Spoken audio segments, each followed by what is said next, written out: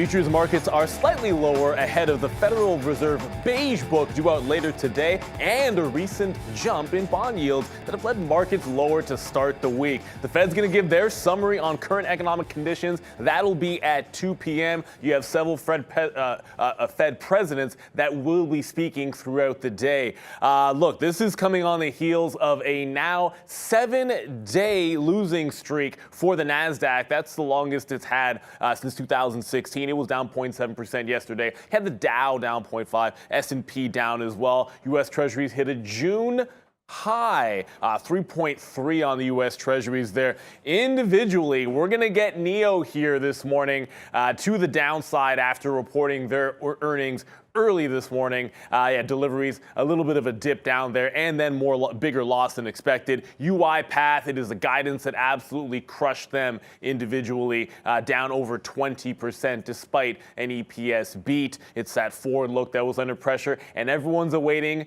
the Apple Far Out event as they unveil their new set of iPhones, also expecting potentially a new watch. Their pricing should be key. There are some expectations that they could be a little bit more expensive naturally with what's been going on with inflation. So we all look forward to that. That'll be at 1 o'clock. It is Wednesday, September 7th. TraderTV.live starts now.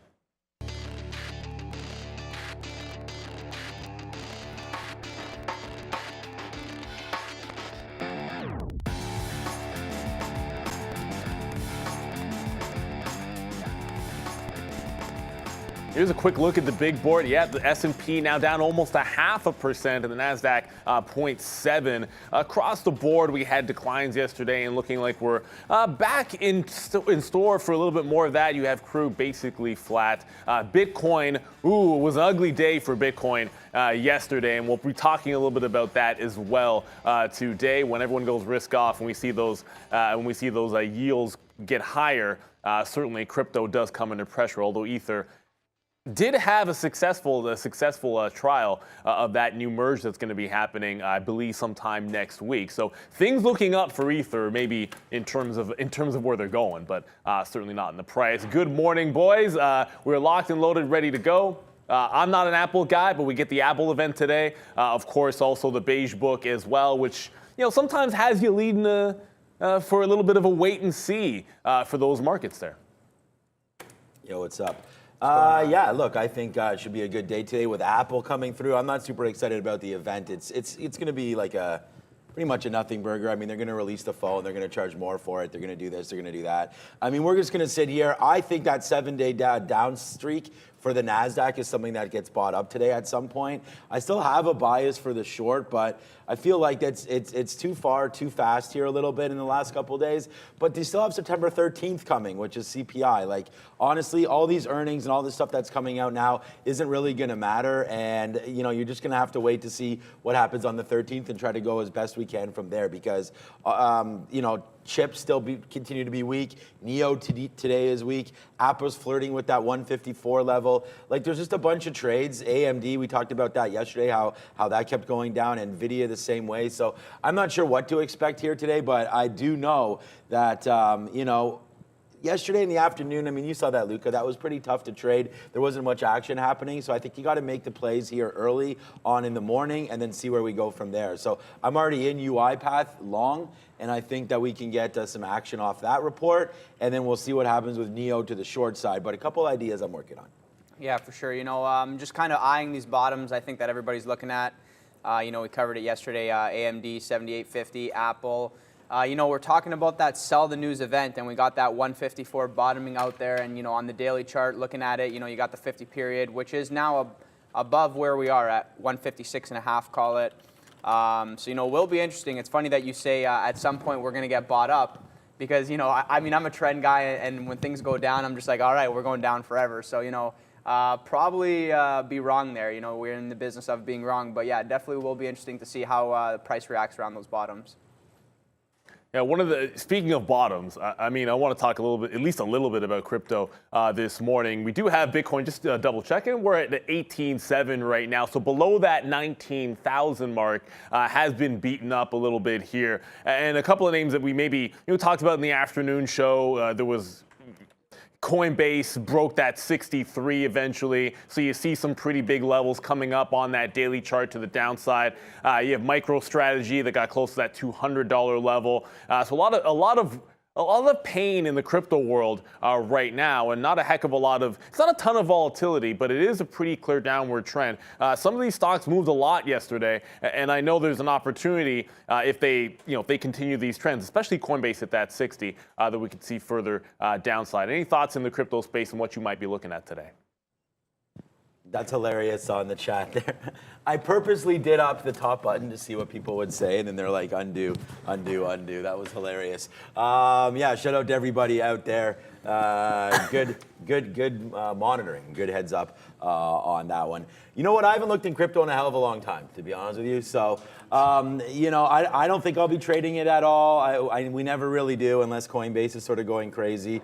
Look, I'm invested here in Bitcoin, but if you're just going to look, I think Ethereum's probably, is Bitcoin even a store of value? The way it's moving so crazily and so fast, like, do you actually even want to put your money into this? You could put your money into stable coins, and that's a pretty good store of value if you wanted to access your capital, worldwide, things like that. I thought that's eventually what Bitcoin would be, but it's way too volatile. It's moving too much. No one's going to store money in here thinking that this is a store of value. So what really is the purpose of Bitcoin then, right? So I think that you're just going to have to watch out. I feel like you are going to test. It's not rocket science. We're not that far away. We're only $100 from the bottom here that was put in that June bottom with the NASDAQ. I feel like that's going to get tested. At least Ethereum, you can build on it, and there's, a path to a software side of things for Ethereum. Here's the 1 minute chart. Whatever it's doing in the 1 minute is fine.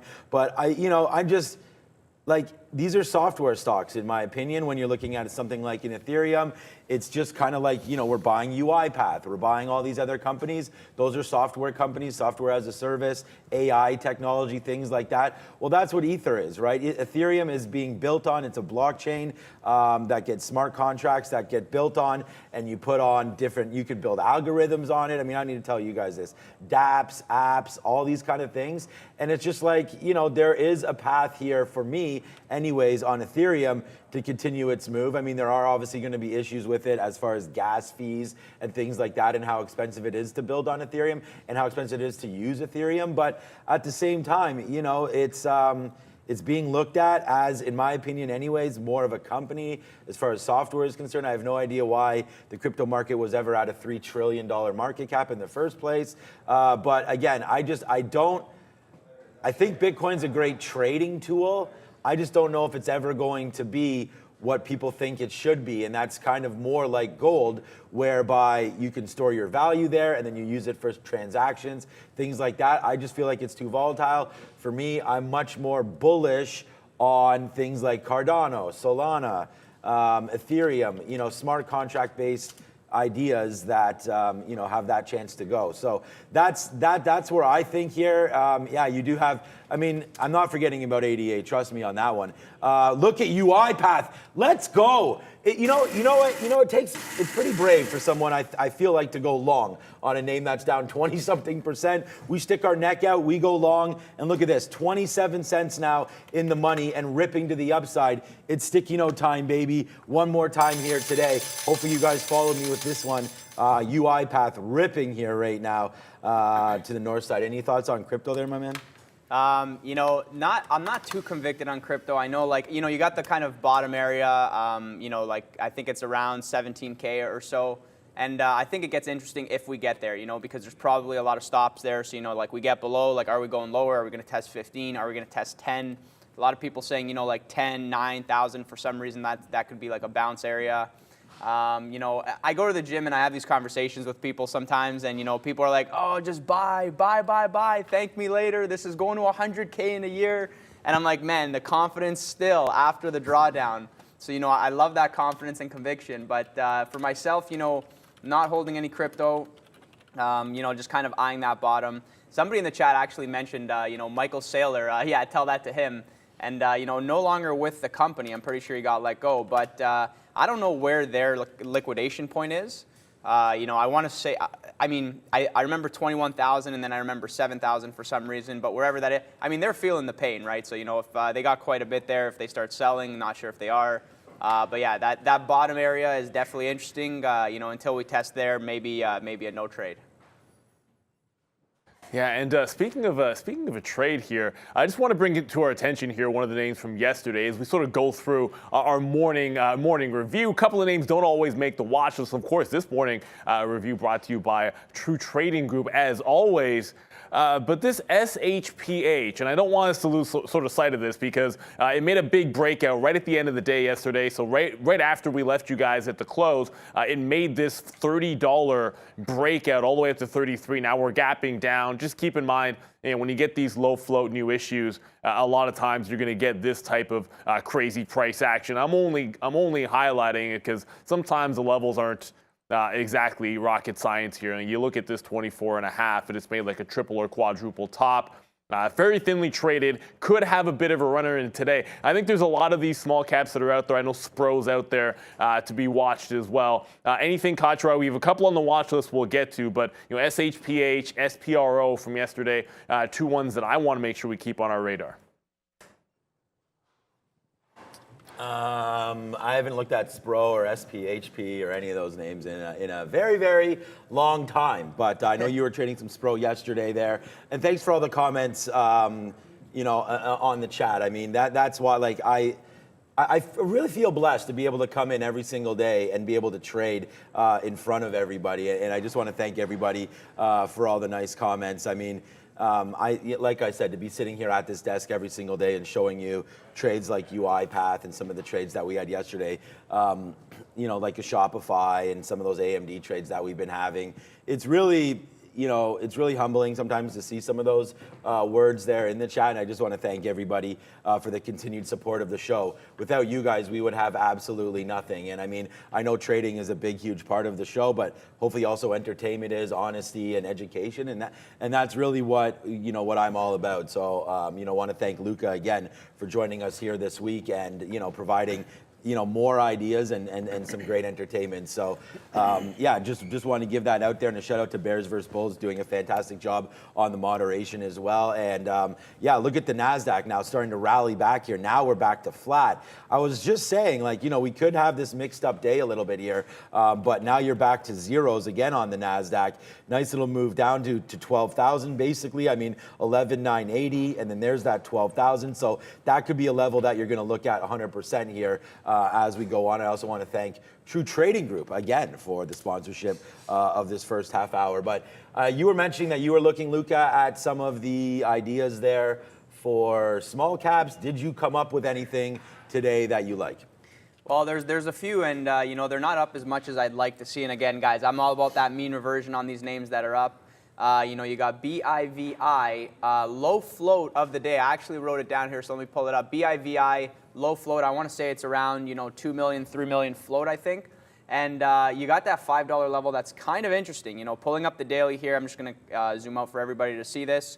It's up, but you're running into this kind of prior resistance level, just like right over here, right? So we tried to get back up there before. We did break 5, spent a little bit of time there, and then kind of right back down. So, relatively strong day to start the morning, and, $5 level coming into play.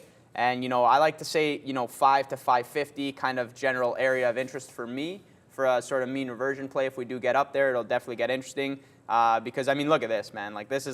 This thing kind of fell off and then just kind of was dead.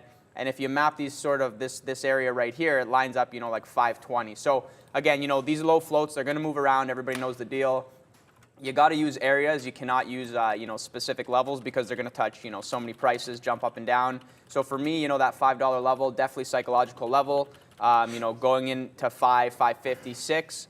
And then, if we get above 6, you got some topish resistance over here. But, that would be a very extended move. And then at that point, lots of volume would be involved. So, the sky is the limit after that, I would say. So, 5 gets interesting. It'll be interesting to see if we can break that pre-market high, if we're going to do some type of over-under there. And second one I'm looking at as well is IMRA. Not too interested with this one. Needs a little bit more volume, obviously, sub $2. But that 2 to 220 area, area of interest. But this one, I think, back burner for myself. That IMRA, I believe, they are looking at strategic alternatives. One of those names that has that out there, looking for ways to raise funds. They had an asset sale as well. Upgrades, downgrades here. Yeah, we got a pretty busy board, leading off with Pinterest. Wolf Research liking the direction the company is taking. They are actually up 3.5%. Netflix was super weak yesterday. Catches an upgrade today. Coupa, they reported strong report, up that 9%, was actually over 10% earlier, and actually trading to the downside is Starbucks, but they did just name new CEO there and catching the upgrade by Citigroup. I don't think it's anyone's surprise that you're going to get some downgrades with UiPath. EA Sports hitting the board, pretty interesting there, down 2% as well, and then Coinbase. Yeah, price target to 73 from Barclays, down 1.4%. Has a chance to crack 60 today. So it's a pretty busy board in terms of upgrades and downgrades. Some interesting names on there as well. Pinterest certainly approaching some key levels to the upside. That could be a bit of a sleeper. All right. UiPath still bouncing around that $13 mark. I want to look at, out of any of those names on there, we talked a little bit about Coinbase. Well, we didn't. We talked about crypto, but Netflix to me is pretty interesting down there. Come on, charts, let's load. Down here at that 220 level, we've broken it a couple times, been bouncing around. Let's go. This is the one-day chart. Yeah, it's not going to look too pretty on here, but there's that bottom of 208. Now, I don't think that we're going to, if I am as sort of bearish as I think, then yeah, maybe we can get to that. I am turning a little bullish today, though, back, even though I wrote on the sticky note a little short bias, but I don't know. I might be changing that around. That 208 right there, but if you zoom in to Netflix right here, this is sort of that 215. That's right. We're still above the 50 period. There's not that many names that are above the 50 period, especially in the tech side of things. But there's that 215 trying to hold. So I don't think we get down there today. But if you do get a flush down, these are some interesting levels to look at there for Netflix, around 216, 217. That's probably a little bit better. You could easily get that. You could get a $2 flush down, and then I think this name gets bought. So I'm sitting around 215. I think makes a little bit of sense there for Netflix. If you want to play, some of the breakouts have been working pretty good lately, which I sort of changed from. Used to not really trade too many of those. And then yesterday we had that big, huge trade earlier on the Shopify, which for me was a great trade. It just lined up perfectly, and we shorted that $30 mark. Well, here's Netflix right now, and I feel like it has the same kind of potential, but to the upside. This rate down here is 220. So we bounced off of 220 a couple times, and then broke it to. Okay, that's that wick down there, and then broke it to the downside, and we only stopped, like I said, we stopped at that 214 area, and I just showed you why, and then since then it's been sort of creeping back to the upside near that 220 again. So for me, I kind of look inside here, maybe it's 222 break, something like that to the upside for Netflix, but I really feel like if this market is going to have one more leg or a couple more legs to the upside in the oncoming days ahead of September 13th, then Netflix probably does look for 233 again. So I think you can settle up down here somewhere 230s, and if it's going to do that, then a 222 break is going to work. So I kind of look for that on Netflix, 222 breaking to the high side there on Netflix is a trade that I think I like right now. So I'm going to put that one in, although it's still a little bit early. Like, it's only 8:48, so let's just check out the market imbalances. What I mean by putting out things a little bit too early is like, look at the spread here on Netflix, Fahad. You have 45 cents here, roughly. Well, less than that, but 43 cents right there on the spread. So what could easily happen is if this just ticks up $1, which is a nothing move for this could say 222 right here, close enough to it. Then the minute you get a 222 print, then it's going to trigger me into the long. But then I'm going to be paying the spread, which is at that point, who knows what it's going to be. So I'd rather take breaks when the market opens up and not take one early. We did average in, well, not average in, we got a great price on UiPath, which is why we took that, but it was not a breakout price. Here you have NEO. We are going to get to that. Obviously, it's on our watch list. The #1 name on my sticky note as well. I really like that name for the short. It's coming in there at 200,000 shares. And then as you look down, it's a pretty nothing burger day so far, man. When you only have 3 names that are over 100,000 and they're Ford and NEO and whatever the heck NXE is, that's not, that's not going to be a huge day as far as volatility looks like right now. Not too much interest either buy side or sell side on the market on open orders. Doesn't mean we can't get real spicy, but here comes the NASDAQ just bouncing again off of 12,000. So I feel like you're going to be pegged to that. This was, I got to get the afternoon yesterday, which is right, no, that's not the morning. What was this? This was 7 o'clock last night, I guess. No, that can't be last night. Yeah, that was last night. Okay, big drop there. This is yesterday afternoon. What I was getting at, where this is 12,000 right there was the bottom of the afternoon. So as you can see, it's kind of like like not much happening there in the afternoon. I can sort of see that being the trend right now. So yesterday afternoon, the high was basically 12,070. So if you go over to what we're doing today, 12,070 would be up into here. We've already dipped down to 11,975. So although this is going to look like it's a big range, it's going to tighten up. And I feel like you can sort of play off that short up here in the NASDAQ 1270. So let's get the NASDAQ going before we take any longs. And that's why we're going to be triggered into Netflix if and when that happens. NEO's the short I'm looking for. What you got over there, Luca? Yeah, I think, NEO coming out down 5%, definitely interesting kind of gap down. Just to give everybody perspective, on the daily here, I'm just looking at this very quickly. And, it's looking like it's breaking down below that 17. Spent so much time at 20, at the 50 period, just really doing nothing. And now I'm sort of asking myself, is this now, enough steam to break down and continue? Not really sure any levels on this. I mean, it did not break 16, but at the same time, NEO will be NEO. Could run and fade the gap off the morning, or it could just fall. Not really too sure my plan on this, but it'll probably be a reactionary trade. Somebody in the chat also mentioning BIAF, something I'm looking at as well, up doing 1.6 million shares already.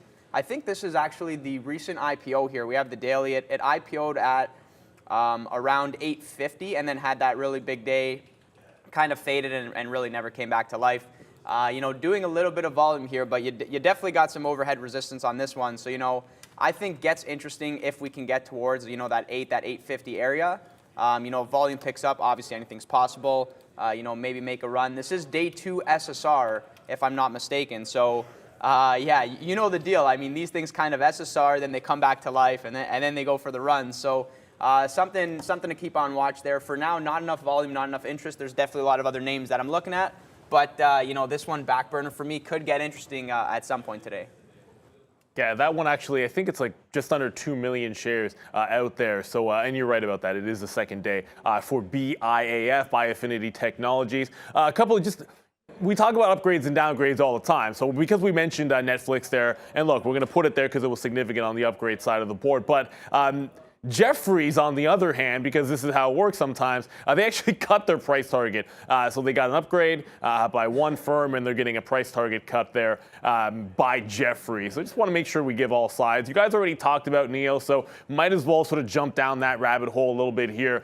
Look, the deliveries weren't fantastic.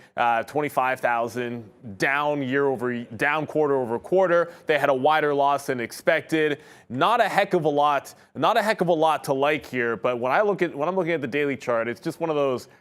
I mean, go all the way back to that June bottom, 1575. My question becomes, because I know, Sean, you're in UiPath there. When you have something which is down heavily, like UiPath was, and it holds a support level, sometimes the flavor is to the upside. Now, I know we're all looking and thinking about how badly the beaten up NEO is, but is there any look at that 1575 and saying, hey, well, what if this holds? What do we do with this level, as we've already bounced off 16 a couple times? Yeah. Oh, yeah. I mean, I'm looking at all those levels. Someone put in the chat there about PayPal as well. I think that's going to be a good look as well at $90.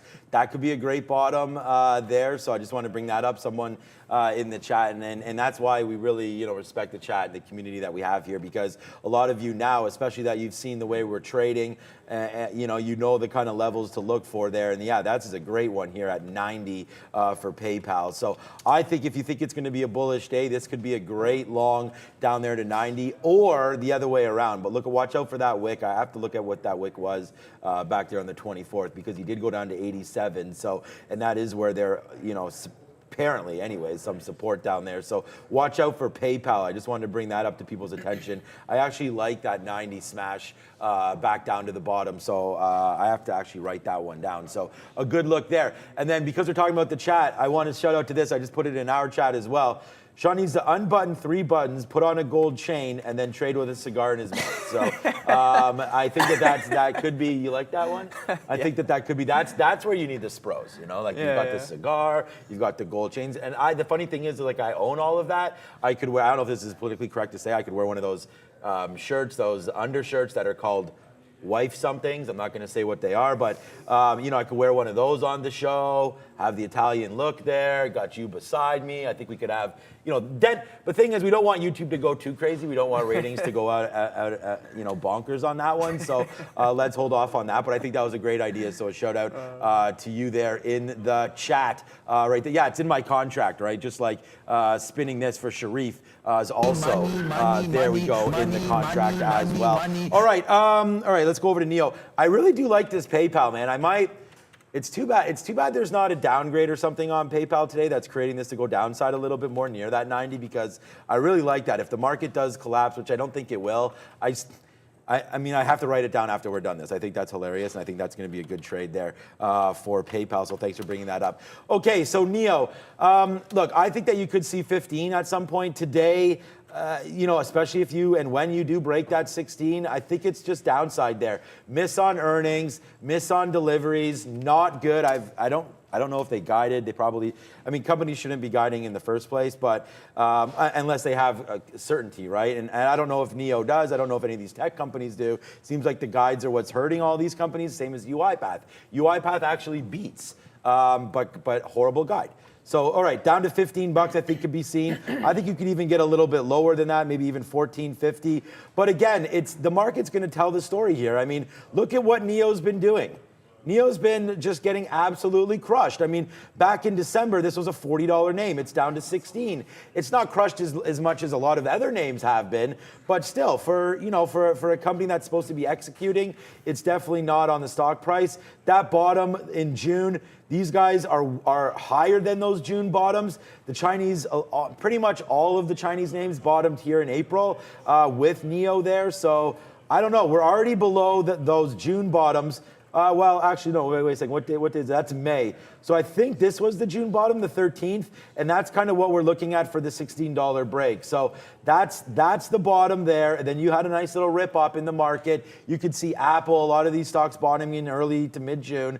That's their bottom, and then a move back to 24. So they almost went up. They did go up 70% off that bottom, and then now are right back into where they belong. Or no, I don't know where they belong, but where they were. So I think if you take that 16, I think you hit it to the short side. It looks like it's going to be a little bit unfortunate because it's going to break in the pre-market, which I don't like as much. So for me, I don't want to look long today on this name.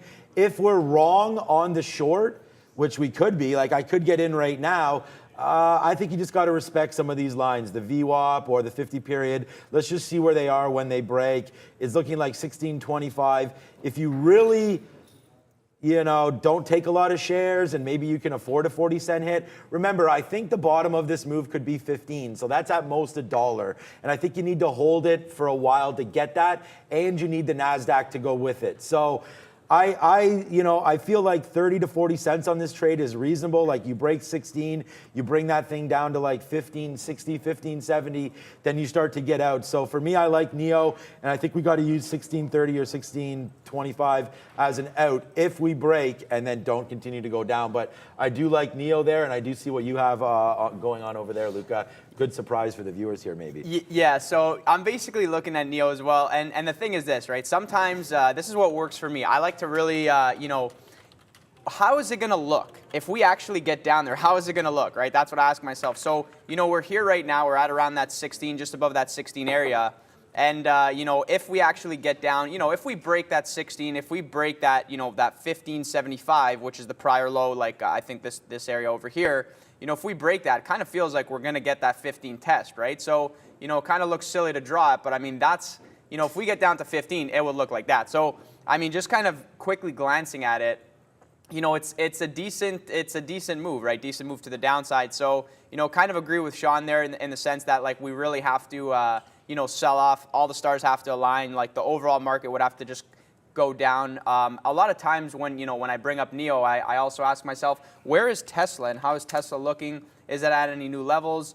This is going to be adjusted pre-split, so our charts don't map that out. But the level that I'm looking at is 265 on Tesla, which is quite a bit away. We're at 274 area right there. So I'm just kind of monitoring this back burner. If we do sell off, if this does want to make a move down, break 270 again, run to 265 area, then it gets interesting. But for now, for me, all eyes on NIO, that 16 area, that 1575 area. Are we going to dip? Are we going to break? Are we going to collapse? Are we going to hold that area and bounce?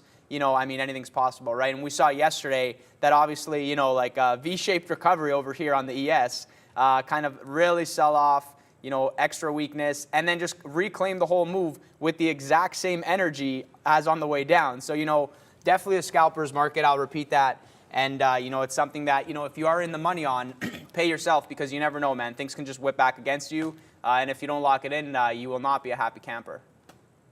Certainly. And, just a bit of news here on Tesla here.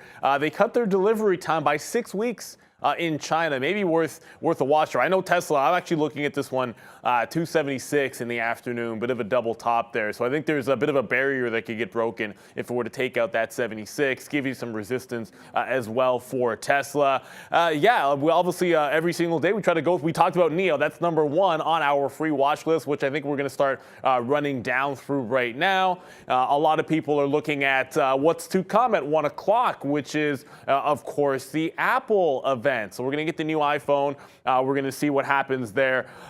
Look, there's some things that are expected, like the display is slightly going to be larger there, and the iPhone 14 is expected to look pretty much exactly the same in most respects. One of the things that you're going to see is the pricing is expected to go up, $1,100 and $1,200 on the Pro and the Pro Max. These are all expectations. iPhone 14 comes in at like $750. That's at least what's going to be expected. So we've seen typically here, and almost, and I don't want to say every single time, I'll say mostly, you've had this situation where you've sort of sold the news when you get the Apple event. So we know it's coming at 1 o'clock. Everybody digests things as they roll in. Are we getting a new watch? We'll see if that comes down the line. Are they going to get rid? They're going to get rid of the Lightning charger. Certainly, that's eventually going to have to happen anyways. But if it is a sell the news type of event on Apple, well, it did have a quadruple bottom there, and I apologize for this wick, but at 154. Is this something where it's like, yeah, let's just wait and see, don't make a trade on Apple, and then after 1 o'clock, try to find that short level? I just wish I had, first of all, I mean, the fruit salad is back right now. I'm trying to find, where's that fruit salad thing? There it is right there. We'll hit that. Have you ever seen this before, Luca? It's fruit salad time. Oh, no, the thing is, there's avocados in there, I think, somewhere, and that was always a problem for me. You don't have avocados in fruit salad, but this is like that honeydew melon. I just loaded it up. It's like, it's so good. You know when it's not hard, like it's got that soft, and it's just you know? So anyways, we'll have that going on. Look, I just wish we did more research about this. Like, I don't know factually if Apple goes up or down on Apple Day or whatever they're going to call this day. I mean, they call it something different every day when they release their phones. I don't know. Like, I don't know what the catalysts are going to be for the upside or for the downside. Apple can charge whatever they want for their phones. They're the highest selling cell phone in the world right now. I believe I saw that last month where I believe they overtook all Androids together. So I think it was just iOS, the highest selling operating system. Maybe that's what it was. But they're only an iPhone, so there you go. But anyways, I don't know if it's going to be a sell the news thing or not. Like I said, I just feel like we haven't done enough. I haven't done enough research. Probably nobody has there about where we're going after 1 o'clock. Like, it's not because it's not really like too much of a news event. It's just they're releasing new products. I think what Neil said there about the watch could be interesting if there's some new stuff coming out. I know they just released the 7 watch. I think that was last year, so I'm not really expecting anything from that. Sure, it's going to come a bigger screen, smaller screen, whatever. They already have iPhone minis. You know, like I have the Pro here, the smaller one, not the Max. So, you know, that comes into play as well.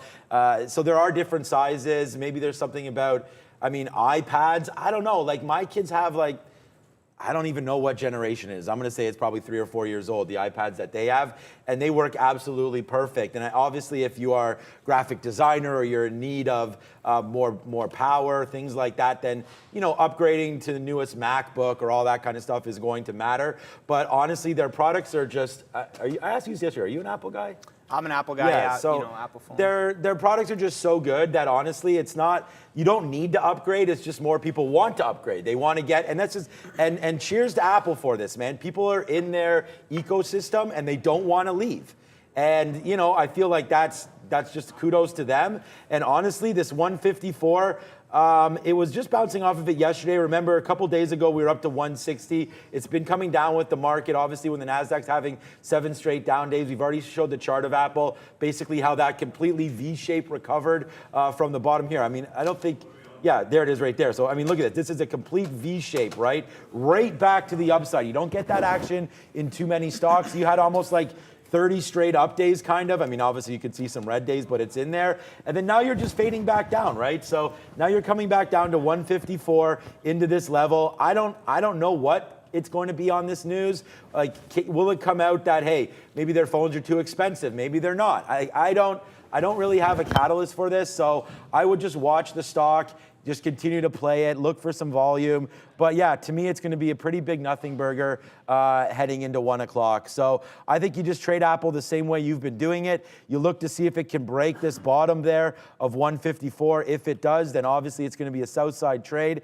For me, there's way better names to look at out there today. Meta has a great bottom that it's looking at because like Apple's nowhere near the bottom, you know, and then you get a stock like Meta that comes out here and is basically right at the bottom again. So, and I know this is the switch over from Facebook to Meta, so we don't have the big chart there, but you know, Meta right down here at 154.80, 154.50, I mean, that's a level right there. And you're only $4 away from that bottom. So I feel like there's better names to trade than Apple today. So for me, Apple's going to be a nothing burger. I put down Meta on the watch list on my sticky note here that we like the long if we dip back to 156. So this is Meta today. If you see it yesterday, let's just zoom this back out a little bit here. So yesterday, that bottom is right there, 157.75. I don't think we dip that low, but we're right there right now. So if you break that, you go down to 157, and then I really think you test 156. I mean, we were just at 167 2 days ago. So this name definitely getting cranked to the downside there. I'm looking at Meta. Here's the 20-minute, and here's 156 from the 30th. So I really like that down here, and I'd rather look long on Meta. Look at Google, how well that looks to the long side as well. These are just if you're playing bottoms. Like, I don't know. Like I said, I don't expect big movements today, so I feel like playing bottoms would probably be the right thing if you can catch something at a great price. Like, look at Google down here at 105.50, kind of the same thing, right? So let's wait to see what happens. But for me, Apple's going to be a pass until the event happens, and then maybe there's some outside moves. But like I said, we'll wait to see if Neil has news. Will be during the midday show, but you know, maybe pricing comes out way different. I don't know. Can you think of anything that would really move that stock there, Luca, on something like this? I mean, not, you know, I have really no idea what to expect, and that's a good point. Maybe, you know, you should have tracked this and see, you know, every time they come out with events, you know, what's happening there. But, you know, you got that kind of bottoming area at 154. You know, you could draw a nice little support line there on the chart. And, you know, I mean, I don't know. If we break that with conviction, if lots of selling comes in, you know, we fall off. I mean, it's pretty self-explanatory. But, you know, if that bottom holds and the overall NASDAQ wants to hold, market wants to hold, you know, then we got the bottom and things could bounce, right? So, I mean, I'm not really expecting too much off the open. And to be honest, I'm not 100% sure if volume's coming in. Maybe you get some whipsaw action that comes in, you know, like when they release the phone. You know, maybe they show the phone and people are just like, I don't like the way that this looks. And, you know, then you know, kind of sells off. But yeah, it's not really something. I mean, maybe if pricing is different, we move a lot. But again, it's not something that I really think will have an extreme effect. But you know, maybe there'll be a few opportunities there to play off that bottom. I just want to bring something really quick here. City of Space, that's Sidu, has signed a launch agreement with SpaceX for 5 launches beginning early next year. Just popped up here, up 50% now. Just made a big breakthrough, $4. You're going to get this key breakout there on Sidu, one of our personal favorite, if only because of the name looks. So we'll put that on your watch list as well for today. And I did look for you, Sean. You mentioned PayPal. You're like, is there an upgrade or something on PayPal? I can't tell you that it is, but if you care, it looks like APG Asset Management has lessened their position. 13F filing is not a heck of a lot to go for, but I couldn't find anything why PayPal was looking a little bit strong there. We want to jump to these chip names, and not a name that we usually trade very often, and that's going to be TSM. But hey, the news that they had this morning, not going to be good. It was JP Morgan coming out and saying that 4 of their major clients, MediaTek, AMD, Qualcomm, and NVIDIA, have scaled back their orders. So some concerns, they were down overnight 2% in Asian trading, about 1.5% to the downside here. But how does this have us feeling about some of these chip names with TSM potentially having this little bit of a headwind? Yeah, so look, I looked at it. I don't really trade TSM, so we've talked about that a couple of times on the show, where you want to try to stay in your lane and try to trade names that you're pretty comfortable with. So I do see, obviously, that this name is down that 2% today. It's down to $78. This has been getting killed as well, just like AMD, just like NVIDIA, Micron, Intel. I mean, that was a huge trade. That was another huge trade, actually, yesterday on Intel for me. But yeah, Taiwan Semi again here today, breaking below. It was actually pretty strong and holding up, but right now looks like they want to test that bottom as well. We have that AMD bottom. Actually, these guys bottomed in July there, so I don't know if that might have been an earnings call or whatever, but you know, they've bottomed down there at 73 or so, and I just wonder about that play. So let's wait to see if that can get tested again, but I'm not comfortable really trading Taiwan. I mean, I'm comfortable trading every single stock.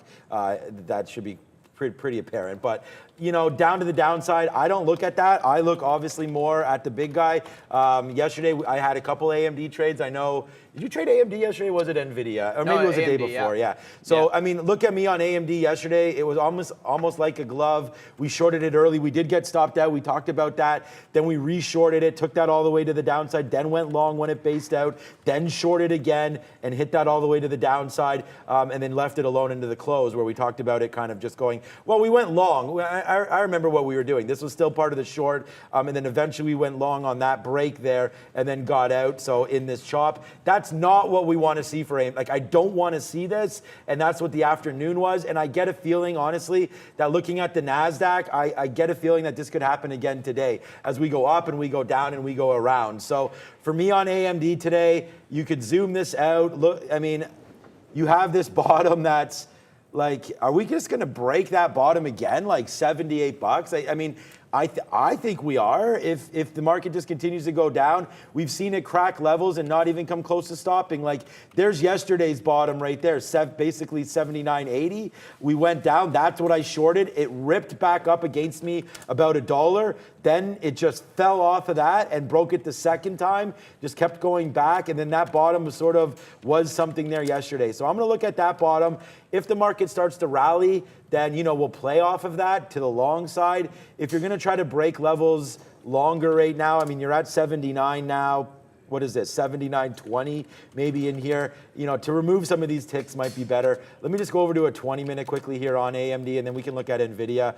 But see, this is the barcode that was yesterday afternoon. We're waiting for moves to happen. I still think a take of 80. Now that I look at this, I mean, this is all chop here. Forget about this. Right into there, this take of 80 long, I think is what you're looking for AMD. So if this is going to be a long day, then I go long AMD there at 80. I might put that order in right now just to break the long. Don't want to miss it, so I might do that because I'd probably be looking at something else. Here's NVIDIA, the same kind of thing on a daily chart. Obviously, a big move down. The U.S. goes in there and bans some of their AI chips last week. That created a huge move to the downside right here, 145 all the way down to 135. At one point, this name was down 13%. We actually hit the long and got 5% of that back in one trade. So that was a great trade back to the long side. I just feel like 138, 136, like this is a little more choppy in here. I don't know what level to break long. Maybe it is this 138. We wicked top there yesterday, 138, and you have that 138 again. So I feel like this could be something as well. Oh, there it is. It just filled in. That was miraculous. So there's 138. So I would say 138 on NVIDIA. That's $3 away. But for me, the way I saw like yesterday, honestly, when we got short, where is it? Right here. Yeah, see now my trades aren't showing up. But when we got short here and then this move that happened, let me show it to you guys right here in the morning. You guys saw this. This move upside is where I was asking, like Neil, I was looking, was like, what's going on? What's going on? Like how fast they bought this thing up through $80 was amazing to me. That's why I was like, oh my God, we got wicked out at that top there. It almost went to $81. The market did nothing yesterday except for going down, and this name almost took down 81. So, I think if you're going to go long, you got to be long AMD today at some point. I'm going to put that order to go long through 80. It's going to have to be a long day for that to happen. But wow, look what, Neil, oil right now is getting pumped. Look at oil to the downside. Look what happens when you break that 85. I'm buying more. Look what happens when it breaks this 85 level, tanking hard down. 83.70. There must be something going on here. This is the lowest closing price right now if it closes at 83 bucks since January 24th. So a big move January 24th. That's a long time ago, Luca.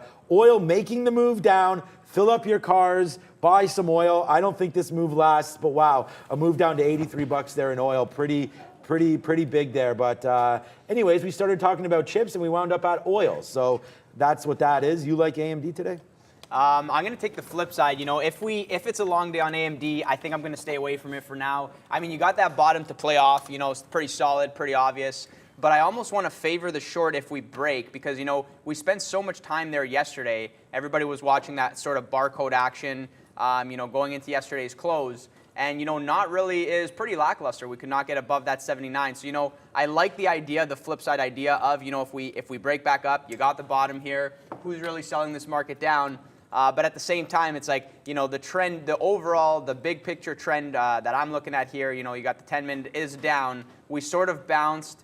Then maybe we had like a little bounce. And now, if we're going to just skyrocket up, I think maybe I'll just have to let that go. And, if we break down and get below 78, I think I like that kind of breakdown area there. But who knows, man? Who knows? Because maybe I just react and, next thing I know, I'm in an AMD long for size and I'm in the money and we're going to the moon. So, obviously anything's possible. Not really watching NVIDIA. Kind of interesting that we're below that 140. So, we had the break through 140, we bounced back, we tested it again, and now back down at 135-ish area. I'm kind of glancing over here at the daily quickly on NVIDIA, like where is the recent low on this thing? I think it's 133. So I think on that day where the negative catalyst came out, 133 was the bottom-ish area. So, kind of a random number, kind of far, well, not too far away, but, if we get there, I'm not really sure if we're going to have that real sell-off, go down 2 points, break 133, and then really sell off to 130. I kind of want to tell myself that a lot of the selling came in, on that day, and now we sort of go sideways there. So, I mean, I think it might just be a no trade for me, and I'll stick to AMD if we get that set up. But, that low is interesting. And for myself, I love the lows. I'm always watching these. Are we going to break down and continue? That's where kind of fresh levels are hit. New selling comes in. There's a little bit more volume there. So those are the things that I'm watching for now, and we'll see what sets up. Yeah, so before we go to the last item on the watch, there's a couple things there. EU is investigating new EU-based long-term pricing benchmark in oil. There's also potential levies on fossil food companies, so some chatter coming out of the EU. Bit of a delayed reaction there because that was maybe like 10, 15 minutes ago. But as you're right, Sean, hitting toward those lows. We've seen it 9 and then 9:15 sometimes. You get those sharp moves in oil futures contracts. I just want to get to the social heat map for a second before we got to UiPath. And I was looking looking at a name that's not on this list, Veru, Fahad. Veru's moving upside, and I can't find a news story for it. I don't even see it. It actually was up almost 10%. I don't even see it on our heat map here.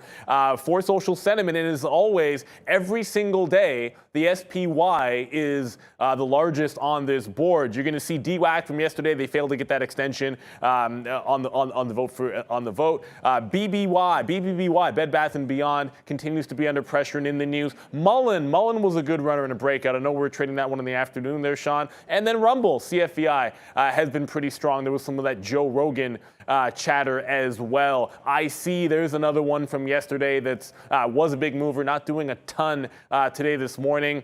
And of course, you're going to have Apple and Neo on that board as well. But look, UiPath, sometimes it's all about that guidance, everybody. And truth be told, you're not going to be able to say it was a good guide on their part for UiPath. But the story here is going to be how far they are to the downside. I keep checking for anything on that Veru, Fahad. If I find something, believe me, I'm going to let you guys know. But UiPath, they cut their forecast. They had a beat in terms of their actual top line.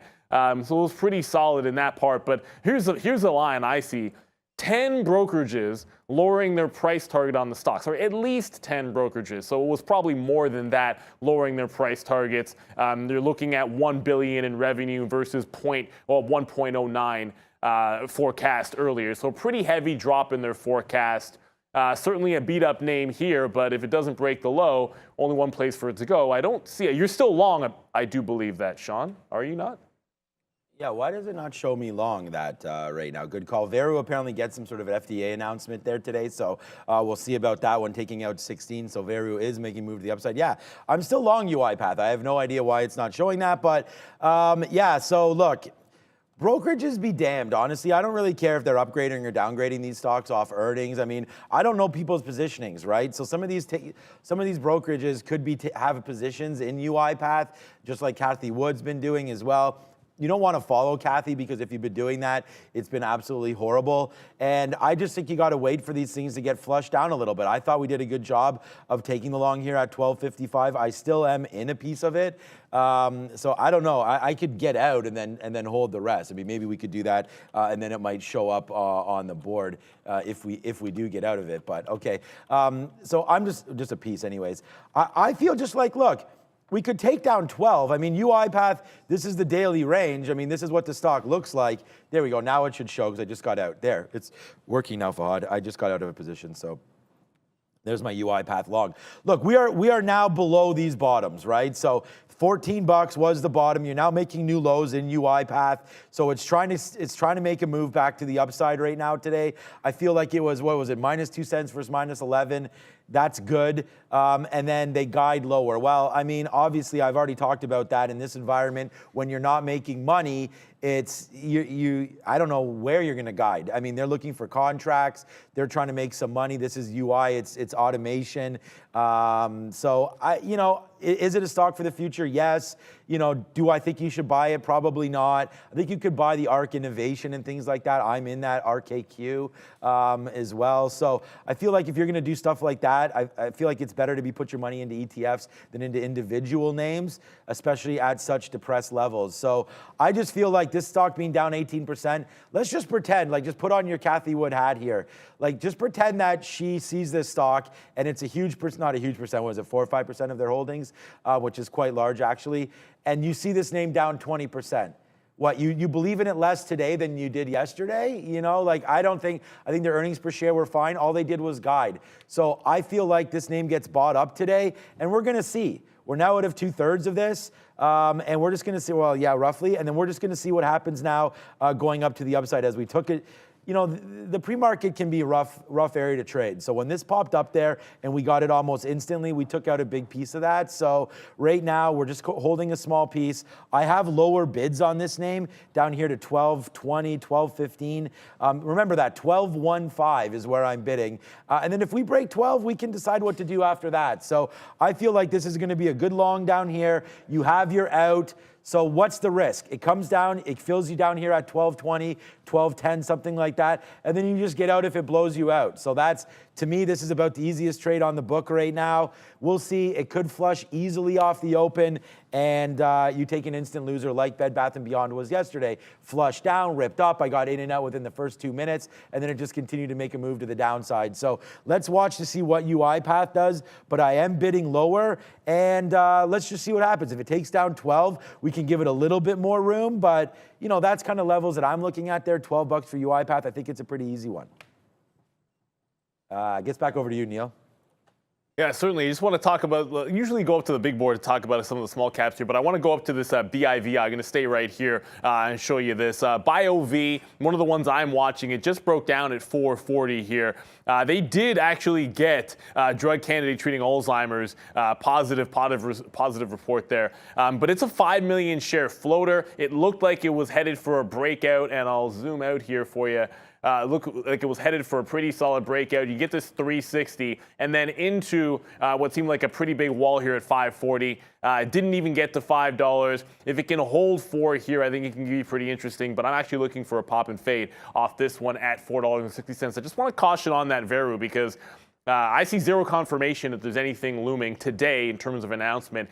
There is an expected possible announcement from the FDA coming in October, and there was news a couple of weeks ago on it, but I don't see any confirmation of any of that, particularly today. Oil does extend its fall into the downside there, guys. And then the last one on our list is that BPTS, in addition to BIVI. That's going to be another one of these low floaters making some powerful moves. But on that board, guys, add Vero to your list. Make sure you add Sidhu to that list. Sidhu going to continue to be in play. It's actually maintaining these highs, holding at 420 of all prices. But just wanted to point out, Sidhu with a big level at the $5 level. So Sidhu popping up on volume here, $5 level is looming here. I think that's going to be a key. I'd like to play shorts and longs off of that $5 level on Sidhu, which is jumping to the head of the list on this volume.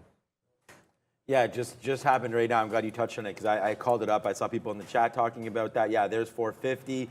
450 is also a pretty big level there, as that's where we've closed and opened again one day. So you got to watch out for that 450 level. Obviously, that wick top to $5 is pretty interesting as well. I don't know what the news is. I'm going to assume they got more approval or shots, you know, for the monkeypox coming through for Sidhu. So a nice little move to the upside. You know, again, like. This to me is how you play these little stocks, and it's just like you buy these bases, right? Moderna was $5 and ripped to, I don't know, 500. I can't even remember how high Moderna got, but you know, that was a $4 or $5 name. And I know it's different technology, it's mRNA. I actually don't know the technology that Sidhu is using, but it's a nice little move to the upside right now for them. Not to say this is gonna moon to $500 or anything like that, but you know, the volume, look what happens when the volume picks up. It does have, you know, opportunities to spike. And then there's a little head poking out. Oh, you can't see that. Poking out right now. There's the volume I'm talking about. And then here's the volume so far today. It's starting to poke out. So maybe we do extend that move here on really great volume. For me, it's a break long at 450. You could even break this 430 top and then get out if you break back down below 380, something like that. But again, if you're going to take a 430 break and get out at 380, it needs to have 50 cents in it. And that 50 cents would go right up to that $5 level again, right? So, you know, that could be there for sure. So watch out for this 430 break there on Sidhu. That is the high of the day. And I like that break, but obviously, you know, a push back down to VWAP in here into $4 makes more sense, and then a lift off. So that's kind of what I'm looking at, but I got the small cap hero beside me. Maybe there's something that you're looking at other than these, or maybe Sidhu? Yeah, you know, I think any time that a $5 level on these names comes into play, it gets interesting for myself just because, you know, it's got that psychological factor to it. We see that it did top out around that $5 last time that it had a little boost. And then obviously everybody remembers the really big day that it had, kind of breaking to the upside. So, you know, it gets interesting here. And, you know, obviously a day one mover, you know, the sky is the limit with this. I think if, you know, if volume is there, if we break $5, if this thing really wants to go, I just like to use 50-cent increments. So it's like if we break 5, you know, 556, 657, you know, and then you maybe get some resistance coming in at around $8, you know, and then obviously 10 being the next huge psychological level. So yeah, definitely interesting to watch there. Something that we didn't talk about just very quickly here is TLF. I think it's an IPO. And, you know, somebody mentioned it in the chat as well. I was just quickly glancing over at this. You know, kind of just basically looking at the way that this 1 minute chart is setting itself up, I'm already telling you right now, like I'm probably not trading this. But that $10 level, kind of interesting. You know, you got the kind of wick off tops here, then the rejection, then the fade back down. So I almost want to say, you know, if we get above this area, you know, there's obviously room to go to the upside. I got no idea what this company is, no idea what they do. But, you know, I look at the chart and they all look the same. And, you know, that $10 level setting up there. So could be interesting, could be in play. But for myself, probably a no trade, probably back burner unless we, you know, really go loco and get up to 15. And then, you know, it'll get my interest. I like that going loco there. And yeah, so yeah, there is no monkeypox in space. Although here we go, we're going to send a monkey into space there. It's confused Sidhu with Siga. There. So Siga is the monkeypox one, and there you guys go. So glad to make some people's day there on the chat with that talk. Yeah, we are not. That's AMC monkey. We're not sending monkeys with monkeypox into space because then you could have a merger between Siga and Sidhu, and that would be fantastic. Okay, so there goes Neo. Oh man, we missed. Okay, so that just ripped up. We only got part filled. Neo ripped all the way up there to 1680. We got a small piece on that. I was thinking Neo was going to be a short side move today. It doesn't look like it. We talked about it taking down 16, Neo on the rip to the upside, so I'm going to be very careful with that one as it's come right back down in. Oh crap, the countdown, we missed it. It's on, it's 3, it's 2, it's 1, let's go. All right, thank you. It's the Tiger Man in the building, so shout out to Tony there as we're going to watch out. I'm canceling my Neo right now. It's not acting properly. We'll wait to see where it goes. It could just rip up. AMD makes the move up to 79.40. That's what I was looking at, and Neo caught me off guard. Making that move up there to 79.40, making the move back down now. Let's see what this one wants to do near the bottom. I think this is worth a long here at 78.50, so I'm going to park it there, see if we get a little bit of a long, and if the market holds, then hopefully we get a dip buy here, and then we'll deal with it breaking through 78 if that does happen. But here comes AMD right to the downside, and also here's coming Neo. I don't know what to do with this one, but it's coming to the downside as well. Yeah, you know, kind of interesting to see that, you know, right off the open, all these names moving, and I'm looking at Neo. Are we going to fade this gap, come up to that 17 area, you know, do 17.10, 17.20, and then reject from there? You know, if it's strong, and if it wants to run, it can run. But, you know, I'm going to wait actually and see, because sometimes these New York names, they don't open right away, so the tape might look a little bit interesting. And I'm just quickly glancing over, and I'm seeing that Neo has not opened. So, guys, watch the velocity of the tape. You know, you're going to want to look for that big print that comes through to show that it is open. You know, if it kind of looks a little funky, it looks a little different, then that's your reason, right? It did not open yet. New York Exchange does not open right away. Just quickly glancing over at BV, I paid for shorts on this one. I was really hoping that we would get up here, but we're just kind of falling off right away. I'm not really going to short into this kind of death trap. You know, every single time we see these small caps, you know, like fades, kind of holds, runs back, so maybe an opportunity later on there. And yeah, quickly glancing, you know, I think something we didn't talk about and doing much less volume today is AT&T. Just kind of falling into the lows. I think recent low, I want to say 1660 for some reason. Wow. So, you know, if we actually sell into that 1660 area, you know, more pain for this name. Had a really big red day yesterday, and this name just opened.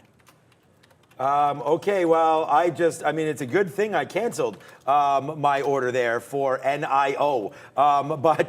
Yeah, there it comes right to the downside. We actually got a piece out there at 60, and then it ripped up, and I just shorted the top there. So I don't know. I mean, is it the top? I don't know. Let's just see if it comes back. Maybe not. We're going to get out if this breaks above 30 right now. Or sorry, 1760, which is that top. We just shorted that 1750. Let's see if that comes in. We do have a decent position on. But again, with our luck, it'll come back down, but it's only going to be a 40-cent hit if it rips back up to the upside. So I'm okay with this. As we're going to watch Neo, I'm sitting there. We go, yes, take a bid out there. Try to lower some of the risk on this, as this is starting to go back to the upside here for NIO. So I am near the bottom here at 17 and change, but yeah, it looks like it doesn't even want to get that far. So, you know, let's wait in the teens again for this, but we will get taken out if it takes out. Here it comes right now. Wow, Neo, good for you, man. This is a big move up. So there it is. We are now out of Neo. So we're going to go 0 for 1 on that one. Like, honestly, it was a number. I thought 16 was the short. It's not. We're out of it. We could just move on. I mean, it's going to be a hit, but it's not a very big one for NIO. UiPath, guess where? It came right down to 12.21. I'm at 12.15, so that did not work out on that dip buy. Let's see if we can go now on that one. I don't have any new positions on. As AMD, we missed that. I'm at 78.55. It went down to 78.62, so we did miss that long, but let's see if it takes out this high 79.40 AMD. Yeah, you know, kind of crazy how everything just popped right off the open. And I literally said maybe 17.20 on NEO, and thankfully didn't actually take the short because couldn't even react to that. This thing all the way to 17.70. Kind of crazy, these moves off the open. And I didn't even take a position yet, and I'm just kind of watching everything, got a nice list. And it's kind of funny, these things really, really move very fast right off the open. So I want to recalibrate, find my levels, and kind of wait for them to set themselves up. But yeah, man, what a fast move off the open. Looking like the ES is pushing back above that 3,900 area, and NASDAQ kind of pushing up too. You know, it looks like it actually made a recent high here relative to pre-market. So I guess the real question is, are we now going to break out and kind of retest these areas? You know, call it 12,145 to 12,150. All right, I'm gonna try one more time on the short here for NIO. What's up, Neil? Just quickly, that Spro stock, which was dying a little bit on the open, got down to 120, but just tested high of the day here. 138 was the pre-market top. Did test that high. Looked like it's primed for a little bit of a breakout, but just jumped up on significant volume. That was yesterday's breakout. SPRO head to the upside. I threw in the chat, hopefully, for you guys to be able to see. There was some news on Twitter there as well. So big news as the Delaware judge denied the request for the delay for Elon Musk. All right, we'll definitely look at some Twitter strength there. It looks like NEO's just going to continue to go to the upside. Fine, if it takes 18, we'll be out of that one. I just didn't think it was a great report. Now all of a sudden you're up 3%. So hey, as the market goes, so I mean, remember I was saying, like, we were thinking I was turning, and I know we put short bias, but I flipped around a little bit there and started to think about the longs. So I feel like we need to find some better longs. And I mean, I just put it out there to take. I think I put this, yeah. What about if AMD does take this 79.40? I think we'll start along there if that does happen. Not sure if it's going to, but hey, we're short right now. NEO, we're short on this Peloton short. Like, this just ran. So Peloton had some sort of, it doesn't look like it was accurate there, because when I looked, I saw Peloton down like 8% in the pre-market. Then I came in here and noticed this. So I don't think it was ever down 8%. So I don't know what I was looking at there, but Peloton with a nice move back to the upside right now. There goes AMD breaking out the top. So this is just a small trade here on the 50 period. I'm gonna have to average into Peloton at some point, but we did take that AMD break. Where's this Peloton? Right here, $9. Yeah, I mean, let's just get out if it breaks 9 and forget about it. All right, AMD right now, a nice move to the upside. We'll see if this can go to $80. Why not take something out in the 60s? We'll do that. And then if it does get back into 80, then that's great. We'll take a little bit more out because we are going to be sitting there for the long, breaking through 80 as well. So that could be a trade that I'm somewhat concerned about. We just took a bid at 40, so we're long at 42, and we just got some out at 62. So far, so good on that trade. And then Peloton off of 9. It's right there right now. Shorted a little bit. Maybe we'll short a little bit more of this, but I don't know. This is pretty beat down. I still think Peloton gets bought at some point on this valuation. Could be wrong on that one as well, but there goes Peloton to the upside.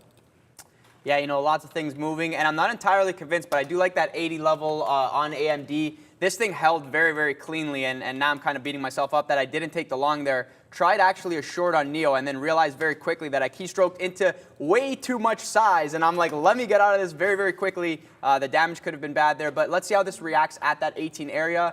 And again, just to quickly pull up daily here to kind of show, like, what a fade the gap, man. Open and just kind of rip right back to the upside. Maybe run into some resistance there at 18. Very, very strong move to the upside. But the thing that I look for on NEO every time NEO's in play for myself is it really has strong moves in one direction. And then sometimes it actually reverses the whole move. So if this thing wants to actually top out at 18, maybe there's a potential short there, but I really want to see it squeeze, you know, touch 18, potentially break, quickly reverse. If that sets itself up, then maybe we get a fade back down. And this could easily reverse the whole move. But again, it kind of feels strong. Everything is strong. Market's ripping to the upside. Now we're in new high territories. So I'm not really sure what to think. You know, this is why you have plans for both sides, guys, because, you know, like sometimes, you know, you're looking shorts, things go long, and now you're just sitting here like, okay, well, what's the next plan here? What am I trying to do here? So, yeah, we'll see what happens there. Wow, I mean, NEO, it just broke 18, so we got out of that one, as you can see right here on the chart. Like, we tried to go short. It's, you know, they're hits, but, you know, we can absorb them. It's just, it sucks that how far it went up. Apple right there. I mean, I don't know. Now I'm looking at NEO, and now I want to short this thing again. I still feel like that. I don't know. When is it going to when is the momentum going to die on this thing and then we can play the short? All right, one more, whoopsies. One more time there on NEO, and we'll short it here. See if we can. Okay, we just shorted 90s. We didn't mean to get that price. What is the high of the day here? 813. Oh man, yeah, I don't want to just run into this stock over and over again. So I don't know. We'll short one more 18, and then what's that high? 1813. Oh, this feels like a death trap right here. Yeah, it's just gonna get. Oh man, just go long. It's just gonna run these stops, man, over and over again on us, or on me, anyways. Hopefully not on you. But there it is, nicely done to the upside. Congratulations on everybody in NEO. I should not be shorting this name, but I cannot believe that move up. Let's see if we can still have something on when it comes back down, but it may not be coming back down. The disappointing thing for me today is going to be AMD as this market rips up to the upside. AMD's kind of stopped and done. Oh, come on, Netflix. I didn't put that 222 order in. Unbelievable, as it's now $1 upside on that play alone, as Netflix ripping to 223. Wow. Okay, that name going again there. No surprise. I'm going to put an offer. I mean, I have higher offers here on AMD. It just doesn't look like we're going to get filled on them. So I don't know. Hopefully it can continue to move to the upside. NIO, we're short at 95. We just talked about that. I don't know, man, where this one's going to go. So let's just wait till it blows out the top, or hopefully we're able to have some more shares when it comes back to the downside. But that's not looking great. What else do you guys want to look at there? UiPath. UiPath has come basically down and up and stayed in the middle range. So not much happening there with UiPath. NVIDIA maybe a little bit stronger than AMD. Tesla up to 276. You in a trade yet over there, my man? No, I'm just looking, and actually somebody brought up AMC, and I'm really upset at myself right now because I eyed that $8 level. This is a recent low, $8, and this thing just fell right through $8. Bottomed out at 790. You know, it could have been a nice 10-cent scalp, but look at this, man. Look at that reversal right back, breaking new highs now. I mean, I have no idea here. Somebody's saying TIF halted. TIF. So let's have a quick look here, and or TLF. Sorry, is it TLF? Yeah, TLF. Recent IPO. Here we go. This thing's halted. I'm assuming halted to the downside because it's showing 662. Halted at 705. Yeah, man, these things kind of fade. And, you know, is it setting up for a run? I have no idea. But this thing halted at 934.47. So 5-minute halt there. Or no, actually, it'll be a 10-minute halt now because we're past the 5-minute mark. So, yeah, I guess we're looking at a 10-minute halt here. But this is not looking good for any longs, man. It's showing 662 open. That's a 40-cent drop. That will be a low, the low being 650 there. Or sorry, 662, the low being 650. So yeah, if we break down below that 650, kind of feels like, you know, we break down 650, we really make a run at 6, maybe even 5. Maybe this thing's dead. You know, down now 11% showing. So kind of interesting. We'll keep an eye on that. So I'm guessing the open on this one will take place at 944.47. So keep your eye on that one, and we'll see if it opens then. Neil has something. What's up? Just quickly, a Bed Bath & Beyond is going a little strong to the upside. Broke 7, fresh high of the day as it continues to scream higher. Tesla also making some breakouts as well, but a couple of these meme names starting to come back into play. Just going to be checking in on that TLF for you guys very quickly, but big moves happening here in Bed Bath & Beyond.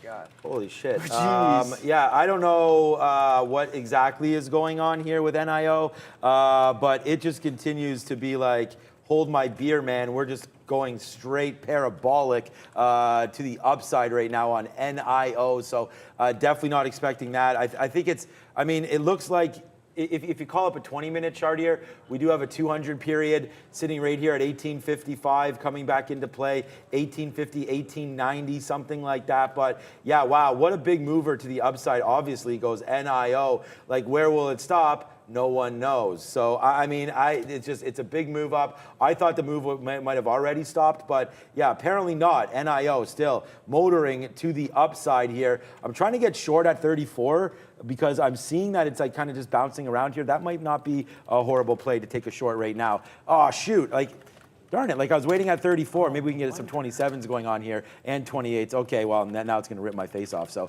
all right, well, we have our plan of action, and now we are short again on NEO. There it goes. I thought we were resisting a little bit there at 33, 34. Doesn't look like that now. And here comes 1850 for NIO. So was not expecting that, not expecting the market to do this. And look at AMD. As the market's up 1%, AMD today, It's still up, but look at this move back down. So this, I don't think this is going to be the name that we're going to want to sit and rest our laurels on here for the long. It does not look like AMD wants to do that at all. So I'm going to start to cancel. I got out of some AMD up here, as you guys could see, as it was struggling. So for right now, I am going to start to cancel some of these bids and reassess this AMD trade as, yeah, it doesn't want to go up. So when that happens, you know, it's only one way, hopefully to the downside there, and we could pick up something in the 78.50 area for AMD, but here it comes down.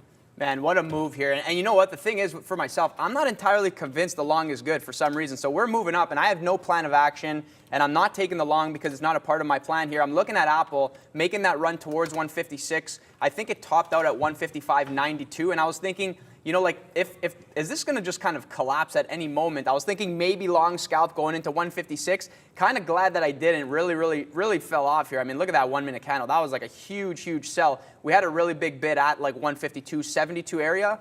You know, crushed that bid and just kind of, you know, steamrolling to the downside here. So, you know, still watching some of these levels. You know, like I said before, you know, my kind of anticipation is, you know, NEO has these moves to the upside, and then sometimes it fades back very quickly. But obviously, you know, there's the other kind of scenario where it just holds, right? So for myself, it's like I don't really want to jump in with too much size. I'm not really too convicted on some of these moves, and you know, nothing really showing me what I wanted to. Like C2, I was like, okay, like we're gonna run. This is gonna be solid, but no, we just faded right off the morning. Didn't catch the short, didn't chase that down. IMRA, it's kind of dead. I mean, the thing's not really doing much, kind of staying within this range. I really want to see this like move outside the range, get to that $2 area. BIVI, same situation, kind of fell right off the open. It's really unfortunate because, you know, you pay for shorts. I'm thinking maybe we're going to get a pop, some type of action up here, you know, give really good risk to return. And then, you know, just kind of fade right off the morning, break through 4. I mean, you could have had that 4 breakdown, but obviously lots of things moving. Sometimes not quick enough to react there, so it's just like, okay, well, I guess a no trade is still okay because I mean I'm not losing, but like at the same time things are moving and there's opportunity. And wow, Apple, I can't believe that. Like look at that. Like bottoms out and then hits VWAP and just back to the upside. So you know I think we'll get a 156 test. And you know what? I'm actually going to I'll take a small long here. If we get I think my anticipation was maybe we get that 156 test. But we sold off very quickly. I mean, if we keep going down, you know, I'm not really too convicted in the long, so just like a starter position. And if we sell off, break VWAP here, I'm gonna have to get out of this one as well. Neil's got something. What's up? Just a couple of things here. That IMRA, by the way, that you mentioned there, up 31% pre-market early because they're evaluating strategic alternatives. There's some back and forth with Twitter over and over again, in addition to the news about the Delaware judge. Also, now Elon Musk can add the whistleblower claims to his Twitter countersuit. So you're seeing a lot of back and forth action in Twitter in particular. That SPRO, by the way, it did make that breakout of the high of the day. So SPRO's on the move. 140 just hit 150. This got as high as $1.90 yesterday. So a decent chance it could continue its run to the upside. But just news coming in fast and furious. And Bed Bath & Beyond kind of checking up there at that high of the day as well. Yeah, I want to look at that at $8, but I just got too busy with other stocks right now, like NIO, as we try to seek some kind of revenge on that. I was just waiting there at 10 and didn't get printed there and on NEO as we did, you know, re-engage on this short. There we go. We just got another 14 bid. I'm still down here. Actually, I'm at 9. Sorry, not at 10. Let's see if this comes back down. I don't know why I'm at 9 and nowhere else. We did average in, so things are getting a little bit better for us on AMD. As I mean, it just came right in to a level that, you know, we thought we wanted to take. I mean, it does go down as low as, I don't know if that's true. I was watching it. I don't know if that's true. 78.70. I'm not sure that hit or not. But, you know, we were watching that level and it came down. We wanted to buy something in the mid. Just like I said, I don't know why that was going down. So we'll sit in there and buy some dips there on AMD and now give us an average price of 79.12. So putting us back into the money on this name. Just wish I would have left, honestly, NEO alone today. Obviously, we had 2 bad trades in a row. Initially, the first short, then tried the short again against 18. We waited for that top there. Like I showed you on the 20-minute chart for NEO, that we were looking at this top right there of 1855. That's the 200 period. Let's see if that can hold. Hopefully it does, or else, yeah, I'm going to be in trouble. But there it is right now. Now it's starting to pull back down for NIO. Why am I sitting at 9? That doesn't make any sense.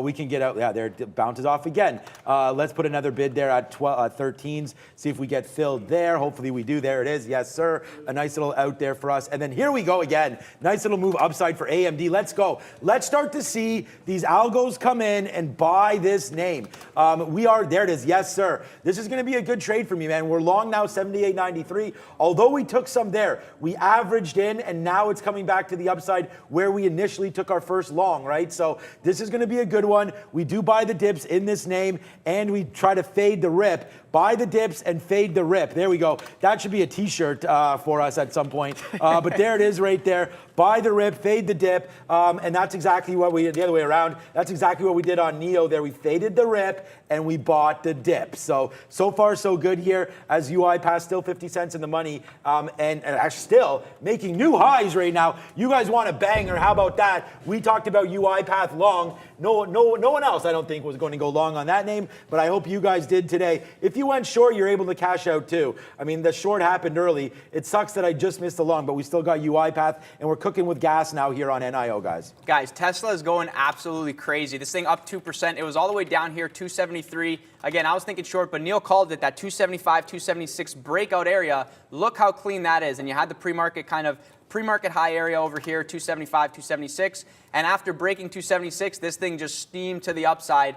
Just actually took out that 280. I want to say that 280, for some reason, in my mind, is a sort of a level.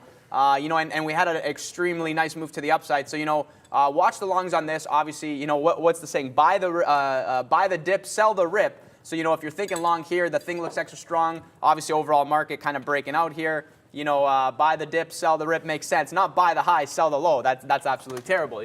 Do the opposite of that. Yeah, still in this Apple long and 20 cents in the money. Are we getting a test? Like every time bids come up, they're getting slammed here. I think, if we get back below that kind of 155 area, 155.50 area, then, at any point we just flush, right? And I told myself initially, I don't necessarily love the longs. I don't believe in the longs. So, size accordingly, right? I'm sizing accordingly, kind of sticking to my overall plan. Bids stepping up here, but every time they are just getting slammed. At any moment, I think if we break down, we get another flash down. So again, I'm going to utilize stop orders. I don't want to sit in a big loser, let this go against me, and come all the way back down to 155. Maybe a potential flip short here, but we'll see what happens right now. Give it a couple moments. Yeah, for sure. Okay, so yeah, things working out as we're trying to find some more opportunities here for that. You guys want it, we'll do it. I hope you guys are having some money here today. So let's not be too scared to get into this market. We are starting to blast up to the upside a little bit here. Again, as the market now, whatever. We took off from 12,000. That shouldn't be surprising to anybody. As soon as we started to kind of hover above it here in the pre-market, definitely makes that move back up, but it kind of scary a little bit because will we retest back down here to 12,000, right? I don't know if we'll retest that, so if we do, we will have a quick look. But there goes Neo. Yes! Finally, man, let's go, Neil. Get to the downside right now as we battled with this one, man. So this is going to be a nice little take to the downside move here as we're going. So a nice little move downside there for us on NIO. Maybe we just get out of path. I don't know. We did empty out. Obviously, you see a lot of these emptied out here on AMD and on NEO. We actually only have about 35% of this trade left. So let's see if it can continue its move to the downside, especially if this market continues to crack. What else did we like short? We liked Shopify short yesterday. All right, so this is back down to 30 bucks again. This could be something off of that, 30.15 or so coming into play here for Shopify. So this could be another short as well. I need some more short ideas. PayPal. That would be another name there that someone called out in the chat. We looked that up. And PayPal, yeah, and it's nowhere near. We thought the 90 break, but PayPal with a nice move up 1.7%. Look at this market come back. That's what I thought, Neo. I was thinking that this name would be downside, but hey, it's nowhere near. Neo wins today. I don't care how much money I make back. You win. Neo wins. This name was down to 16 bucks, man, and it just ripped to 18.50. If that's not a short up there, like, again, learning every single day. Don't pile in. Lucas said it already. Like, why are you piling in? Why do you have shares that can make or break your day? You don't need that early. Let the stock settle down. And if I had done that, then it would have been quite an eventful morning for me on the short side. Instead, we have to make the money back that we lost earlier. So that sucks. Yeah, you know, we're getting some size piling in, selling Apple here. I think it was 900 lots, but 500 of them got taken out instantly. And again, guys, you want to evaluate the type of size that you're looking at. You know, is 900 lots a lot? Well, I mean, clearly not if, you know, half of it got taken out right away. So I actually flipped short in front of that size. It was very quick. I mean, this thing's bouncing around, and it's really like printing a lot of different prices here. It was at 155.40. So, you know, if we get back above that 155.40, I'll be out of the short as well. I just don't know what to think. I thought the long was good. I stopped myself out. I think the short might be good. Now it looks like it's going to stop me out as well. This market is just dancing around. It's just dancing around, doing its thing. And, you know, just make sure if you are in the money, take your wins. You know, there we go. So stopped out of that one as well. This market's dancing around, and you know, like it kind of feels like chop suey. So, I mean, you know, you got that kind of overhead resistance kind of area here. You know, if we get back there, you know, maybe good area to play off of. But again, I'm not really too convicted. So we'll see. And you still holding on to that Neo short? Because that was... Yeah, we just did a money move again there. Look at AMD. Oh, yeah, we've got that short on. But we also took AMD at 60 right there. So nice little 30-cent winner as we get out like an algo, Neo. Taking these profits. Let's go, baby. Different start that it was finish. But here we go. The market's starting to go back upside. What you got? I'm about to say something about AMC, but IMRA about to take the high of the day, or at least testing the high of the day, that 175 mark there. Adam Aron also came out, by the way, saying how many shares he owns. He's like, I have 800,000 shares of AMC, and he's been talking about that this morning. But watch out for that IMRA. Is it just attempted this double top at a $1.75? They're the ones searching for strategic alternatives. You have this 225 level approaching on the daily chart as well. And Intel, as usual, broke the low of the day. So as the market heads down, Intel never even got off the schneid. I wanted to look at Intel, but I was too busy dropping down some of this on AMD right now. And we're long at 78.64. Look, we buy the bottoms, and just like Lucas said, and like I was saying too, like getting out like a madman there, just like we got out on that long, we're getting out on this long again. So out, positive day for us today on AMD. And I just sort of said under my breath to Luca, like, I lose so much money going to the upside, and then when it comes back down, like I said, I still have some on, but it's nowhere near the amount to make everything back. So we'll make back about half of what we lost on this move down, because that move up was just so big. Like, there's nothing, I didn't even think 18. Like, when I'm thinking 16 short, and then we get a 1680. Good thing I canceled that trade right there, because that would have been disastrous if I would have got the full fill there. And then we take the fill there at 1750 and then blast it out for 50 cents hit on basically the full thing. So that's why that's a little bit of a sketchy trade there for NIO. But it has made its moves back down, and we still have some shares. So I feel like I'm just going to get something out here again at 71 if we can.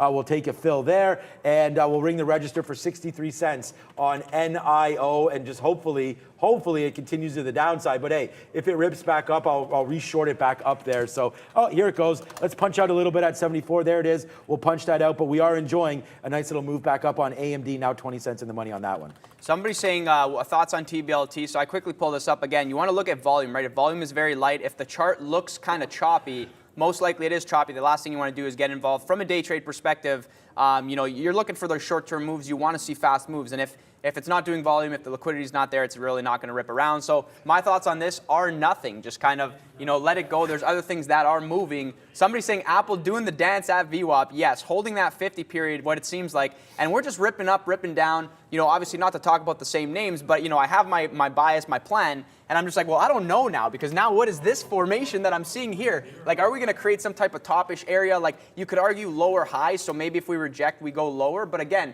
the overall market, it's like it had a very strong move to the upside, little bit of a pullback, kind of holding trend and now bounce to the upside. That's the move in some of these names that you're seeing back to the upside. So, you know, definitely keep on watch. Let's have a quick look at BIAF, see where this one's at. Somebody saying BIF long. I have no idea, man. Obviously, trade your own book. You want to be in things that are moving. This one kind of light, and I think Neil actually mentioned IMRA going for the high. So yeah, glad I paid for shorts on this one. Not really giving the range that I thought that it could see, but if we get a nice high of day break, do a bunch of volume, and then kind of fade off and come back down, I like the range, I like the setup, so I'll be watching this one as well. Let's see if volume can continue there. Ready for Neil? I just quickly have this, I think I'm going to pronounce it, Coin Pharmaceuticals there, QNRX. They started with a buy rating from Alliance Global Partners, price target $20. They just tested and took out the 420 high that it had just put in about 8 o'clock in the morning. So on volume, trying to take out this 420 high, QNRX. Hope I got that right with Coin, as that's moving to the upside. A lot of runners here, but I got to pay for those shorts as well on the IMRN after a rejected 75s there, Luca. All right, something about Luca there. Yeah. I just want to say quickly, we came into today and you were like, oh, the long, I want to flip long. And I'm no, man, the short. And, right off the open, you got that kind of move to the upside. So nice call on your part there. Things kind of slowing. I'm actually looking at AMD, looking at like it wants to come down and test that pre-market low area of 78.40. So I'm definitely watching that one. I told myself I don't believe the longs. We had the longs. I had the short opportunity at the top there. What was I thinking? Oh, I'm flipping to long. So, sometimes it'd be like that. Sometimes, adapt on the fly. I took an Intel short here. I think 30 being a new low. So it could be interesting if we get there, if volume continues as well. But a lot of the times, these things are dancing around. I'm very wary that like we are at, the kind of low area. This thing could whip back at any moment. So, definitely watching my positions. And yeah, we'll see what happens next here. All right. Yeah. I mean, thanks for the shout out there about the direction. So, look, I mean, whether or not we rip up now, I don't know, but it was getting the feeling there because we were above that 12,000 that was a look that we liked. All right. I just got out to some more AMD there. If this breaks, honestly, I now have 10% left of AMD as we are getting ready to break this bottom. I did want to look, 78.50 is the bottom I'm talking about. Look, I want to short Intel. I mean, this is probably. I don't, where do we buy this thing? $20? Like, I don't know how low this thing's gonna go. I have no idea. It's just been getting absolutely demolished every single day. It seems like Intel, which is supposed to be like kind of a blue chip, kind of steady Eddie stock. It definitely, because of the semis, it's not that at all. And it's just straight downside fire with absolutely no relief at all. I think Intel at one point will pop like crazy because something's going to come out and these guys are better than they should be, than the stock price reflects it. So, are we just going to smash this 30 bottom? I guess so. Let's hit this bottom here, short it through 30 and see what happens, man. I feel like there will be a little bit of a blast off back through this level to the upside if we don't. If it retraces. So I will take a short through 30. This is kind of the level that we're looking at for a move like this. Wow, 80 cents now in the money on NIO. Of course, we don't have the full position. If it does blast, I don't think we want to be in this for too long, but let's just see what it does here on a take. So if we get out, maybe we'll give it like 10 cents or something back to the upside. But right now, Intel looking like it wants to go through this 30 level. So that's going to be an area of concern for me. We are up today on AMD. So for me, that's a win. We'll drop some money down for AMD. We're up on UiPath as well today as that continues its marching higher. I don't really want to sell this, although if we break back below, we might just do this right here. We break back below 1290 in case this market really does continue to fall. Let's get out of UiPath. So 1290 out for 30-cent winner of UiPath if we have to do it. Yeah, Intel approaching that 30 area, kind of broke the area, took the short, added to the short, and I'm like, okay, I'm going for like the move. I want to see the break of 30, and I just covered quickly. I'm going to reevaluate. If we get back to 30, I'll get back into that one. But it was a good try. It was a good try. Going into the level, lots of heavy selling there. I still think it's on the table. But again, guys, this is not a stock. Like this is not AMD. This is not Nvidia. Like the moves will be a little bit slower. There's a little bit more liquidity. Kind of more of a, I want to say a veteran name.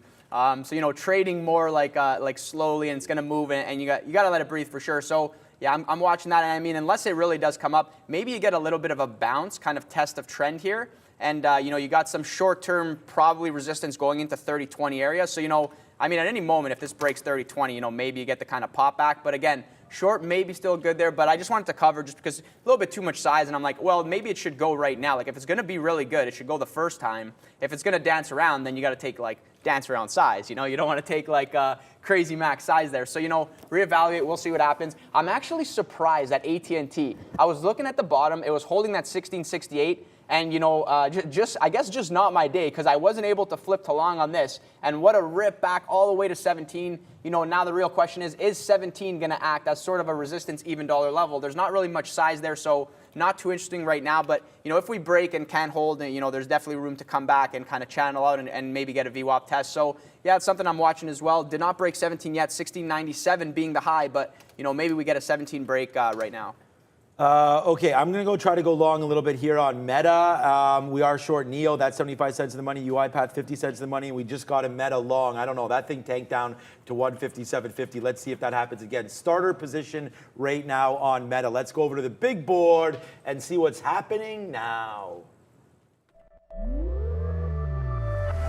Happening now, brought to you by Chart Prime, offering top-notch indicators that automatically find chart patterns, support and resistance zones, points of reversal, and many more to add to your trading strategy. Now, usually I'll start off with the U.S. markets, but the Bank of Canada just raised by 75 basis points. So that just happened, and you are going to see the TSX in the red, down 0.25% on the TSX there. You're holding on to some gains in the U.S. markets right now with the S&P 500 up 1/3% there. The Russell looking pretty strong. The NASDAQ up 0.5%. Downside across the board when you get into both Brazil and those Canadian markets. We're going to be talking a little bit about the ECB later this week. So 75 basis points by the Canadians. And the ECB expected they might go 75 basis points come tomorrow. So some central banks are going to be in play. And it's not just all about the U.S. there as these markets try to find their footing.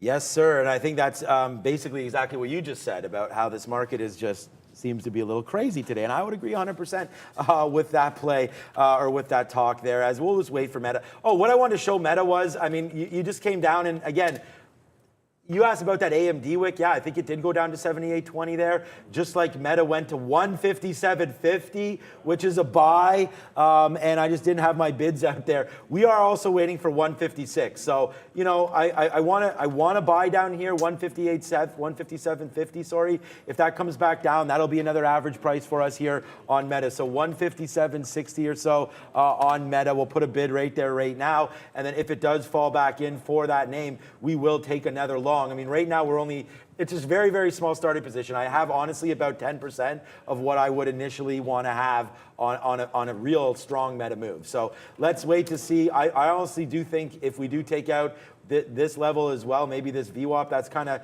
coinciding with some of these pre-market levels and this dip down where we kept buying it up here at 158.60. I kind of like the long through 158.70. So if that can hit, that's VWAP right there. I like that long to potential to get back to 160. So I think that could be a great long trade look as well for me on that. The reason why we have Intel there is because I want to call about it. Look at that drop off there in Intel. It went all the way, and I know we just talked about it, so I don't want to beat a dead horse here, but that just went all the way down to $30 flat here, and then retrace back up. I hate that we have these wicks. Just there's the dip down. It goes as low as 05.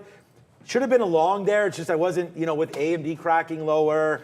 Yeah, I just was like, I didn't want to put the long on Intel, so I still don't want to. But looking at this, as long as we stay above the 50 period right now, I feel like Intel can go back to the upside.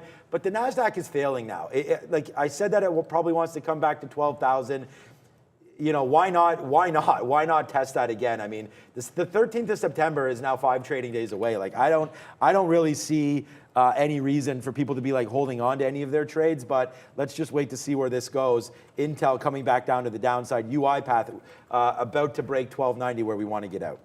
Yeah, guys, this market is, I don't even know what to say here. I don't even know what to say. Do we have a button for the thumbs down right now? Because I'm getting chopped up. Just try to Google long here. I thought, maybe long looks good, but I don't know if we break. I mean, where are we going, right? Everything's kind of, made that top, kind of selling off. Maybe we dance around. I mean, maybe justification that this area is going to hold. And I said to myself that 105, which is very, very far away, but that 105, maybe you get the kind of bounce action, but obviously, right up, right off the morning. So let's see if this wants to hold the 50 period and then make a move back up, or if it can't and it's just going to make a low. But I'm watching these prices. They're whipping around. I think it's, lower your size, widen your stop type of day. I'm in a AT&T short, just playing off that 17. Looking good for now. I mean, I'm not really expecting too much. And again, this is like a slower mover. Really wanted to see maybe we touch 17, break 17, come back down. That would have really gave it the steam to, quickly run down 10 cents, maybe 20 cents. I mean, if we break trend here and then test that 1690 and finally fall off, there's definitely room to just, come down, do some sideways action. So maybe get a nice little 10, 20 cent winner on this one. I'm going to hold out. I think if we break 17 at this point, I'm going to have to get out of this and just reevaluate. So I'll put my order in there. And, we'll continue to watch and see. And, guys, let us know as well what's moving, if anything else is moving here. I see people say SPRO might be a go. Yeah, let's have a quick look here. Let me bring up my backup watch list. SPRO actually, back up near 150, and this thing kind of topped out. Where was that halt price from yesterday? Let's look at that. Oh, that was actually 143-ish area, and go figure, it's actually right at that price right now. Doesn't look like it wanted to really, really get above that with some steam there. I guess you could argue that 150 level kind of top-ish. If we really get above 150 and start going, then, justification for the long. Maybe we continue and run, or maybe this wants to just top out over here and then kind of come back down and retest. Maybe a little bit of a sideways action there. We'll reevaluate this one as it continues. And wow, TLF, the IPO, this thing opened. I didn't even bring it back up. This thing opened, it looks like at 661 and just chopped around, but now like 570. This thing is dead, man. This thing is dead. Give it a couple days, maybe it SSRs and comes back to life and makes that new high. But yeah, man, that 10 area short. Whoever called it in the chat, I think somebody even mentioned 10. Hopefully you had the short there. That was definitely interesting. And going back to Intel here very quickly, it's, we sold off. We bottomed out at 30 and then, just kind of, did a little decision there and then popped. So it's kind of weird. I'm kind of glad that I got out of my short because I don't want to be holding like all this size like all the way against me here. So, this thing is going to move a little bit slower. Maybe 30 sets itself up. Maybe it doesn't. But again, kind of far away from VWAP. Maybe if we get to VWAP, you got some overhead resistance over here. Is this going to have enough juices to go to the upside? So, potentially good short. I think if we get into the, 26, 28, 30 area, potentially take a short there and just use the VWAP as a sort of gauge. And if we get above and really start going, then it's a very clear out for me. All right, we've got Neil again. Couple things moving here. That QNRX halted to the upside, opened back up, broke $5. Now testing that level back in to that downside. So up that 50%. It does have some pretty key levels on the daily, especially if it gets past that $6 range. And then IC as well. IC getting off the bottom here. Afternoon lows. I know you're trading this one, Luca, yesterday. Afternoon lows of 1440. It held those. Now testing back up toward the highs off that 1440 bottom. Could not churn through $16. So 16 resistance. And then yesterday afternoon, 1440 as support on IC, which is now moving. Yeah, guys, IC, yesterday we spoke about it. It had the sell-off. I had the top pick, and it was really nice. But it came back to life and just ran for the highs. And I was like, okay, this is going to be in play the next day. This is going to be amazing. And then I was like, oh, yeah, it's a $2 billion company. There's like plenty of float to go around. And yeah, right off the morning, this thing just died. And that 50, and here's a good point, I think. It's like yesterday it held 15. It could not break 15. And I mapped 15.20 as my area to, double down on it, jumped into it. But we couldn't break 15. And then it held, right? Even in the pre-market, it held that 15. That's a good look. So if you see that setup, it's holding, it's holding, it's holding. It's holding for a reason. And then if we actually break that the next day, it could set up as a really, really good short. And look at this. When talk about in the money right away. Like you take that 15 breakdown, like that's a nice 50-cent winner. And again, it's like this is a scalp play right off the morning. Like you pay yourself in 1 minute. Like, come on, that's really nice, right? Now sort of making it look like maybe it wants to inch back to pre-market highs, but I sort of feel like it does have some overhead resistance at these areas. Lots of volume taking place at these areas. So, good look there, Neil. If we get to 1550 and really get above there, like that's a potential short for me. So I'll definitely keep my eye on that one and potentially set up an alert for myself as well. I don't want to miss that. Yeah, no. So right now, guys, let's go fail on NIO all the way to the downside. We just take a fill right there at 36. That's $1 win right there to the downside on NIO. On, again, report not great numbers, bad deliveries. We'll see where it goes from here. I'm going to cancel my Intel short breaking through 30. That's not going to happen, I don't think, today anymore unless the market really does crash. People saying you're still holding on to Meta. Yeah, man, I told you.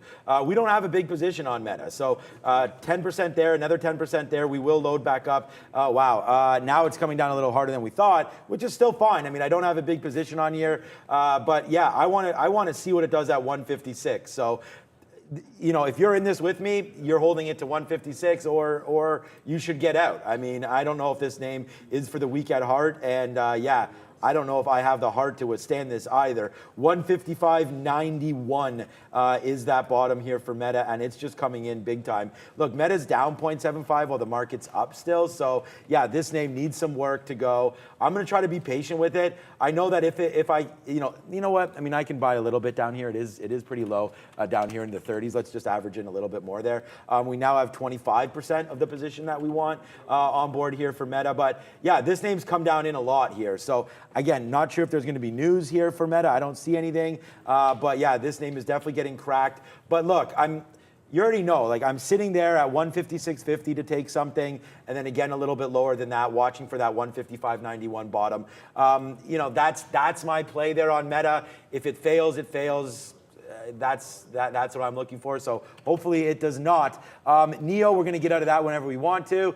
Yeah, we can look at Tesla right now. TSLA, there's a lot of traders looking at that. Now that this is only a $200 name, it's much more in the wheelhouse for us day traders. So I like that. Wow, yeah, Tesla. Yeah. Okay, Tesla. This is barcoding right here. Like, I don't know. Oh man,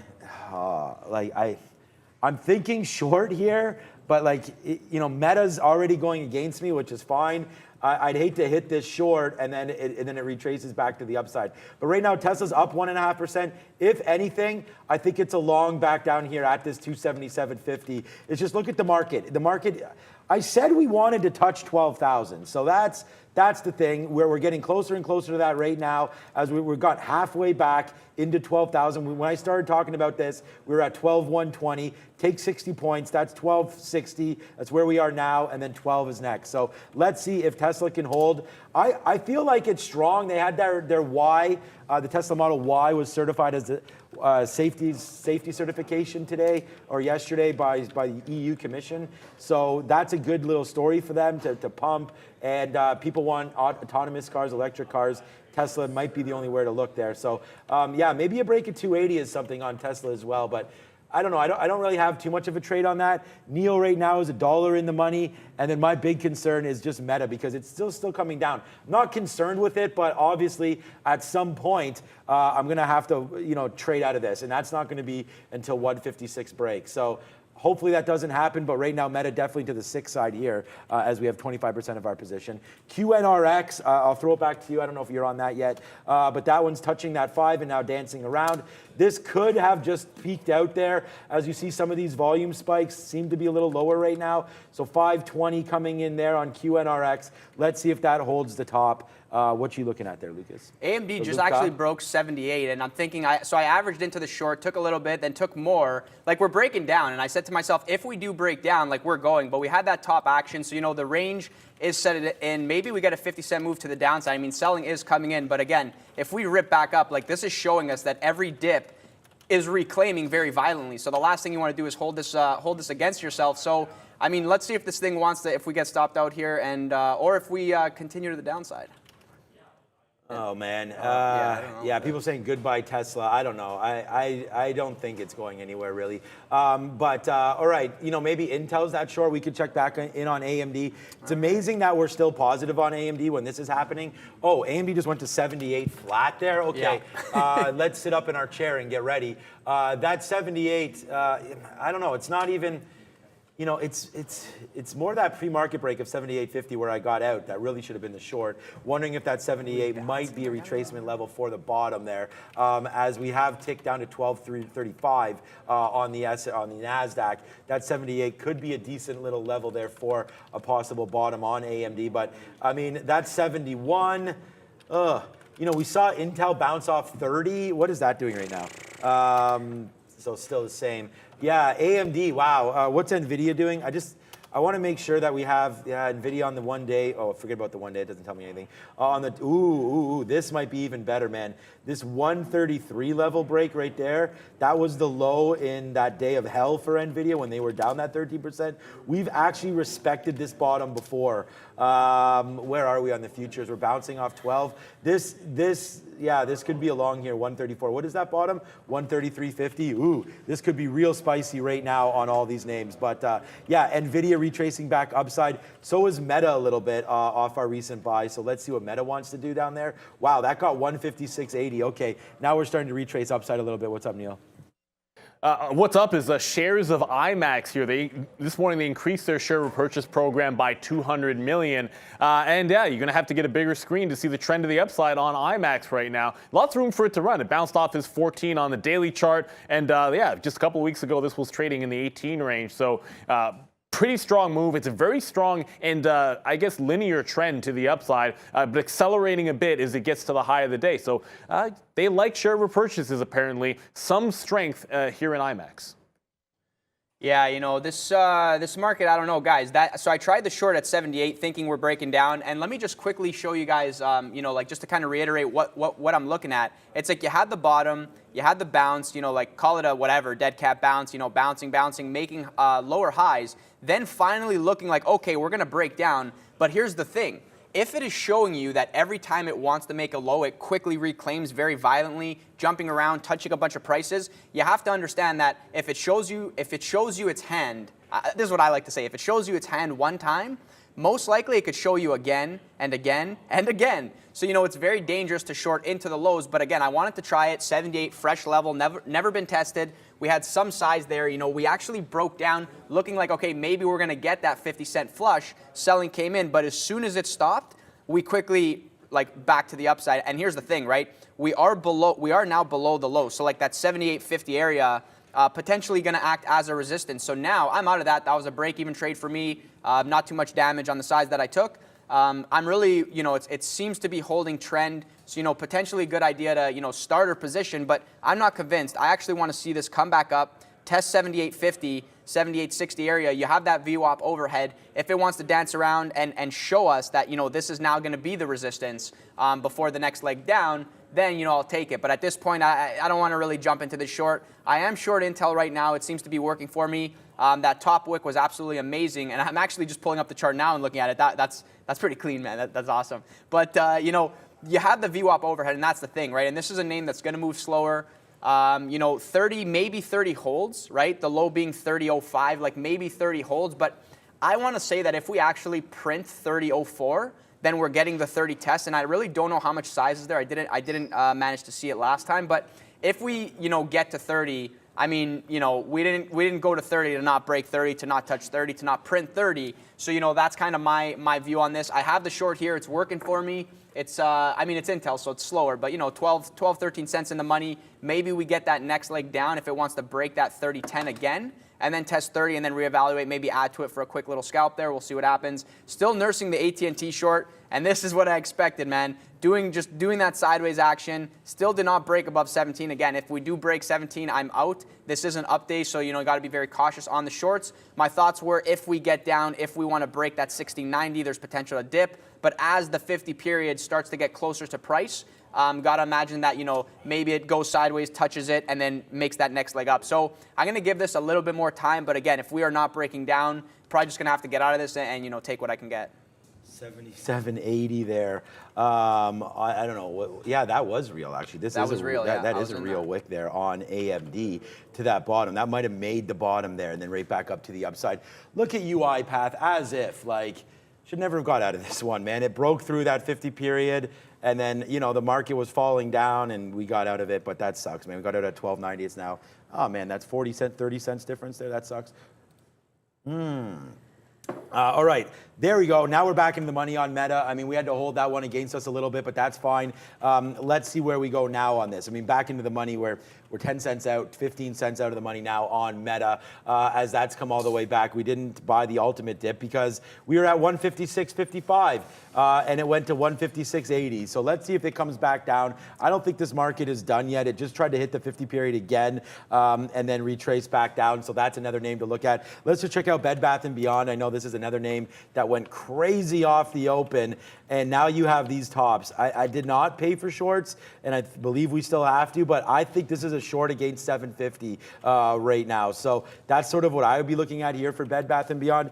Let me just try, tab out for 100 shares, and just to see, I mean, it doesn't really matter the share size. Oopsies. I just want to see, can I, let's put in, can he short it? No, you need to pay for shorts. So, okay, so I need to pay for shorts on Bed Bath & Beyond. I'll do that, and we'll go to Neil over there at the big screen with small cap, recap. It's a halter.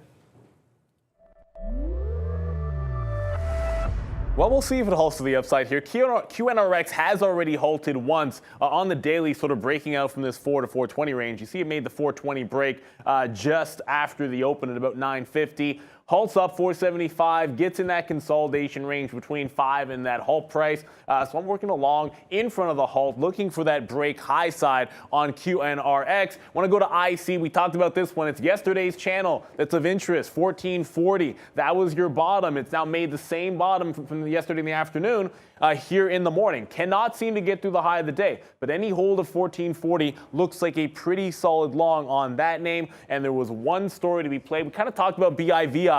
Could it hold that $4? Well, you had some support at 4, right at the open, rejected 4 even. I was trying to grab shorts, wasn't able fast enough to get it as it broke 4 and held below that price. The trend is on and is to the downside for BIVI. A few small caps for you there. There's plenty other ones. Spro making some moves as well. Lots to see in small cap world. All right, yeah, lots of small caps going on there. Yes, what do you got? What you got, homie? Well, no, there's AMD is just whipping around. I'm like, oh, there's an iceberg, 78. Let me take it short, and then too slow, then it breaks, then it does nothing.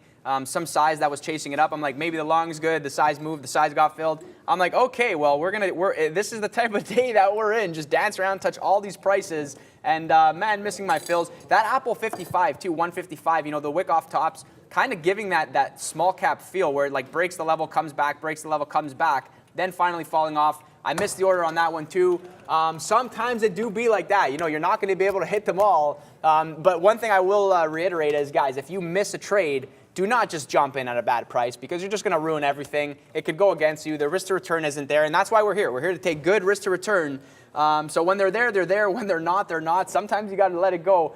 Being cautious today, I traded a bunch of names, but I'm just like, it's just not my day today. Like, I mean, and here's the thing. Transparency is key, I think, in this business. Too many people, you know, tell you too many things, but transparency is key. And like sometimes, you know, you miss orders. You know, things go against you. It's just not your day.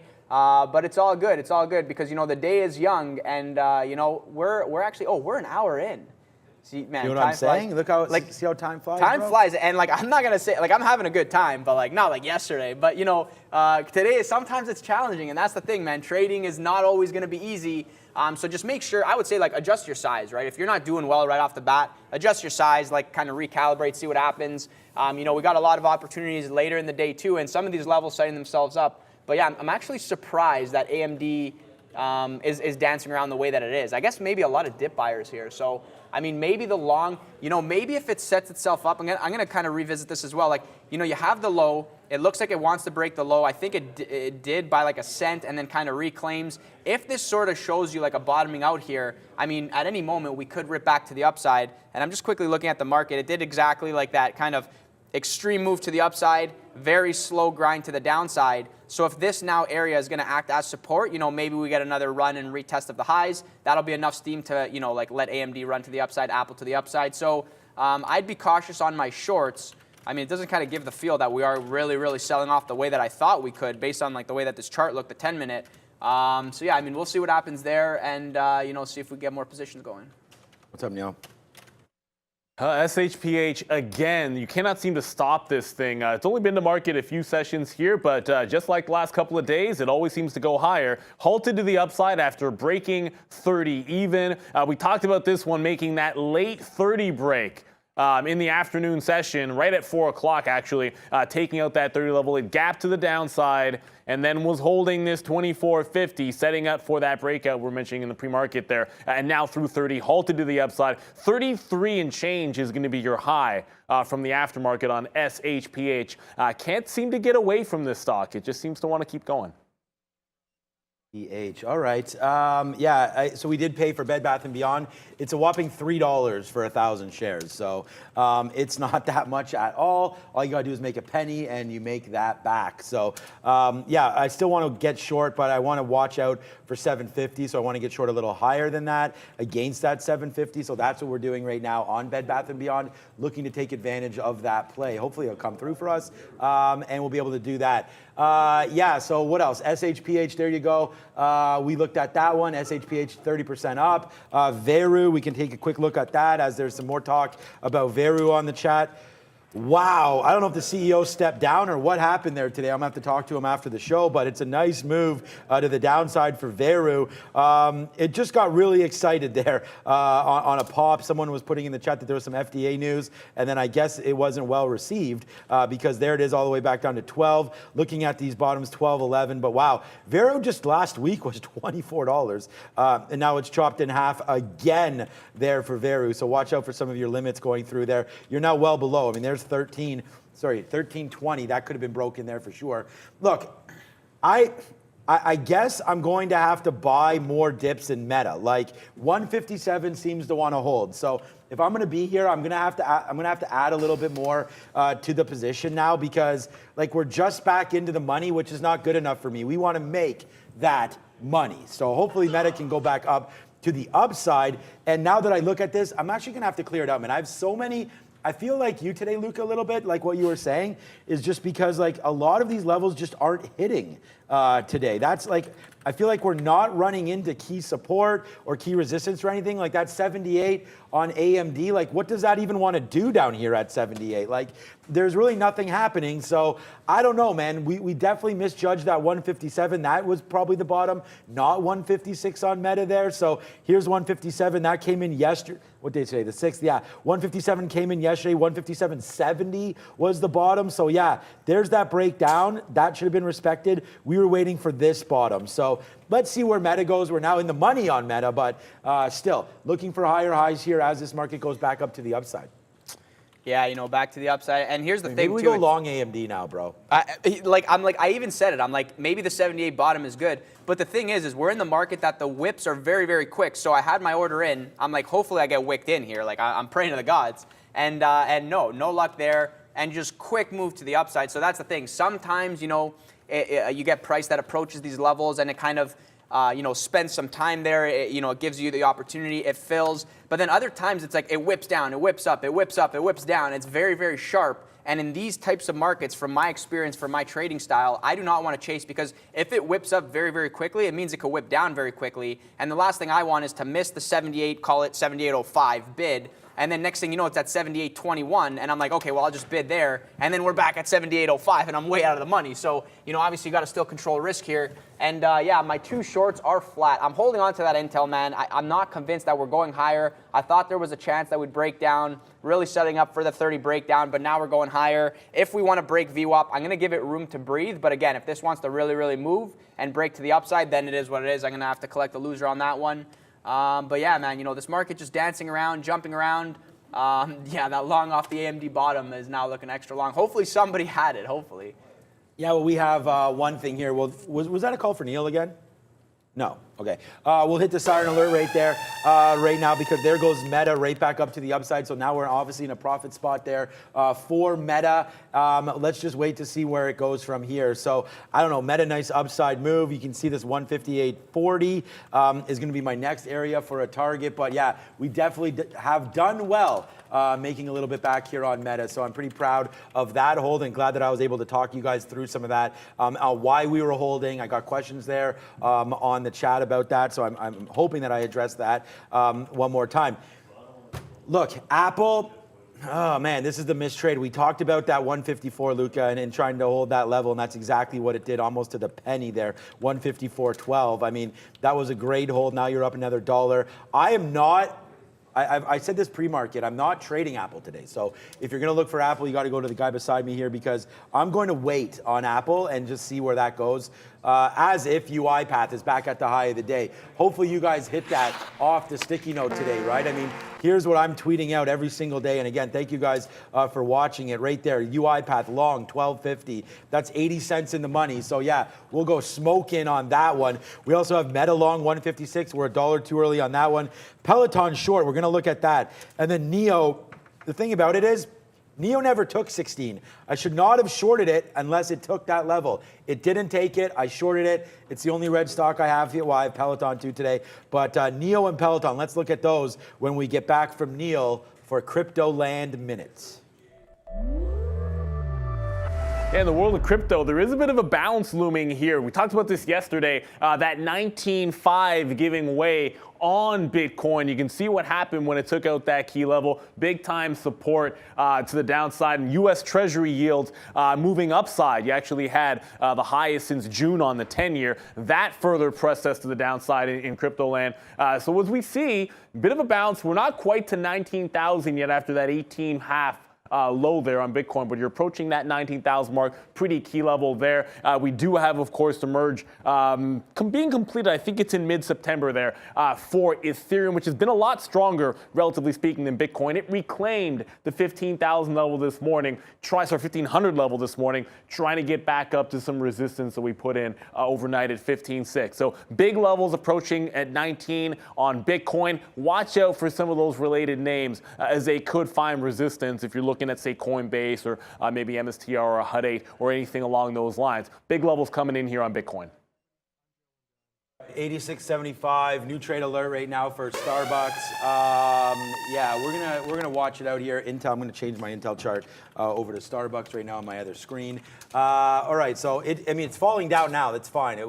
Starter position, like we talked about this all the time there. Yeah, let's just see where we go now on this name. So Starbucks, I was looking right here, like, right where these guys align right now, 86.58 or so, 86.50 on that bottom. I mean, I'd hate to take that and then, that winds up being the bottom, but we'll average into Starbucks right now on a play that I don't mind at all, that back down in. So let's see if we can get something into the 70s again, maybe here on Starbucks, and that'll be the end of that. So let's see. I'm going to put a bid at 87.75 or so. If it falls back in, we'll take that. But for right now, starting a new position on Starbucks. New CEO came over. Good name. He's in the consumer space. We'll see if they can hold that. Yeah, okay, here we go. I like the 87 break. I missed it. I got a little excited by taking 87.10 there or something. And then we came back down in and we took an 87 flat bid or whatever that was. Now come back in. But I'm going to try to respect this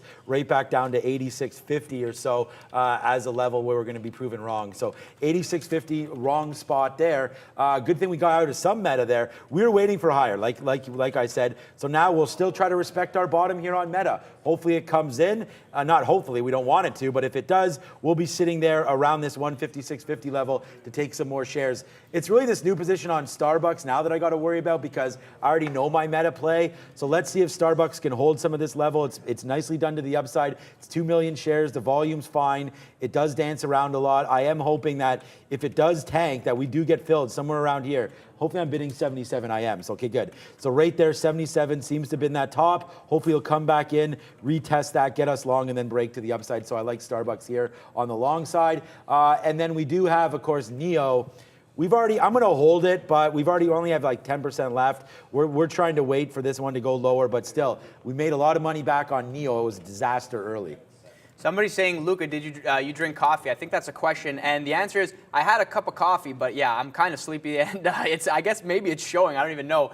Took a long here, tried the long 135 breakout on NVIDIA. It kind of looked good, and this is what I saw, right? We had VWAP, we had a lot of volume. It broke above. It did a bunch of volume, looking like, okay, maybe we're going to go and you can squeeze like 50 cents, $1 out of that move. But no, we just fell off right away. So I got myself out of that, re-averaged in just in front of the 50 period, lining up with 13 EMA.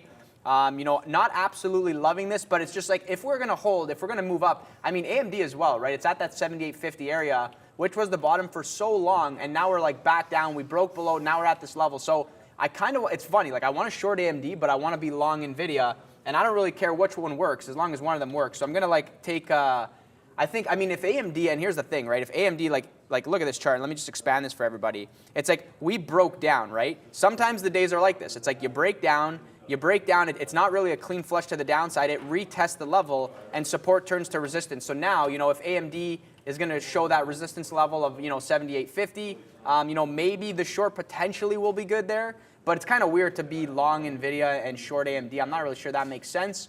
And I'm not really entirely, it does not, and I'm not really entirely convinced anyway. So, I'm thinking maybe we get this bounce, like if NVIDIA fails here, like we're probably running back down to 134.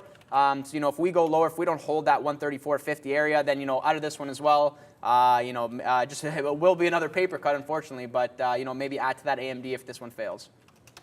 Okay, just setting up Bed Bath & Beyond here. Looks like it's trying to make a little bit of a run up. We're going to try to respect that 50 level. That could be a break long as well, now that the market's above the 50 period. All right, so yeah, Starbucks is fine. Just quickly here, Meta. So I'm going to get another piece out if we come up to the 80s, but I want to break long through 158, to be honest with you.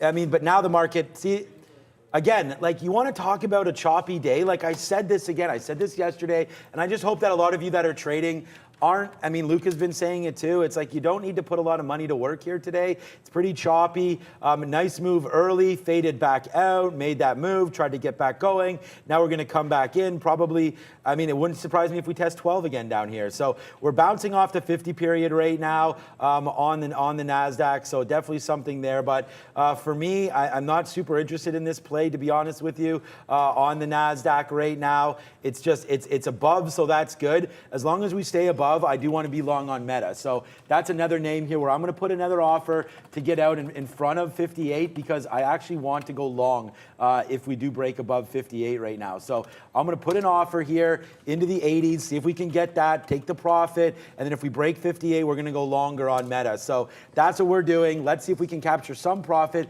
Look, we're long at 68. If we can get out here right where we've been dancing around, right around 90, something like that, and then put that profit in our pocket. Don't worry about the trade that we have on board. We're up on Meta today. We're up on Meta. We're up on AMD. So it's all good. It's just we want to be up more. Let's see if we can hold this 50 period. I like Meta to go long. It's still red on the day. We have some support down here at 157.50 maybe.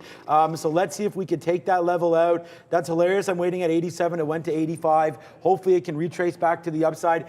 If we break long today, we'll be good because I feel like Starbucks will be a good long. We got a decent price now, now that it's trying to hold 87. I like that trade. It's just a matter of waiting for this guy. If Meta can go, then great. What else is happening? Apple breaking down. Look, there's a reason why I said you got to look to Luca for this. I'm not trading Apple today. Like, the earnings are not the earnings. The Apple is coming out with their conference today. They're just going to release new products. I don't know what people are going to think about that. But now that I look at this, man, this 153.90 break, oh man, but the market's going to tank and we're going to get squashed on Starbucks and everything like that. But yeah, I don't know, man. Maybe this is just a short, guys, breaking through 153.90. That could be the play, but I'd rather not do it just because I don't want to be part of that sort of risk of something leaking or something happening with that report. I just don't think anybody really cares too much to trade around it. So I'm going to leave Apple alone until that 1 p.m. Time comes. And then at that point, we'll trade momentum. What's up, Neil? That SHPH, I'm moving to the upside again. It's halted now, but I want to get this to you guys because it's $36, indicating a $45 open on the theoretical auction price there. So it continues to show all kinds of strength. This halt should be over in just a couple of minutes here. 5-minute halt on volume, as we do see here. I think this one's going to probably continue to go. There are some levels that are going to come into play if it gets completely out of hand. On the second day, it did have resistance at $50. And I know that seems like it's far away, but these prices tend to come at you rather quickly when something is moving this way. So watch out for that 50 level. No one ever went broke taking profit. You got this one. What goes up must come down eventually. Remember, there's no news catalyst right now. Look at the tap, 45 right now. So we are tapping 45. We are going to basically open up at 45 unless that tap changes. Neil just reported that this should open up at any time. And I was honestly, now that I looked at this, I was like, I'm going to go long 40, right? But that's not happening because 40, it's going to open up here, right in the middle of this range. So I think you got to sort of look at other levels here, 55 and so on and so forth for SHPH right now. We'll look this up real quick and just to see what's going on now. You could see it's a low floater, only 5 million shares. They don't even have the short float opening up right now. Shuttle Pharma Holdings right now looking to, hold the bag on this one if you're long, because this was just $11 there in the pre-market. Now you're tapping 45. But look where it goes back down to, man. We've already, again, is it rocket science? I mean, I ain't no scientist, but it comes right back down to 14 again, and that's kind of where we are in the pre-market at this level. That's the blast-off level before. That's the blast-off level again. So I don't know. It will 2 times be a charm. This thing has a lot of work to do to get back to 12. So it's not open yet. So let's just wait to see. We will come at you when this thing opens. All right, Starbucks, definitely big fail here as it's come all the way back down, and we now have the long. There's my 1-minute chart. We did take that bid at 77, like we said. Obviously wishing we had waited for that level in the first place. But let's see if Starbucks can't retrace back up to the upside. We are now long at 94 here on SBUX. Out of the money, 7 cents. Yeah, I mean, this is just choppy, man. This is choppy. I'm trying so many different trades, so many different ideas. AMD 77.80, if we break down, is it going to sell off? I'm like, maybe I'll get short ahead of that level with a little bit of size. Then there's size on the bid, it gets slammed. I'm like, okay, the short's good. Size on the offer, that gets filled too. Then it's a slow fill. I'm like, I don't even know, man. I don't even know. All I'm saying is thank God I'm using smaller size today, because it's like loss. Anybody who's following my trades, watching them, this guy just can't win. Sometimes it'd be like that, but as long as you control risk, everything's good, right? Just in a good mood, nothing really upsetting me. Besides the fact that it's like I'm like, okay, it's good here, okay, it's good there, okay, it's good here, and I'm like, all right, man, I don't even know what to think. But yeah, about that SHPH. Crazy. And, I tell myself this. You see me sometimes, I do tend to get involved in these halt trades. That was crazy. I think this was maybe a plus 10-minute open there, maybe 10-minute open. 30 to 33, that's insane. And now we're showing 42. Come on, that's crazy. If it halts again to the upside, personally, not something I would get involved in, just because it's like I like the first time. I maybe like the second time. Third time starts to get very, very risky. But best believe, when this thing does fall off, if it does want to fall off, could be extra dangerous. Not sure if it's SSR. Don't quote me on that one. Maybe I'll double check that for you. But I think we're going to pass it over to Neil right now for an update. We've got Sector Watch here, and I'm going to start things off actually in healthcare because Trader Pride was just asking about Baxter here. They're expanding their relationship with historically black colleges. They're actually up 4%, leading the way in the healthcare sector, which is all green. You got CVS in there showing some strength as well. It's not all roses across the board here, as you do have in Micron down that 1%. Some of the chip names showing some signs of weakness. We've already talked a little bit about Intel as well being a relatively weak one. Energy, pretty much the entire board in the red. We saw that big drop in crude oil futures hitting that 85 mark. So Oxy down 2, Halliburton down 2 as well. Not a lot of strength there. There in consumer services is your Starbucks, Sean. You see up 2.7% to the upside. You also have some discretionary names in consumer land with Lowe's up 2%, Dollar Tree up a couple of points there as well. Financials looking relatively strong this morning, as well are the utilities.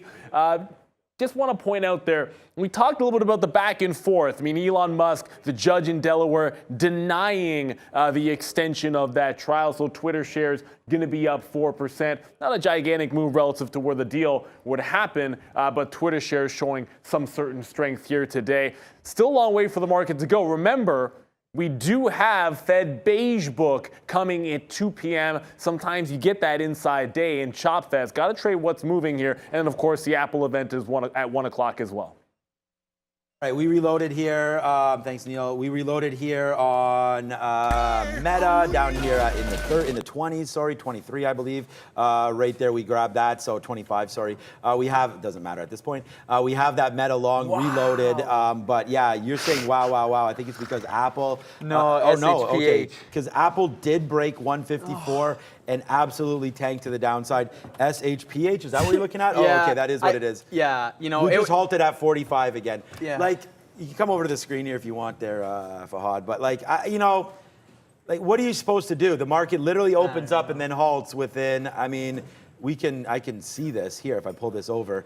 Like, so it opened, I mean, it's all the same second. I think it just halted in less than a second there. Opens up to 45 and of course gets triggered because again, there's another 10% move to the upside. So this market is really broken and I just feel, I say this all the time, like this is not a good environment because we've seen these stocks come flying back down, and I get messages all the time of people that are holding things that say, oh, I bought SHPH at 45, it's now at 20, what do I do? I mean, if you're playing these names, you gotta have outs that are a little more aggressive than maybe an out would be on a Meta or something like that, because you don't know when this, and I hate the terminology because we use it way too often, like, oh, the rug just got pulled, but like, honestly, it's just the way it works. Like, there's no magical rug. People just stop buying, and it's just like, you don't know when that's gonna come. So I think you just gotta take your lumps here with some of these names and hope that you're long early. Like, now we're tapping. Actually, we're not tapping anywhere right now. We're tapping 45.94,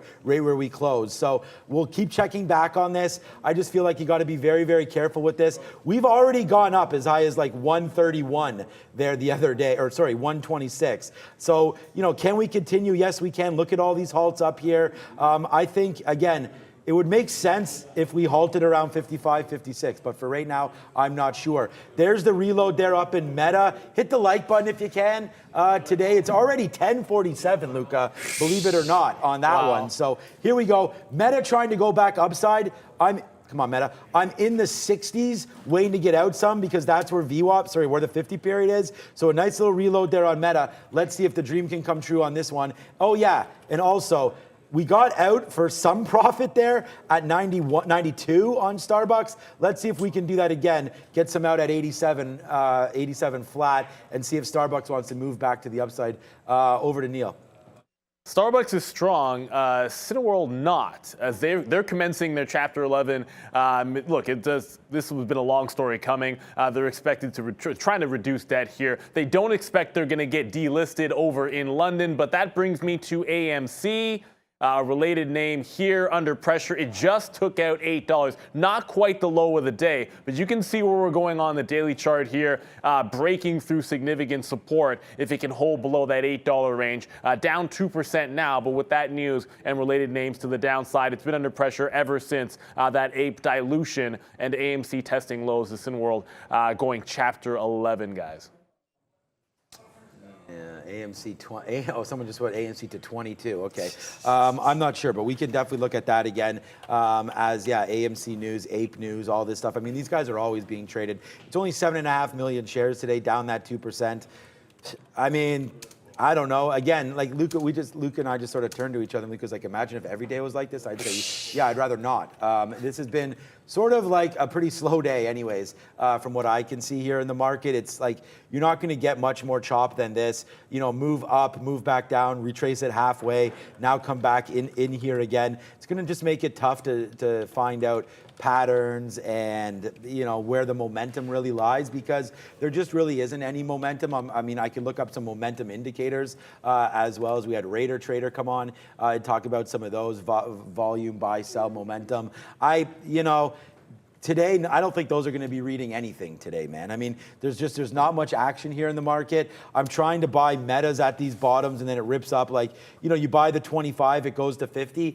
If you're here to take 20 cents on meta right now, I don't know. Like, I'm holding it more against me than that. So I feel like I could just get out for flat.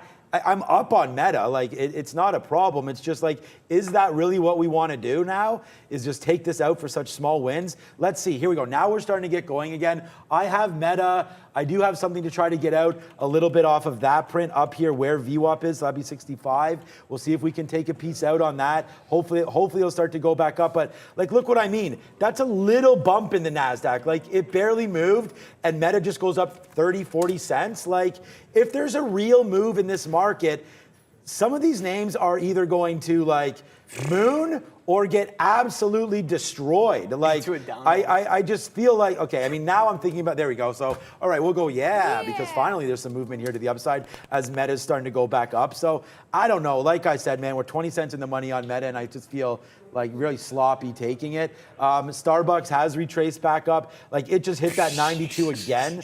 But again, not much happening here in this market. Guys, oh my God, SHPH Yeah. opened into a down halt. And this There is you the go. thing. And this is the thing. The first halt to the upside is good. The second halt, surprisingly good. The third halt is destruction. I mean, you got it a break even if you took the halt.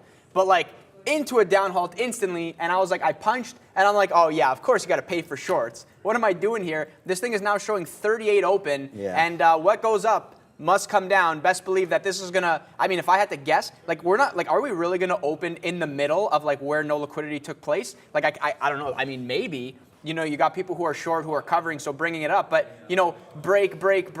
If anybody's involved in this name, watch the halt prices. So watch 36.30. Watch, for some reason, it opened here and closed here. So I guess this is an extremely good level to look at. 41.35. It's like an arbitrary price, like weird. But, you know, that's where it opened. That's where it closed. So that's the level that I would look at. And then, yeah, you know, maybe we just halt to the downside, right? I mean, one of these, this halt's going to be pretty good for anybody who's short there. And man, I should have paid for shorts. Damn it. Ooh. All right, Starbucks, come on, you can do it. But who also is doing it every day for us over there at the big screen? It's Money Talks.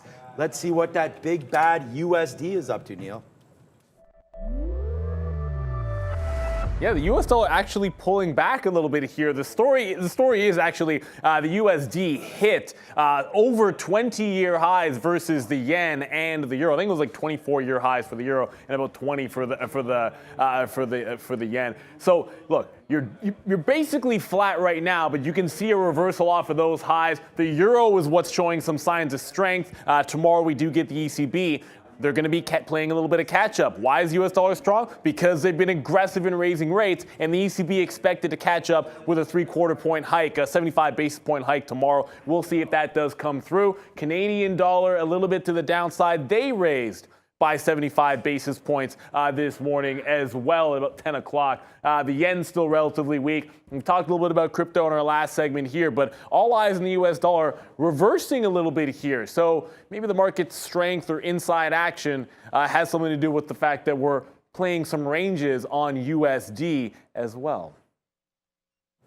All righty then. Thank you for that update. We only have 7 minutes before we go over to Sharif and Trader Brad on the Midday Madness. All right, so Meta, again, a little sloppy. Tries to go. Wick tops there at 84. So we're going to sit there and take some profit if it does that again. We're long at 42. I mean, taking 50 cents or 40 cents, 45 cents is a little different. There it is. So we take a little piece there as it goes back up to the upside. Now our next level of concern is going to be 90. And then I do like, honestly, I think I like the break longer here on Meta through 158. I feel like we got to be here for that. Yeah, 158. Oh, man, I don't know. Maybe it's a little bit higher than that. What is this? This is 158.20.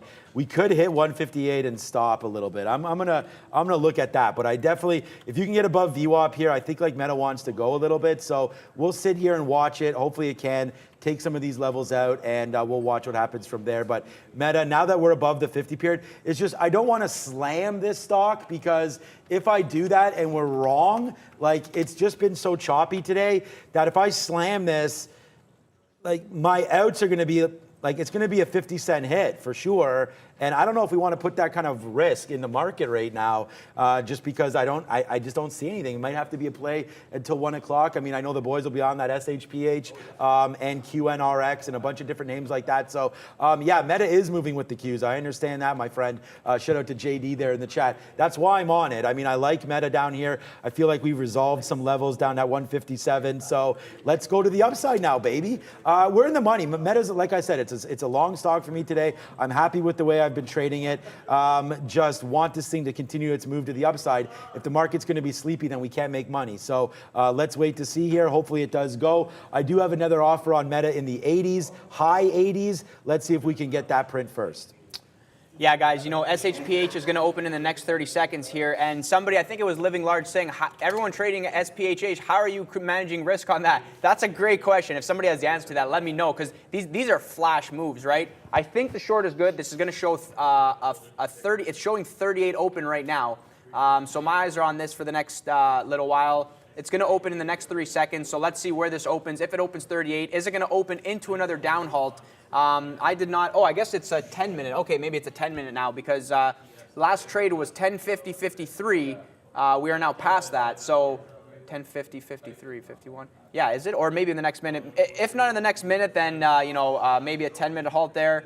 Yeah, you know, I am flustered today. Somebody said Luca question mark, and I don't know if that was you checking in, like, Luca, like, you still alive? Like, oh yeah, I'm alive. I'm still kicking here. I don't want, like, we don't talk about our net or anything like that, but let's be perfectly honest. I mean, you keep saying that you're down today and this and that, but I mean, what you made yesterday, yeah, that's what I'm saying. Like, yeah. And I just want people to understand that, like, you know, when you make money, it's great, you know, and sometimes we don't hold on to things as long as we should. Okay, there's no doubt about that. But at the same time, okay, here goes Meta, finally. Get going, man. But at the same time, it's very important to manage your expectations and your losses. And I just want to commend Luca, because to me, he's doing a bang-up.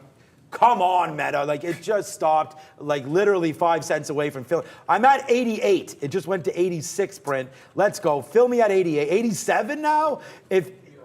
There we go, thank you. I was gonna say, don't do it. But bang, right there for 40, 50 cent win here on Meta as it comes back up to the upside. What I was getting at quickly is that my man over here, you know, when you don't see something and he's honestly doing as he's preaching, you don't have to put on big trades. You don't have to force things, because look, whether or not, like, you don't want to make $1,000 or $100, whatever your target is tomorrow, because you see something and it works, and then come in the next day or today and lose $100 because you're like just going back and forth. Oh, $25 hit there, $25. Like, oh, well, I'm down $100, that's okay. Because then tomorrow, when you have that banger trade, that $100, you're just making back what you lost when you didn't have that golden ticket. So wait for something to happen, put it together, and make that cash over now to the big screen with Neil, because finally, we have some earnings to discuss. Yeah, a little something here tonight. We get a few names that maybe we'll care about here. We talked about GameStop as some of those names that have been in play. Of course, Bed Bath & Beyond's been in play a little bit more. But Dave & Buster's, Asana, American Eagle. And then tomorrow morning, we're going to get Billy before the open.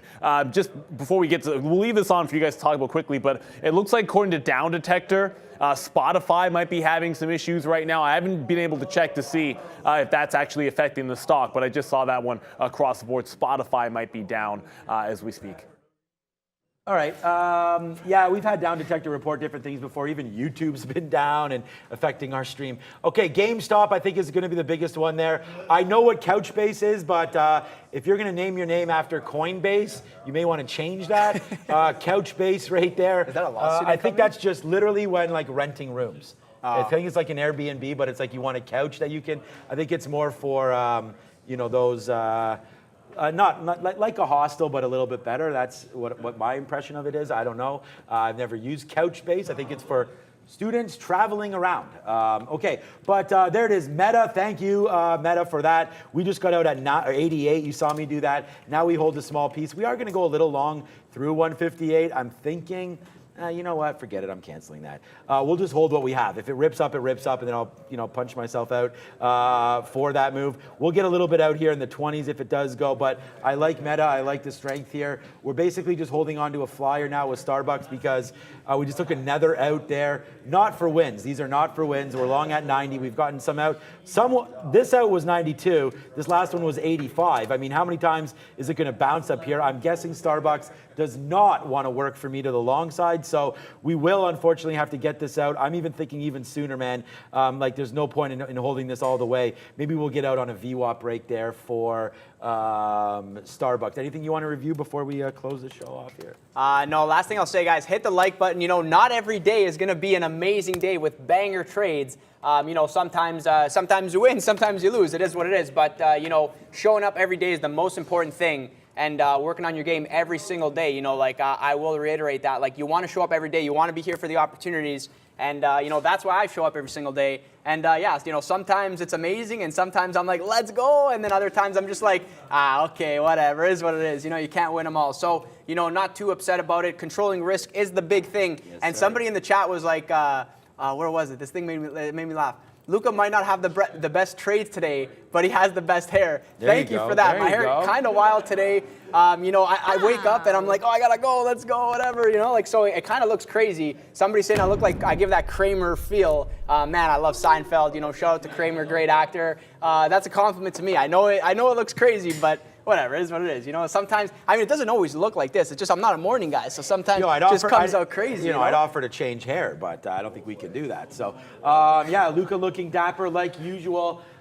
Two guys that often look dapper, at least one of them does. Let's throw it over to the midday show here with Trader Prad and Sharif. You guys can guess which one. Let's go. These guys love throwing shade at me, man, but you know what it is. I'm the dapper Praddy over here. And we also got Mr. Dapper himself, Sharif. Hey, so what's up, guys? Great to be here with the troll extraordinaire to my left. Right, you don't have to start the show like that, but you know that's because I was kidding. trolling you a little bit as soon as you Yes, sat you down. was. But hey, lots of trolling left to do on the show over Yes, here. Lots sir. of fun, lots of market moves for us to be participating in. So let's get the ball rolling. Couple of trades, as you guys can see, probably my boards as always busy. Well, we got to switch up the board here a little bit, so let me just message the boys. Fahad, Lucas.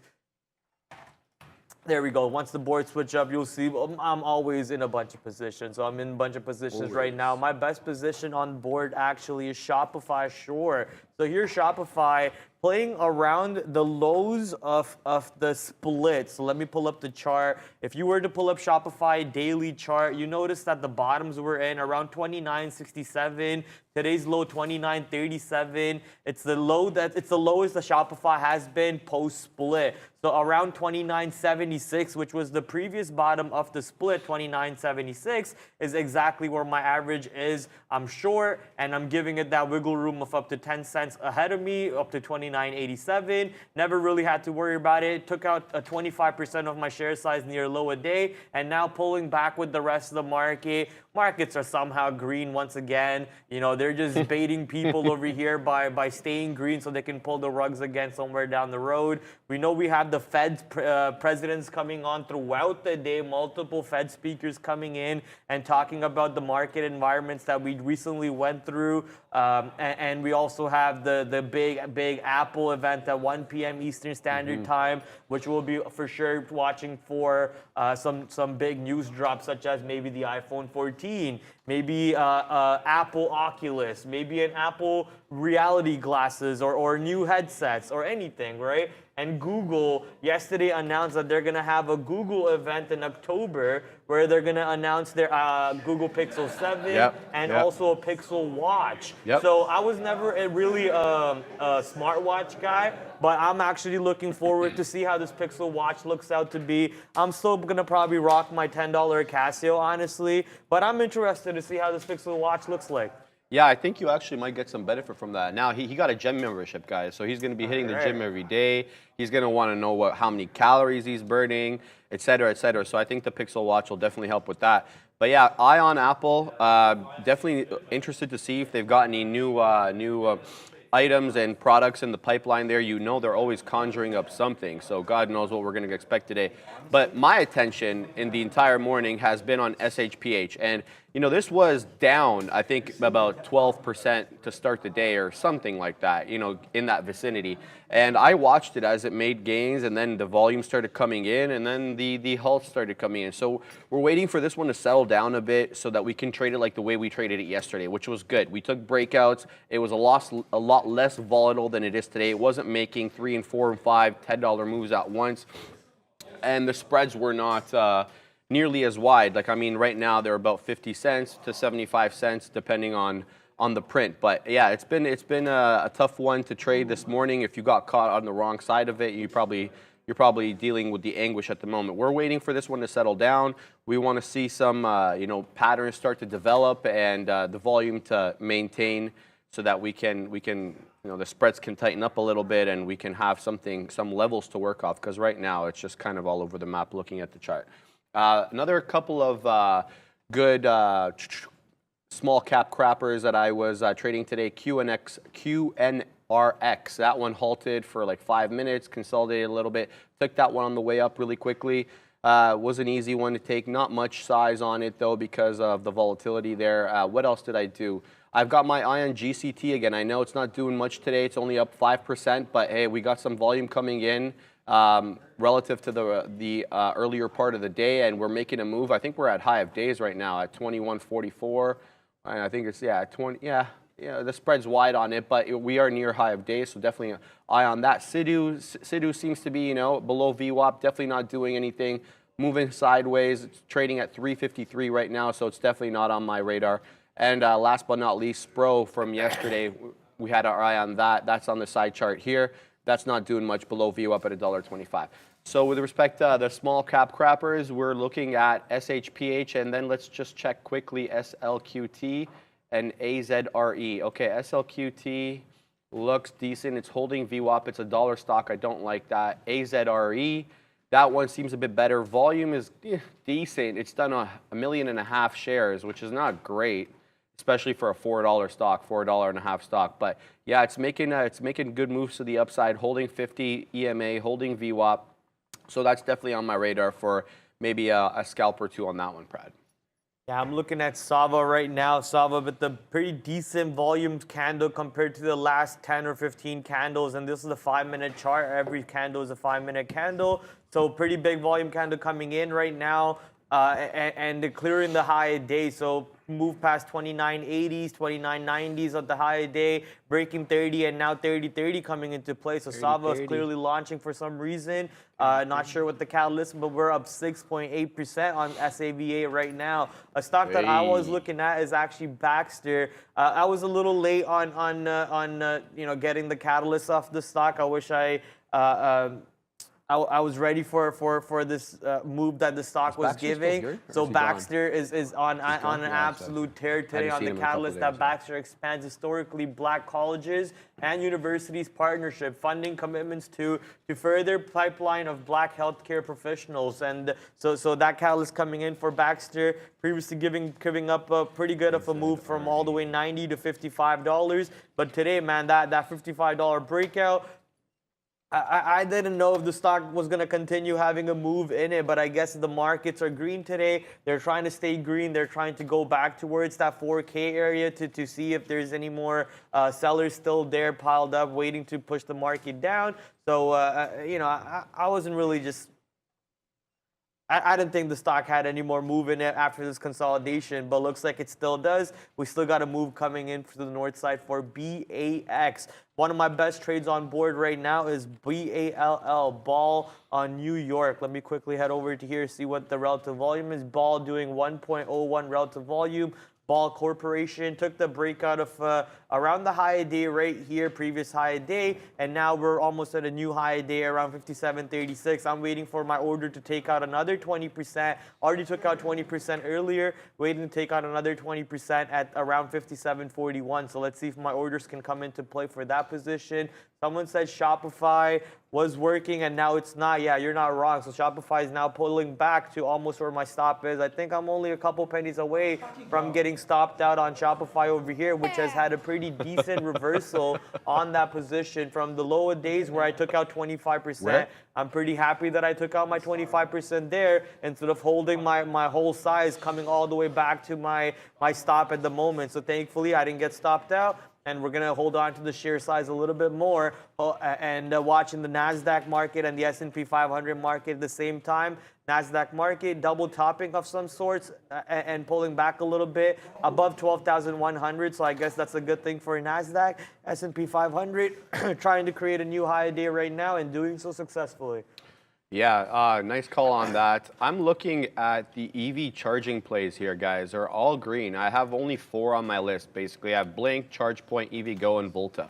And they're all green. And they're all, decently green. ChargePoint's up 6.17%, EVgo up 3.17%, and Volta, despite the fact that it's a $2 stock, it's up 6.16%. So I'm wondering if there are any catalysts for EV charging. Not really sure. Maybe they're all sympathy plays off one. I'll have to look at that for you guys. But just want to give you guys a heads up in case you were looking for some plays here in this kind of slower market. Yeah, EV charging names are green. SHPH made an aggressive move down since we last spoke about it from 38. Now it's trading at 34. So, yeah, it's starting, you know, to pull back a little bit, act more like a reasonable stock, aside, you know, better than like the halt fest that we had earlier. So, maintaining my observations on that, I'm looking to get into AZRE, but I do want to take it off the 7 EMA. It's respected the 7 EMA going back to basically the bell. 9:30, it held 7 EMA, save and except for this area here right at 10 o'clock where it dipped below and then quickly punched back above. You know, it'll dip below it here and there. There's another like dip below at 10:58, but punch right back above. So you got to give this one maybe 10, 15 cents of room. I'm going to take a long here. It's not going to be big. We're going to go with half the size we usually go in 280 with. size. And then here we go. So we're going to get in at 2. Oh, wow. We're going to miss it. We're going to get in at. I didn't want to get in this high. Boo. Let's see if we get filled. How come we're not getting filled? Damn Printing below. Pratt, in case you guys are trading Tesla, Tesla says there's some size there on the level 2. So have a look for that while we try to get into the AZRE trade, which is not printing for us for some reason, even though it's printing on the level 2. That's interesting. Okay, so we'll give that one some time to trigger. Either way, the level that we want is, you know, a little bit higher than the 455, which would have been, okay, there we go. We got filled at 458. Plan on this one is we're looking for a move into 5, maybe 475. The plan, the exit plan will definitely be we're out if it breaks at $4.37 area. We'll give it about 20 cents of room since we're looking for about 50-ish cents to the upside through that break of 5. It's up 27.81% on the day. I may scalp earlier, you know, and I may add to it if it looks strong. We'll see. I'll keep you guys updated. But those are my exit and my entry plans for that. So 437, we're going to be out. We'll know we're wrong. So it's about 20 cents. A 20-cent move there. We're looking to get down to the halt level here on SHPH. We're looking for maybe that or a retest of that 3270, 3250. That was the initial open for the first halt. Yeah, it opened up at about 3270. I want to say 3260, something like that. If we can test those levels, we'll take a really baby long at that level. Baby, and I really mean baby long because it's just too aggressive. So we're looking for that. That's our plan going into the day. Not much else to report in terms of stocks. We don't have too many stocks on our watch list. I don't like anything really here. That's kind of down my alley, Pride. What's Goose up to? Looking at Canada Goose, baby. It's winter season coming up soon. True. Not sure what the catalyst is for Goose, though. Up 5.3%. Goose absolutely flying today. It looks like the feathers that they're using, the jackets, absolutely strapping wings upon them and taking off. Like Sean's PNL is. Sean's over there absolutely happy for his longs because the market continues ripping. NASDAQ now up 1%. S&P 500 about to be 1 full percent. Also to the north side very soon. That means my boys AMD. What other were you long? Meta? I mean, I'm long AMD 78, Meta 157, Starbucks. So Starbucks, Meta, and AMD that you saw from the morning show being carried on to now, the pump coming in the market. We're nowhere close to lunchtime yet, so still lots of moves to come into play. For example, my ball.ny giving me my second L, now holding 60% of my size on BALL and 50 cents in the money, so not having to worry about this position. My stop is at break even. If it does come back there, we'll just take those profits and walk away from that trade. Even Twitter, baby, Twitter, that $40 level on Twitter has been for always one of the most significant levels that you'll ever see on the stock. So if a catalyst comes out for Twitter to the north side and I see a stock like this pumping up to the north side and holding that $40 level, VWAP is around $40 level, of course I'm going to punch in along. Am I stupid? I am stupid. What did you do? I punched out of my whole trade. Oh, boo. I wanted to punch out of 20%, and I punched out of my whole trade That's just all now, right. so it sucks to be me, I guess. It's profitable. But profit is profit. But keystrokes once again coming into fault for exiting off a whole 100%. Now I'm going to get annoyed and I'm going to probably FOMO into another trade. So I'm just going to do some breathing exercises over here, calm myself down so I don't FOMO into a trade. But for anyone involved in that Twitter long still, congratulations, as Twitter is heading back towards the high day. I'm actually just going to throw a new order on Twitter to get back my full size at my previous price. And if that comes into play, we'll gladly take that trade one more time. So now we don't have to be that angry anymore, right? A couple other stocks that are, actually we'll talk about a stock that's not working out for us. It's going to be NIO. We tried to short NIO on the way down over here. I thought NIO would have a continuous move to the downside. Negative catalyst, bad earnings report, or I believe it was deliveries. My throat is so itchy today. We were out beach volleyballing yesterday, so obviously if you're out beach volleyballing, you're yelling, you're yakking, you're not yakking, sorry, you're hacking some darts and some whatever it is, and then you're also yelling and whatnot, so your throat's kind of getting rough. And I think I did pretty good at beach volleyball, man. Honestly, I'm not no athlete or anything, but I think I did my fair and my job. I blocked the ball the times where it came to me. I set it up properly for some people at times. Obviously, I fumbled it a couple of times too, like everyone else does. But I think I held up my end pretty well. All right. Well, there you go, guys. He's got a gym membership and he killed it at volleyball yesterday. So you don't even know what's going on over here. Guys, we're keeping an eye on this market because it is making a nice move to the upside. 39.4775 is the high of day on the ES. So keep that in mind if you're trading any of these big cap names. We took a piece out here on our AZRE trade. We took a piece out right at $4.65. Our next profit taker is right at that $4.70. It's continuing to hold the 7 EMA quite well, and it has been for the entire day. So we're happy with that trade. We'll let it work. Let's see what else we got going on. Yeah, I might start doing some big cap names here, especially if the ES starts moving up. Especially since there's really not much to report in small cap world. Let's go into the big tech area and see what we're looking at. I think Tesla just made high of day here. Pulling back a bit, $1 off high of day, printed at 280.98, currently trading 279.80s. So yeah, pulling back a little bit here. It might be one of those days where you go long on some of these pullbacks. I don't really get why we're moving up, but this just could be one of those relief rallies, especially after the week we had last week. Not really much to report on today, guys. We're looking for some stocks to trade. It looks like we missed the boat on some of these. I was looking to get into NIO earlier. Definitely took me by surprise because I was looking for the short. A lot of these Chinese ADRs, like they move one way in pre-market and they move a completely different way after the open. And that didn't really happen with NIO. I mean, it sold off right at 5 a.m. I get that was probably a lot of algo trading. Not too many people were up at that time unless they were trading from other parts of the world, perhaps the Asian areas that have shares in the American exchanges. But we're looking for more selling on NIO, and it completely took us by surprise going up to 1837. Didn't have the guts to short it up there. I know Sean took that short, and he held it for quite a while on the way down. I definitely didn't get into that one. I was watching it closely, though. So yeah, waiting for that 32 level here back to SHPH. That's the next plan that we have. Looking for that 3260, 3270, 3250, somewhere around that area. We're going to go long on the area with a baby long, excuse me. And watching AZRE here as it continues to hold the 7 EMA. Looking for our next profit target at $4.70, Brad.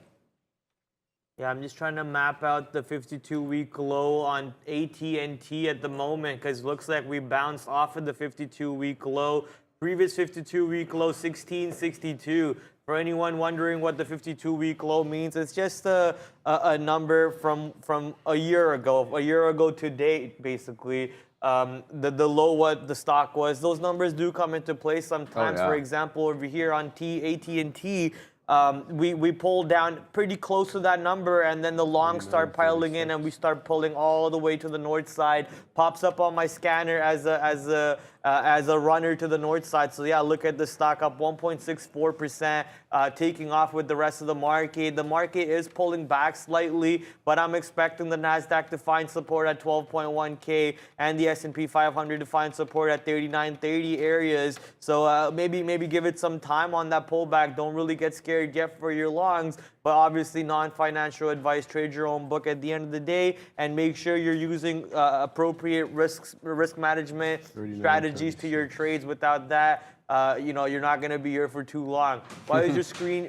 stuck on just SHPH? I guess you're talking to Sharif because he's probably talking about it. But we'll go somewhere else right now. Yo, Brad, don't go shorts today. I am Marcus Stradamus. I appreciate that. Yeah, I'll probably heed to your words. Not. I'm looking for more short opportunities just because he said that right now. So let's go over to FaZe, because FaZe will be a stock that I always want to be looking for a short opportunity. Right now, FaZe is already getting smacked today, so a little bit late on that position. What is MFG doing? MFG showing up on scanners that it's pushing to the downside. Let me see what the relative volume is for MFG, Japan stock. Museo Financial Group, 1.7 relative volume. Only 300,000 shares traded, though, on a $2 position. I'm not sure if that's exciting enough for me.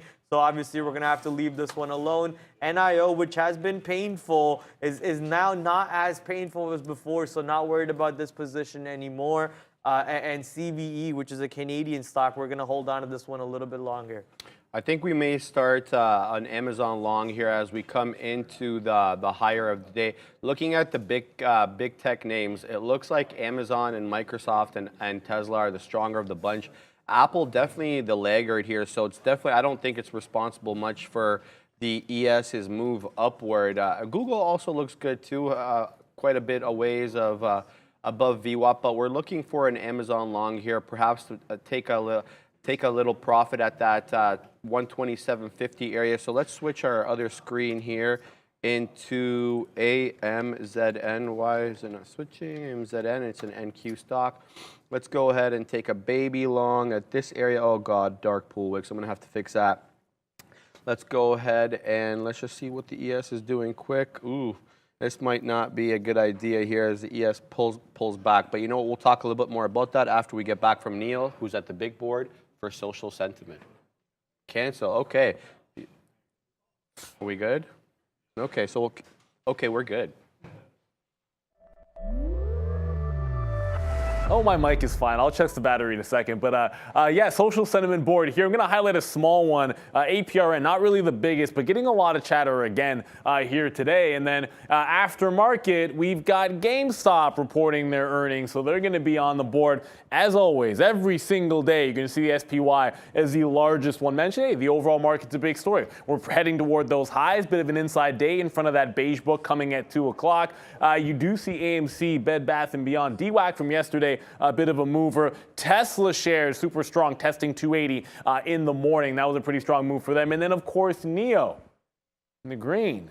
NIO with a horrible earnings, but sometimes it goes up as if it was squoze to the upside. Coming back a little bit, some of those EV names, but NIO, big talker here today. A couple of small ones out there. And then do not forget SHPH. Of course, everyone's been talking about this one as the latest recent IPO coming to market, blowing to the upside, and then, some rug pulls along the way. We'll see how far this one can still go or fall as it's heavy on the social sentiment board. But all eyes are also on the market and Apple for later on today.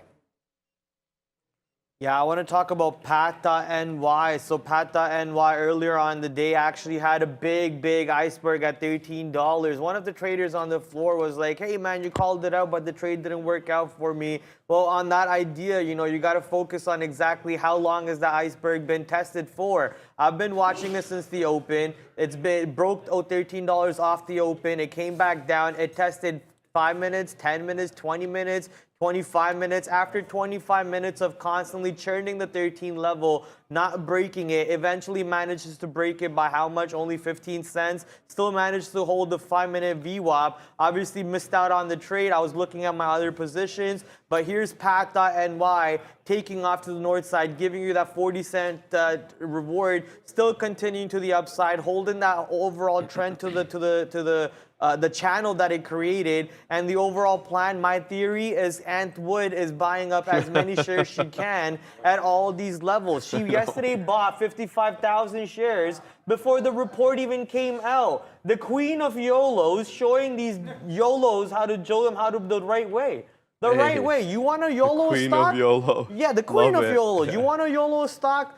go the anti route, buy the 55,000 shares before the earnings report drops out, and then sadly watch the rugs get pulled, and then buy more. And then buy more the next day when the market opens up, and then keep on averaging in until you get to say you're the best 3 years down the road, 5 years down the road. But for now, you know, no pain, no gain. As my boy's username is on Discord, you gotta have some pain over there to get some gain. And Aunt Kathy clearly feeling a whole lot of it, boy.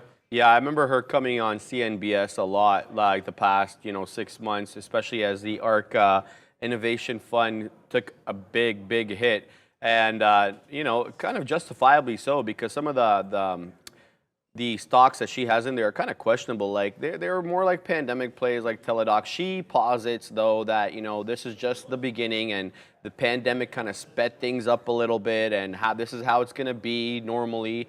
5-10 years down the road, people are gonna want to see their doctor from home. And to be honest with you, when I was listening to that CVS purchase of, I forget the company that they purchased, but basically they purchased a company that has a lot of doctors, and it makes sense because they're a pharmacy. So that if you know anything about the pharmacy doctor game, you know that the pharmacies need the doctors in order to get the prescriptions. So it made sense for them, but what they were talking about was house calls. Signify, thanks Neil. Signify was the company that merged with or looking to be bought out by CVS, and they were talking about the fact that house calls were up a great deal lately, and that may have a couple of reasons behind it. One, it could be pandemic related. People don't want to be in a doctor's office because they're worried, or two, because we have an aging population. The baby boomers are getting up there, and if they can, if they can have someone do a house call, they'd rather that than perhaps going into the doctor's office. So, that kind of plays off the idea of having the virtual doctor, right? So it gives you an idea that people are reluctant kind of to go to the doctor's office. Who knows? Who knows what Aunt Kathy knows? I know she was a rock star in 2020 and 2021, not so much now, but she may be a rock star in 5-6 years from now. So we'll keep an eye on that. Guys, we got into an Amazon long. Our entry is 127.27, so we're a few cents in the money. We're keeping a close eye on the ES. As the ES continues to move up, we're looking to take some profits on that Amazon long, reporting on our AZRE trade. So this did break the 7 EMA decisively, so we averaged down. We got filled at $4.51, and we took out another piece here at that $4.61. So we got 10 cents on that one. We went with big size on this one because it really did hold the 50 EMA quite well. So that gave me some, some feelings that it wasn't done its move. But here's the thing: if it breaks our average down price here, which is at that $4.51, we're going to be completely out. We still have our profit target, profit taker up here at $4.70. We'll see if it reaches there, but this could be a change in trend. Having a look at the 5-minute chart, let's analyze this a bit better. Here we go. So now this is the first 5-minute candle that's red since 10:15. So what are we in there? 11:30 minus 2 minutes. So let's see how this candle closes. It's got another 2 minutes left. If it closes red, I may get out of this one, because then I may initiate a new long on the first green candle to make a new high after if this red candle closes red. So that's my plan for that one. I'm keeping a close eye on it. It's at the side of my screen here, but you know what? Let's not leave that one quickly, because we are getting to the point where it may break our average down price. If that's the case, we're going to put in a stop. We're going to put in a stop at $4.50, and there we go, $4.50, and we're going to sell. We're going to give it a little bit of room, 2 cents room here, because in case it pops down aggressively. So there we go. We have that stop for that one. Let's move back to our Amazon trade. Yeah, not much there. We're 5 cents out of the money. The ES is consolidating sideways, so look for a pop below that 39.41 level, 39.40 level, or break of that 39.47 level. Looks like we may break to the upside or downside on this one, so be ready for that on the ES. Twitter is still launching to the north side, so that keystroke a little more painful now. Wish it pulled back, filled me, and then pulled back to the high day. But now Twitter playing near the high days. Let's see if it can break out a high day. Obviously, you heard Neil talk about the whole court cases, Elon Musk, and the whole battle between Twitter and everything. At the end of the day, that's going to be the go-to for these stocks. It's always going to be these random catalysts. Well, not random, but these catalysts that are going to keep on moving the position. So for a stock like Twitter, just get a level and just be level-headed, right? Just be level-headed and just focus on the catalyst. When the catalysts drop, and then you can see the levels tipping on one way or the other. When the levels are tipping one way, then you could tip along with it. Today, obviously, the levels are tipping to the north direction. So the longs are the positioning that you want to go for on Twitter. Once again, man, these stocks that are coming out with random moves, well, I'm saying random, but they're not really random. There's a catalyst behind it, the catalyst that everyone's waiting for. I always keep a level on my desk just to help me remind myself, hey, you're tipping too much. Got to go level-headed again. Is that really why you keep the level here? I just brought that off the table over there because Mark was working on the new desk that Brendo sits on. I was like, oh, there's a level. And in my head, I was saying to myself, stay level-headed, stay level-headed. I like that, though. I like that. Now I have a prop to make a joke out of this. Joker. RMA new highs. Look at IMRA new highs. I'll have a look at that in 1 second. But I just want to address Binham M in the chat. He says, or she, I'm not sure, can you explain why you took the Amazon position? And it's quite simple. The ES is trending upwards, or was, now it's consolidating a little bit. And then I analyzed to look at which one of the big tech companies was the strongest of the six. I follow six, if you recall: Meta, Amazon, Microsoft, Apple, Tesla, and Google. And so I looked and I saw that Amazon was the strongest of the bunch. Naturally, that's the one I took if the ES was to continue to trend up. So that's my thinking on that one. I want to take the strongest of the bunch. But, we're starting to move sideways here. So I've got my stop, by the way, on Amazon at 126.99 with a 5-cent buffer for my limit. So if that breaks a 127 level, we'll be out of that one. Let's have a look quickly. We're completely out of our AZRE position. It sold off, and we have a tiny loss on that because we did take profits here at that 465 level and at 460. So we put that stop right at our average down price at $4.50, and it triggered when it broke down. So this might be an interesting short now going into that $4.30 area where VWAP is. I'll have a look at that. Look at IMRA. Let's have a look at that. Let me just pull that up quickly. IMRA, and then we'll have a chat about that. There we go. It's a dollar stock. Yeah, it's at high days. Made the high days at 184. Currently trading at 180 or so. Let's have a look here. IMRA. There we go. Loading that up for you guys as we have a look. Let's zoom out a little bit to get a better picture of how the stock's been trading today. Okay. So yeah, it moved sideways for a bit. It's got these pops. They're strong, but here's the thing. This is why it looks kind of good, because if you were to draw a trend line from that 930 period to currently, look at that. It broke through that trend line quite well because you were making lower highs throughout. You had the high here at the 950 time slot at $1.75. Then you had a peak here at $1.72, and then the lowest peak here is $1.68, and it just broke right through that trend line. So it looks good. That trend line may be support if it was come back down to that 160-ish level, so look out for that. I'm going to keep this on my side screen to decide if we're going to initiate a short. What's TGT up to, Brad? Target on an absolute tear to the north side today, but 168 should be resistance. If you pull up the chart on the daily, you'll see that 168 has struggled for Target quite a while, and I remember that level just off the back of my head. If I can pull up Target right here, you'll see I actually have a line on 168 drawn down from the earnings day. The earnings day, which was on the 18th of May, dropped all the way down to that level exactly. keeping that 168 high as its true high, and then we broke out of it a little bit closer to this earnings date, broke out up to 180, and then nose dove right back to the downside when Target and Walmart and everybody else came out expressing fears of extra inventory and inflation and so on. So that 168 level, I'm expecting it to be a barrier for Target today. Already up 2.6%.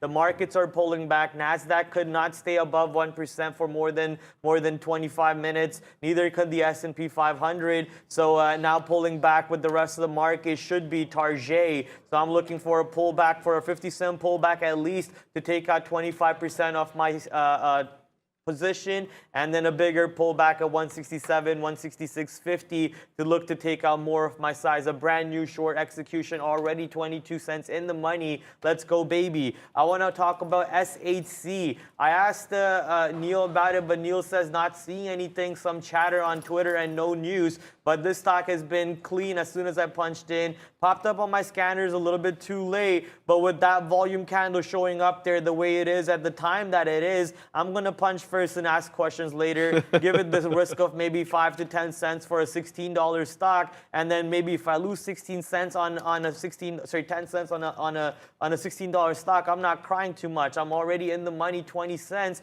So that's a 2:1 risk to reward already. So let's take out 20% of our size right here and hold on to the rest 80% of our position on SHC. Target now 10 cents in the money. The rest of the positions are not really doing anything too exciting for us. For example, Tupperware is currently trying to hold itself up at the 100-period EMA on the 5-minute chart. So that's why I'm not out of this trade yet. But technically, I would have been out on the break of $8.20 right there. But I saw that it's pretty close to the 100-period EMA, and we already bounced off the 100-period EMA once to rejected off the 100-period EMA once. So this time, as we burst through the 100-period EMA and the day's high, I think I'm okay giving it that risk of a little bit past the 100-period EMA and the previous day's high to see if this long can work out for me. Obviously, the risk to reward setup on this trade is skewed now. It's dead, and now I'm just waiting for either a break-even exit or most likely a prayer or a hope of taking some profits on said trade. Only out of the money, 13 cents at the moment. NASDAQ trying to turn back before it even pulled back all the way to VWAP, and S&P 500 also pulling back before it turned back to VWAP. So markets are still green, and Target is now out of the money a little bit. Target, yeah, Target is good times. Too bad they closed down here in Canada, man, because they had some good stuff. You know, when I visit my sister down in California, I always make sure to check out what Target has to offer. Guys, we got into that IMRA trade. Our entry is at $1.81. We have a profit taker here at 185. We also have a stop out at 177. So if it breaks 177, I'm going to be out. Pulling back a little bit now. It did pop up to 184 there, so we missed our first profit taker by a penny or so. Yeah, it's making like what I see forming as a bull flag. Hopefully nothing like a V-shaped downward move that's brewing at the moment. But yeah, we have our out at 177, and we gave it like a 2-cent buffer in case it skips some of those levels. So we'll have a look at that as it continues to make its move. AZRE, interesting one here. We want to take this part short at that 450 level all the way down to VWAP. We didn't consider that we could take the bounce off VWAP. It didn't miss VWAP by that much. So I think bottom wick here is at $4.31 or $4.32, and VWAP's at $4.30. So just like a miss of 1 or 2 pennies there, and then it popped right back up. I think this may be forming lower highs, so we'll watch that perhaps for another short that we can take, especially if it breaks this 1-minute candle. We'll keep an eye on that one because this one looks like it could go to the high side and the low side. Let's zoom out a little bit so we can get a better picture of what some levels are here. Looks like we have levels at 430 for VWAP, and we also have levels here at 425. So interesting one to keep an eye on. Yeah, we're out completely of our trade on IMRA for a small loss there. Yeah, super small loss because we didn't take much shares for that one. Oh, interesting. So hold on here. IMRA looks like we got filled. We got 25% of our position filled at that 185 level. Looks like it shot up to 185 or 186 and then shot right back down. That's interesting. That was like all of 10 seconds when I switched the screen. So, yeah, we're out of that one. We hold on. Let me just make sure that I didn't get into any extra shares here. Let me close all the positions on this so that I don't have anything trigger that I don't want to trigger. There we go. So we're all out of that one. Small loss on that. Let's go back to our Amazon trade to see how that is doing. Looks like we're 10 cents out of the money or so on Amazon. Completely flat as it continues to move here. I think I want to adjust this stupid candle. It's at 10.29. I'll fix that when I get back to you guys. What are you looking at, Brad? Looking at positions and also reading the chat over there. People basically saying that I'm trading too many stocks. Look, guys, I can manage it. I can handle it. If you can only manage 2 stocks, nothing wrong with it. You know, you worry about how many trades you can manage. I can multitask. I could easily handle over probably 20 stocks at once, and none of them are really out of the money too much. The worst stock out of the money for me is 19 cents. I'm not crying about that. I'm okay with that. So I'm looking at NOGN right now. Not sure what NOGN is. NOGN, okay, that's the name of it, Noggin Inc. Yeah, pretty weird, right? Popping up on the scanners for some reason, but falling back now a little bit. The leader is the person taking up, or the stock taking over NOGN is actually your favorite SHPH. So SHPH is still on the scanners. So it has been halting a little bit today. Trying to go back to the north side a little bit is SHPH. After having the sad downside move candles on it, man, the stock has been pretty volatile recently, man. Once again, you say the least. This is the Asian stock, right? Yeah, this is the, it's like an IPO from last week. Shuttle Pharmaceutical Holdings, yeah, recent IPO. So still going crazy with the float of about 4 million and today volume of already 5.5 million. So SHPH looks to be the name of the game, where the party is, where all the fun is. MMM popping up to the green side, really. I guess MMM just using advantage of the market's green move today and just elevating itself to about 3% over here. Not too long ago, we saw that big down move off the ruling that MMM had. So I'm glad that MMM is finally finding some bottoms on it. Obviously, whatever happens with the market from here on out might dictate a little bit more of a move on MMM. TGT looks like it finally broke that 168. I'm giving it that little bit of a wiggle room. It's Target. You know, Target moves around easily 30, 40 cents past people's stops. So you got to be ready to let that wiggle come into play. But pretty clean move to the north side Target so far. I'm expecting those barriers to still come into play over here. For people who are, you know, not on a show like Sharif, myself, Neil, Sean, and Luca and Brendan, you could even implore some extra additional skills, such as actually sitting there looking at Target, focusing on if the buyings are coming in or the sellings are coming in, and how much of size of either direction they're pushing it to. Right now, there is clear buying momentum coming into Target. I also want to head over to Walmart to see if Walmart is showing us some sort of strength in the stock or in the sector. It is. So Walmart's near a high a day over here. If Walmart's able to pull back, then we might see Target about to pull back. But I'm about to most likely get stopped out over here on Target, which there we go. Yeah, that's a stop right there. We gave it that 40-cent wiggle room past the previous resistance around 168, and I'm okay with that trade not working out. Now we're getting ready to see Target most likely push towards, what's my blue line over there? The blue line's the 100-period EMA on the daily chart. Guys, we got into SHPH like a maniac over here because, you know, you have to be kind of a little bit loose in the head to take a trade on this one. No, I kid, of course. I got in at 36.60 and I scalped up around that 37 level. I took, I think, around 36.90 was my first out, and then I took around 37s higher than 37s. I can't really see quite well here because of the distortion in the chart because of all the halting. So positive trade on us. We didn't take too much size. Scalped out that one quickly. It looks like it's curling up though here, guys. Like let's zoom in a little bit. Here we're gonna maximize it. We're gonna zoom in. You know, there's a bit of a distortion on the chart, but you can obviously tell it's making higher lows. So that's always a good sign. We wanted this one to settle down a bit when we sat down here at 11 o'clock. We told you we're going to keep this one on watch. We want it to settle down. We want the spreads to tighten up a little bit. and then we'll take some longs on it. We initiated a new long here. It worked well. Now we're looking for the volume to start coming back in and start moving to the upside. I'm long bias on this one, to be honest with you. If the short comes in, I'll be short biased, but currently I'm long. I like the curl. It's making that saucer pattern, or like whatever, that bowl pattern, right? You have the high over here where this was like the halt level that it came down to the 39 level, and then we went all the way down to that 33 level, and now we're back at that 37 level. So it's curling, and I like it. I'm going to probably initiate a couple of more longs. This is my main watch now, especially since Amazon now, we're close to getting stopped out on Amazon. Not that close. We still have about 10 cents. I think I just may have gotten stopped out. Let's switch to Amazon quickly. We'll see what happened with that. No, we didn't get stopped out, so it didn't break that. Oh, interesting. Let me see. Why did I not get stopped out on that? It should have been stopped out. Okay, so we're gonna. I think I may have canceled the stops when I got out of my AZRE pattern. So let me initiate a new stop here, 126.99, and then give it to 126.95. Blah blah blah blah. There we go. If it pops back down to that level again, we'll be out.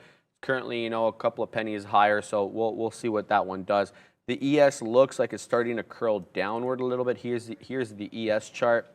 You hush your mouth. I know, right? Well, hold on. You're the I was talking in perennial bear. I was talking in the view of the chat. Right, true. Not in my view. So 39.74, I think we had 39.47. Excuse me. We had high of day, now currently trading at 39.39. So, we're not even 10 points off high of day. I'd call this a consolidation. You've got some support at this level here, that 39.35, which was the high of this peak and the breakout point for here. So look for a bounce off that 39.35 if you're long bias. But we're going to continue to hold our Amazon position until we get stopped out, Brad. Yeah, like that. Apparently Barclays is getting pushed down a little bit. I just punched into, I believe, a new long. I forget if it was a long. Yeah, BJ.NY. BJ has been on an absolute rip today. 3% to the north side, did not pull back ever. Any market pullback, it did not care about those market pullbacks. And now pushing towards what looks like to me will be the new target for today, at least, at 77.50s. I'm looking for a retest of 18th August high. We didn't come all the way this far with this sort of a momentum and strength. Did not test 77 and then break 77 and at least give us a 50-cent push past 77. So this stock is clearly elevated at the moment, launching, and I'm trying to take advantage of it. We're just going to have to give it some time and some wiggle room. Already in the money by 7 cents off that long, so let's go, baby. And we're just playing our setups the way we're used to, which is looking for those rejections off of previous levels, looking for a breakout off of those previous levels. I wish I actually took that breakout off my same trade of 168 instead of having to give it a little bit of a wiggle room, because now I would have taken that target short stop and flipped it into a long instead. Obviously, this is hindsight Henry talking. And if the trade didn't play out already, I would have not known about it, right? Yeah. So it's the hindsight Henry mindset coming into play. I think actually Chef Henry, who we love a lot, in the chat was saying, can we move it to hindsight something else, because his name's Henry, so we might have to just do it for him. Give it another hindsight ratio. Yeah, let's go with that hindsight ratio. Guys, I'm super peeved that we didn't average in at on Amazon at that 127 level once it broke the 50 EMA. I don't know what I was thinking. Obviously, if I was going to continue to hold along there, it would have been a great average in, especially since I had dictated exactly where my stop was going to be. It kind of took off on me there. Look at that move, guys. Right off 127, we're breaking through the 127.45 now. So a little bit annoyed that I could have been 40 cents in the money on my average down. Look, we're going to touch 150s here. So here's what we'll do. We'll put up a little bit of profit taker. Let's go ahead and put 127.49, and we'll put it for our tiny bit of shares right below that 127.50 level. That'll be our first profit taker. The ES curling up, but still in that consolidation pattern, sideways in between 39.37 and 39.47. So it's a 10-point spread on the ESR. Are we going to get triggered on our profit taker? No, it looks like it's going to flirt with 127.49. We'll keep you guys updated on how the Amazon trade is doing. But let's flip back to SHPH now. Yeah, look at that. Remember we said it was curling. It had that cup and saucer pattern where it was the bottom was rounding out to the top. Well, there you go. Just as I said that, it made me look foolish, and now it's breaking down through that 137. Now we're trading at 35.18. So yeah, you know, trade carefully with this one. Let's zoom in a little bit, see if we can. There we go. Let's zoom in and see if we can see any patterns here. No, we keep getting that big wick, so I'm not able to see it as well. Let's see if we have any levels. I see levels here at 35.20 or so, 35.40, 35.20. It could be a bounce play, and then clear resistance here at that 37.50. So watching SHPH for perhaps a new long. Flip back to our Amazon trade here and see what it's up to, just like that. Oh, hold on. There we go. Oh, there we go. Now we got filled. Okay, so our first profit takers in the books. So it's broke that 127.50. Let's go and put a next profit taker at 127.59 for a little bit of shares. There we go. Let's see. We're going to get filled. It's at 127.58. It's flirting with that level again. It's got to make me sweat before I get filled. But hey, profit taker's there. It's just a matter of time if it's going to reach that level, Brad. Yeah, baby, you gotta love the moves that market's providing us. For example, IMRA heading towards that $2 level now. The volume is insane. This position has been absolutely insane today. 64% up up to the north side. The levels are actually not bad either. I mean, you can clearly take any level you want, and pretty decent size for the most part. I forget what gateway uppercase T is. I thought they're all lowercase now. On NASDAQ, so I'm confused that they moved these gateways back, but T should be the NASDAQ gateway. So clearly these are liquid gateways, not happening on the dark pools in the shadow realm, as some of the Redditors call it, right? It's happening in the real gateways, lit gateways, and you can take part of it. Nice. Clearly the liquidity is there. But IMRA, I mean, go find what the catalyst is real quick on this position. I think maybe, yeah, I do see it in our work chat. Free float of 22 million. Company expects to continue to evaluate strategic alternatives. Wow, what a catalyst. What a great catalyst to launch itself to 63% to the north side. You know what?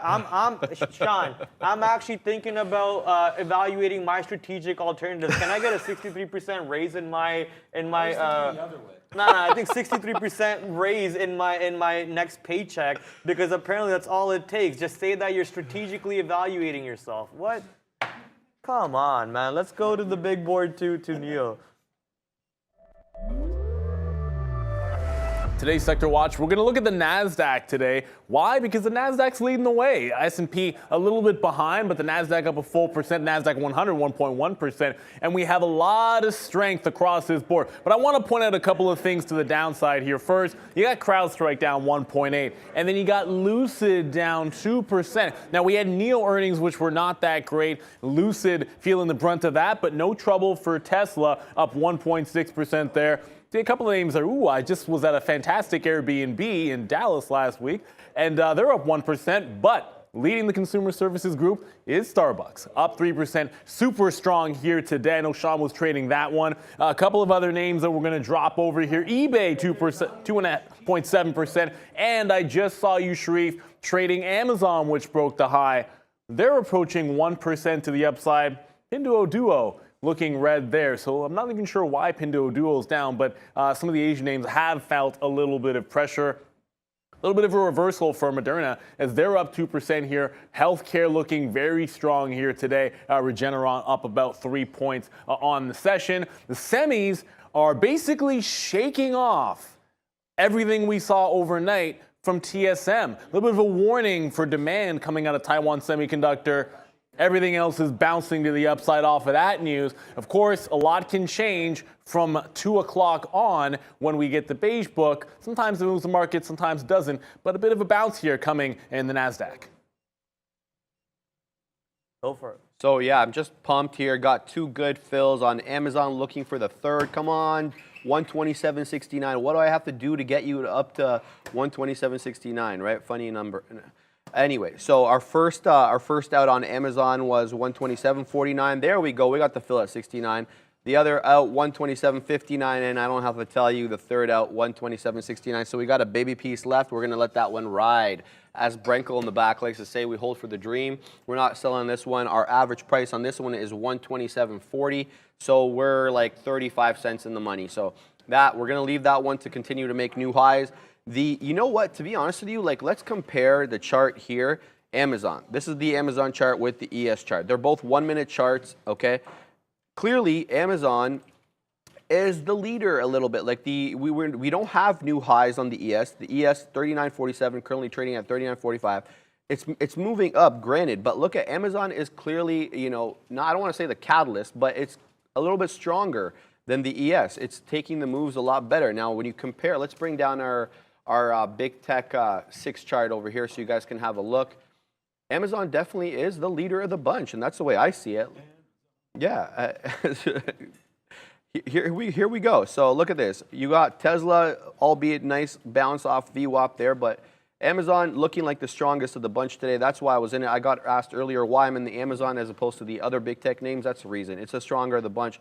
127.82 as the high. I'm going to continue to hold this one maybe into the 128. What else we got? How's SHPH doing? Let's go down here.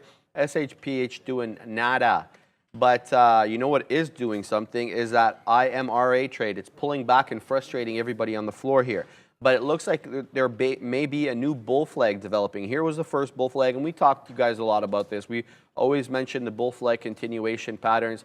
We're looking for perhaps a new break. I'm looking at resistance support here at that 183 level, maybe 185. If you can take a dip trade off there and then bounce into that 2 area, it's not beyond the realm of possibility, especially with the way this stock is moving. I got shook out.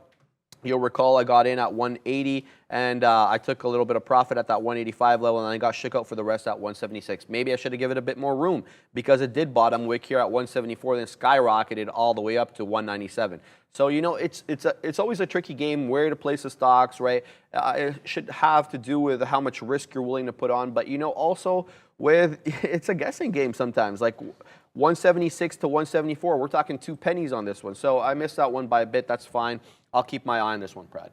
Yeah, I'm just looking at where Bitcoin is. Wow, 18K, 18.8K for Bitcoin, but we're in the green side today. Ethereum down 0.6%, Solana up 2%, Cardano up about 1%, Doge and Shiba almost up 1% for both of them also. But here's Coinbase. Why I was looking at cryptocurrencies is why Coinbase is popping up on the scanners as it's taking out 65 to the north side. So getting active today along with the NASDAQ market and the S&P 500 market. But for some reason, the S&P 500 cannot stay up more than 1%. We get up to 1% and then we just fall right back to the downside. NASDAQ, however, keeps on making new high days and is now successfully above 1%. It's at 1.1. Let's see if we can continue staying that way. So our longs, such as BJ.NY, which is up 23 cents in the money, we're going to take 20% off of our size over here for profits and try to capitalize on that trade.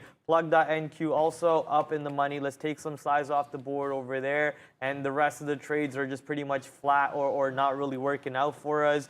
PEG is currently pulled back a little bit, but still holding that channel that it previously created. So until that channel breaks, nothing really to worry for us on that position. If you remember earlier, TUP, I said I'm waiting for TUP to properly break the 100-period EMA. Didn't really do it. My stop never triggered. So now right back to being average on this trade. Now the question is, you know, do I believe in a move past the high day, which had already struggled at $8.05?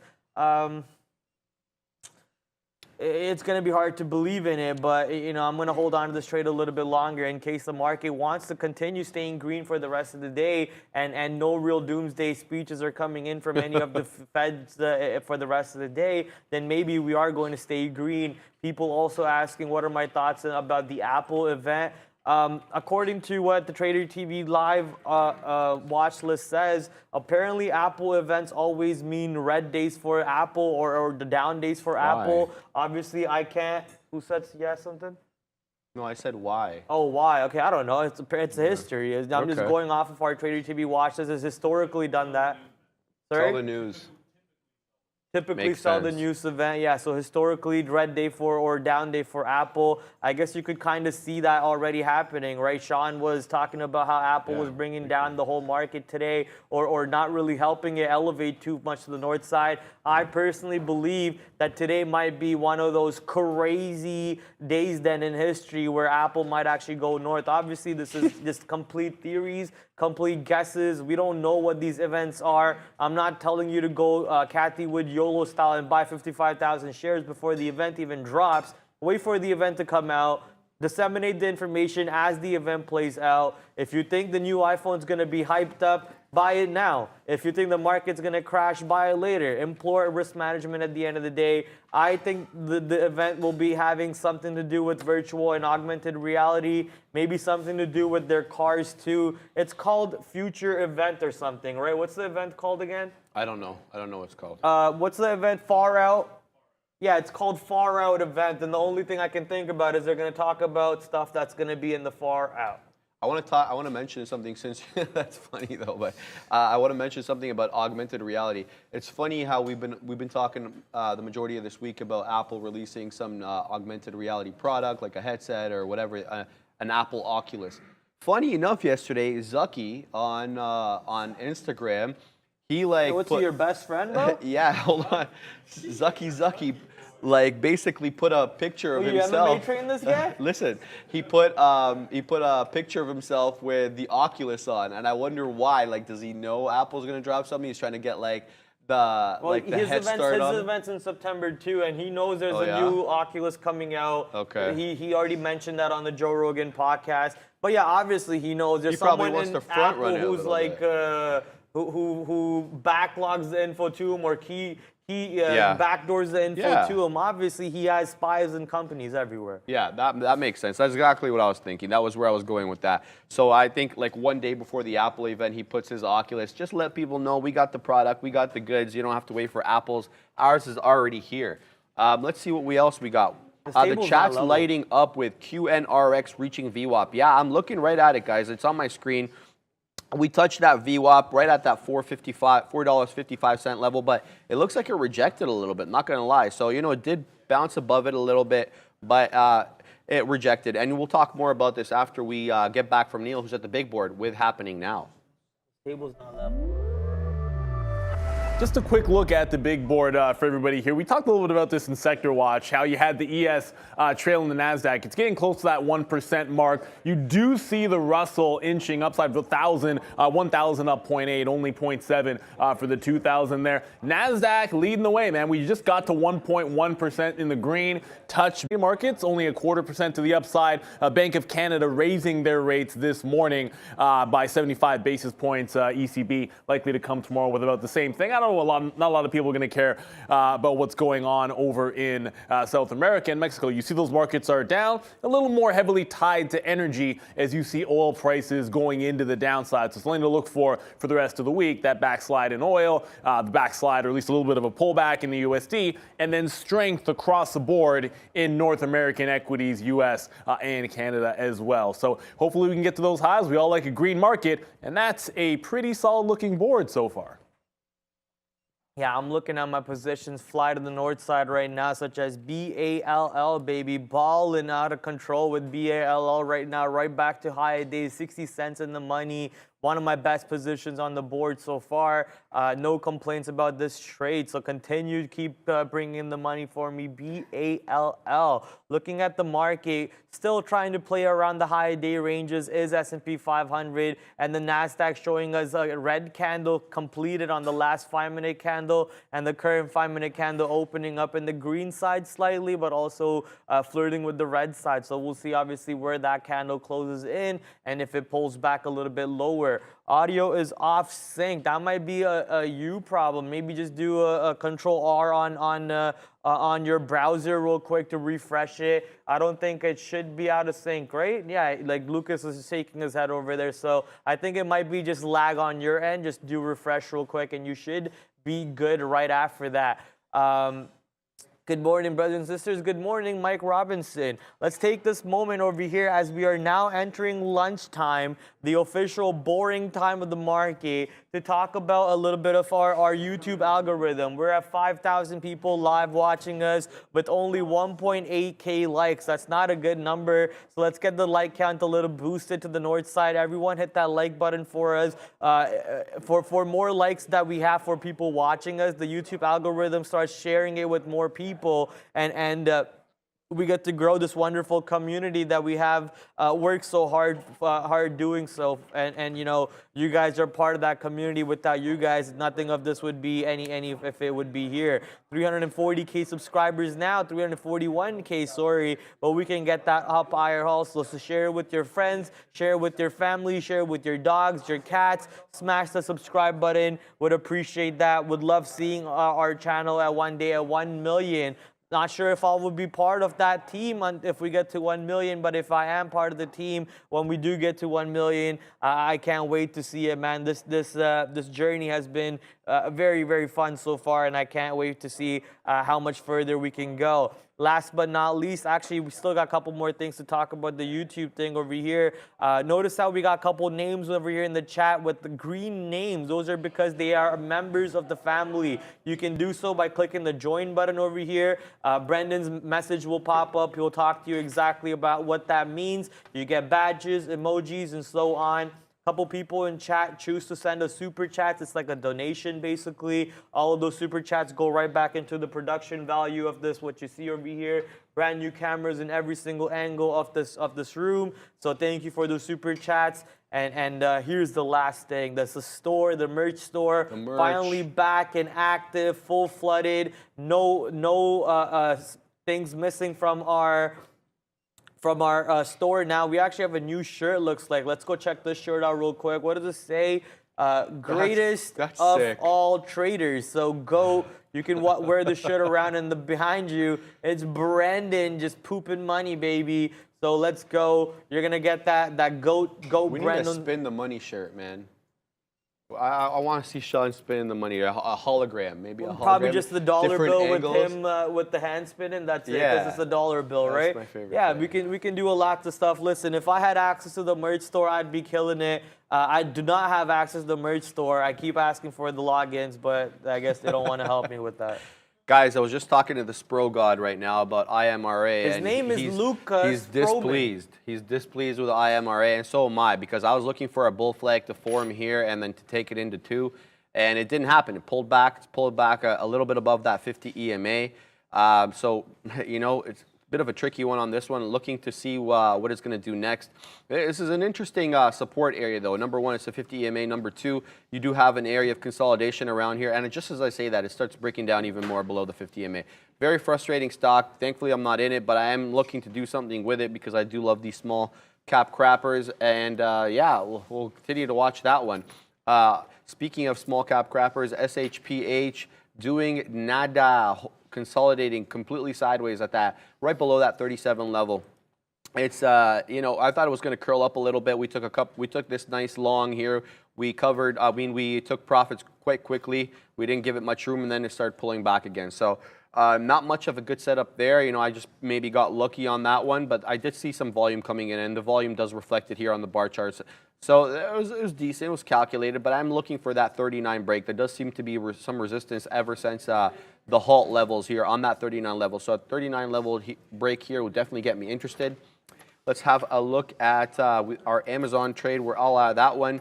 Top wick, gentlemen. Top wick. Love that. So we entered here and entered again here. We got out here first 127.49, 127.59, 69, and then we got super top wick here at 127.86. So happy with that Amazon trade. Pulling back, bouncing off that 50 EMA. The market, you know, because we always have to look at the market when we trade these big cap stocks. Market moving sideways. It's in that range. We talked about it before, from that 39.37 to that 39.47 range. We'll see if it breaks out of that range to the high side or the low side. That'll be a nice little trade if you're interested in trading the futures. If you don't have access to futures, of course, you can trade the SPY, and there's a whole another gamut of futures-related products that you can trade. What's the other one? UVXY? What are you talking about? Futures like ETFs.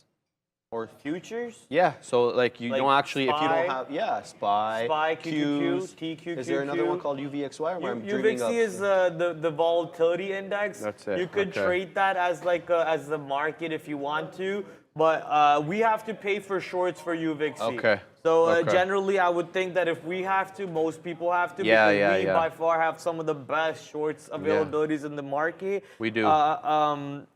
So for people who want to trade the overall market, just going off of the topic that he was talking about to finish it off, you can trade the QQQs, but if the QQQs are too expensive, you could trade the TQQQs, which is a 3 times leverage ETF to the long side, the same as QQQ, or the SQQQ, which is also 3 times leverage ETF of the QQQs, but to the short side. So every time the market's going up, SQQ will go down. Every time the market's going up, SQQQ will go down. And same thing applies to TQQs, vice versa. Pretty sure you guys understood that. Netflix is now at a new high day, apparently. And about 30 minutes ago, Neil mentioned that volume spike on Netflix. Netflix hunts for cost cuts as it steps up financial discipline. That means more layoffs, increasing prices of their products that we already know they're talking about, increasing a bunch of other stuff across the board for consumers. Not most likely. We do know the tier payment plan that they plan on coming out soon. So Netflix over here, new high day with the help of the NASDAQ and the S&P 500 market, up 2.4%. Mamma mia. Yeah, no, like this, look, I appreciate Netflix for having a completely ad-free platform because, guys, I was watching Champions League on DAZN yesterday. Tell me why I had to actually watch a couple of ads before it even loaded. I'm paying up Okay, to I'm the okay nose with for that. this. No, I'm not. But let me I'm not. say this. Especially the fact that they didn't even offer me a different plan. Here's what You happened. pay for it though, right? I pay Yeah. for DAZN, and I've been paying for DAZN for the last 2 years. Okay, never had any ads. Then they started weaseling in some more stuff. Like for example, But is it just for when you start watching? yes. How about like in between? But dude, when you want to get into a game, you want to watch it right Is there away. any ads in between? No, there is is there not. ads at the end? No. Well, you Well, can just there's close an it ad. at the end. if it Exactly, does. right? I don't want to watch any ads if I'm paying money. Full stop. In addition to agree. that, I they're hand also out agree. They're also starting to charge you for certain boxing matches, like the Pay-per-views? Canelo fights. Yeah, The exactly. pay-per-views always costed money. They never costed. The Canelo For fights were DAZN? included. All the fights were included. This is like a 6 That's month a recent. robbery for the boxing. Bro, but you were paying like big money for that, like You were- 30 the bucks a month, pay-per-views for a reason. whether or not there was fights, you were still paying, right? Eh, So, I don't know. The way I see it, I'm a little annoyed with DAZN. And yesterday, apparently they crashed in the beginning. So everyone getting into Champions League couldn't watch, and like it was crashing, this and that. So DAZN kind of like, it's irking me a little bit. I just had to get that out of my... At least it's ads in the start of the game, right? Here's ESPN. They completely take the ad thing and they screw you over. You're paying for these fights on UFC, and it's an ad every minute. Wow, that's really Every annoying. minute. No, that's not and acceptable. it's not one of those skippable ads or whatever. It's literally TV ads straight being blasted. What? Like if I wanted to watch it on the TV, I would just put it on my TV and not have to pay for ESPN Plus. But then here I am paying for ESPN Plus and still getting blasted by No, the that's ads. not acceptable. But guess what? What? My buddy, who doesn't even pay for ESPN Plus and literally streams the illegal one on Discord to everybody else, has 0 ads in it. There you go. There you go. I mean, like, they should take notice of that. Anyway, it's very frustrating. We'll get back to trading here, guys. IMRA holding that 50 EMA quite well. I'm starting to deliberate whether I should go long again here. I'm going to have a super tight stop. It'll be below the 50 EMA by like a couple of pennies here and there. I just want to see some volume coming in, maybe retesting that 190, maybe even if we get lucky, that 2. But I like the fact that it's consolidating sideways. My only concern is it may be a flat bottom breakdown, because we are trending down. Like this is a very clear red candle with a consolidation that typically means sometimes that you're going to have a flat bottom breakdown and it's going to continue to the downside. You know, these small cap crappers, they have their own, they live by their own rules, you know what I mean? So it could bounce right back up, and that's kind of the gambling part that we have in trading. We're going to take small shares on this one. We're going to enter in here. I'm not happy about where I'm entering. I'd rather enter at that 182 level. We're gonna put it for 183. If it fills, it fills. If it doesn't, it doesn't. If it goes without us, so be it. As we let that one move, let's have a look at Amazon. Amazon, I'm not interested in getting back into that one, especially as the ES continues to consolidate within that 10-point range. Sideways. Look at SHPH breaking down. Lost that 37 level now. We're going down to 33. We talked about this one earlier. We had a level, an interesting level here. There we go. That's the opening print of the first halt up on SHPH. We had a 33 print there. So I do like that level at 32.97, 33. So initiating along on that 33 level may prove to be an interesting endeavor, but takes guts. Yeah, and look at that, guys. It triple bottom here, 3 wicks, all at that 33, 32.99. So that was definitely a level we should have had an order set for. We shouldn't have waited for that one to happen. And just as we say that, boom, we're moving into 34.5 now. So you would have been $1.50 in the money on that one. That's a missed opportunity on my part. I should have had an order sitting on that one. I shouldn't have been making up. I shouldn't have been complaining about the zone as much. But here we go. IMRA. We're 3 cents in the money on this one with not too much size. We're looking for that break of 190. In fact, we're going to put a profit-taking order out right now on IMRA at that 190 level. We'll put it at 189 so we can get filled. There we go. We're currently trading at 186, so a few pennies away. And we also need to set up a stop. We didn't set up a stop for this one. So the stop will be 178. Let's put 178 here. And we'll give it 1 penny, 177, in case it blows through that 188. And there we go. So we're all set on that one, guys. And we'll send it back to Prad, who's looking at Sidhu. Yeah, man, I'm gonna be full port Sidhu, 100%, no doubt. Sidhu's going on my long-term portfolio. The partnership with SpaceX that they have in Sidhu, you know, launches satellites and everything. Anyone teaming up with SpaceX is not a joke. They're not to be questioned on that side. SpaceX is like a $500 billion company or something now. Amazing, man. I don't know. I have no idea. Like it's one of those, maybe not $500 billion. Maybe I'm just pulling the number out of my butt, but like they just broke the record for number of launches per year. They had, I think it was 40. The chat may want to correct me on this. It was like 40 something launches per year. It never happened. Nobody's ever done it, and they've NASA canceled 2 flights in a row recently, right? Already. Yeah, they couldn't get their fuel tanks right. And here's SpaceX using the same fuel tank 10 times in a year, right? Or 40 times, in a year. So yeah, obviously SpaceX is not to be trifled with. I'm a big SpaceX Elon fan. Sidhu, who makes satellites, teaming up with SpaceX recently. So that means more rockets to be launched by SpaceX, who launches most of the rockets. And Sidhu is going to be a big team in helping SpaceX making a lot of parts somewhere down the road. So a stock that used to be worth $1 recently, worth $1, now jumping up to $3. I think I could still buy some shares at $3 and let it go down to 0 if I really cared about it. Yeah. I have other positions on there. Luca, FLT drone, that was $0. Right? I have $0 left in that position. But that's funny. I'm not complaining because I still believe in the drone business somewhere down the road. You'll see drones flying to Mars. Man, can I mention drones for a second? So you know how some Chinese cities are locked down right now.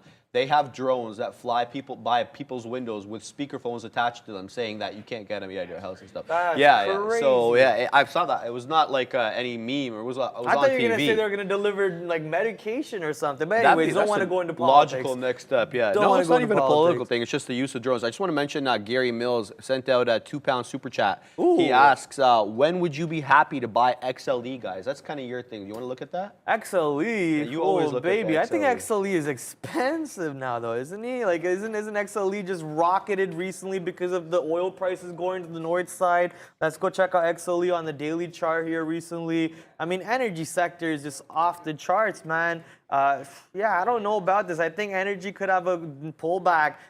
before I think about investing in, look, before I think about investing in any sector right now, I want doomsday events to come into play. I need to see red across the board. I need to see people complaining about their portfolios going to zero. There's nobody doing that yet. Maybe some people, but not a lot of people. The market's not there yet for me to throw my money at the table. I hear you. I can wait for these levels to come into play. Maybe I'll be the person who'll be complaining about how the pullback came through and I never bought any shares, and I'm the dummy who missed out on the next big bull run of the century. Okay, yeah. Right? I could be that person. But I'm okay. I'd rather be that person who misses out on the trade than that person who gets in on the trade too early and then complains about it. Luca FLT drone. He's really ripping that way. Nah, it wasn't even him who gave me that stock. That's the funny thing. It was Okay. somebody else who he knows who gave me the stock. So I just want to make, some pick on Luca because he also knows that company. He actually broke even on that company, didn't you?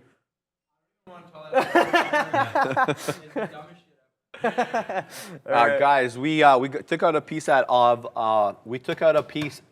IMRA right at that 189 level. Recall that we got in at 183, I believe. Yeah, 183. So we took out 189. Our next profit taker here is at 194.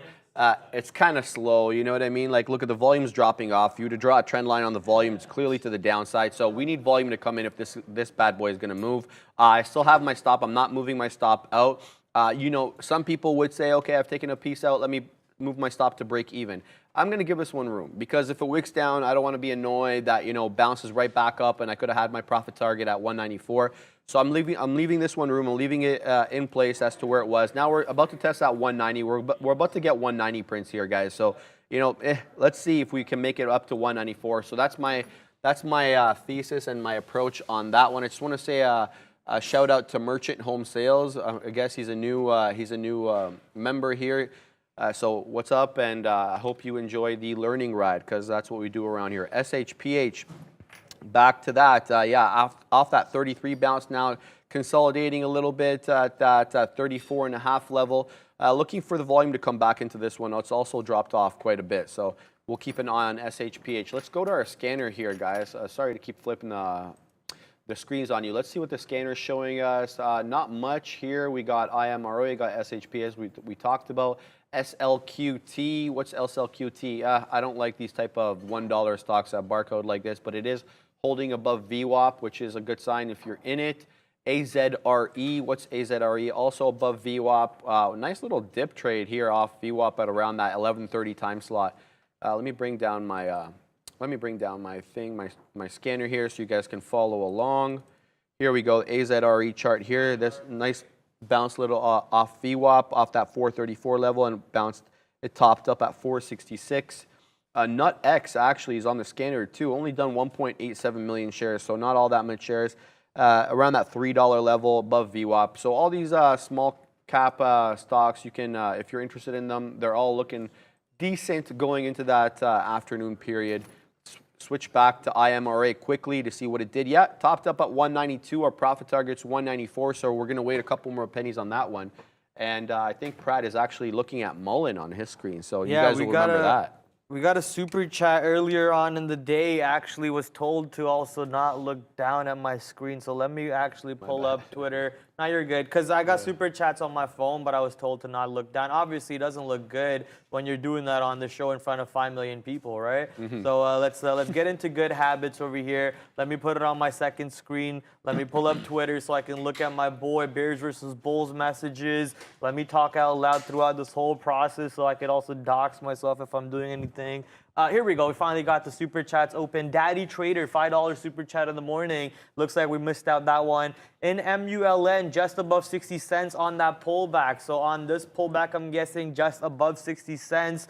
With the stop at 58 cents. Shout out to Sean for this exact play 2 days ago. Only show that pace to watch. Let's go, baby. Yeah, we appreciate the kind words. MULN obviously used to be about $15, $12, dropping back below to 52 cents, 50 cents or whatever. Yeah, pretty good. You're risking the all-time low and you're scalping it every time it goes up. So continue, keep on doing this. Look at that, 6666. Told you, I see it every day, right? Yeah. I can't help it. I literally cannot help it. I see it every day. The demons are calling Even you, bro. yesterday, I almost got away from not seeing it, but then I go to co-pay the YMCA membership monthly bill. My bill is exactly $66.67.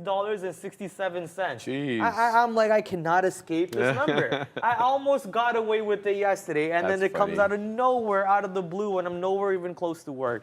But that's just the nature of my life, man. The devil be calling, but at least After you, man. At least one of the angels, you know, the devil was also an angel Yes, of he God was, one yeah. day, Yep, Lucifer. yep. So at least one of the angels is watching. Hey.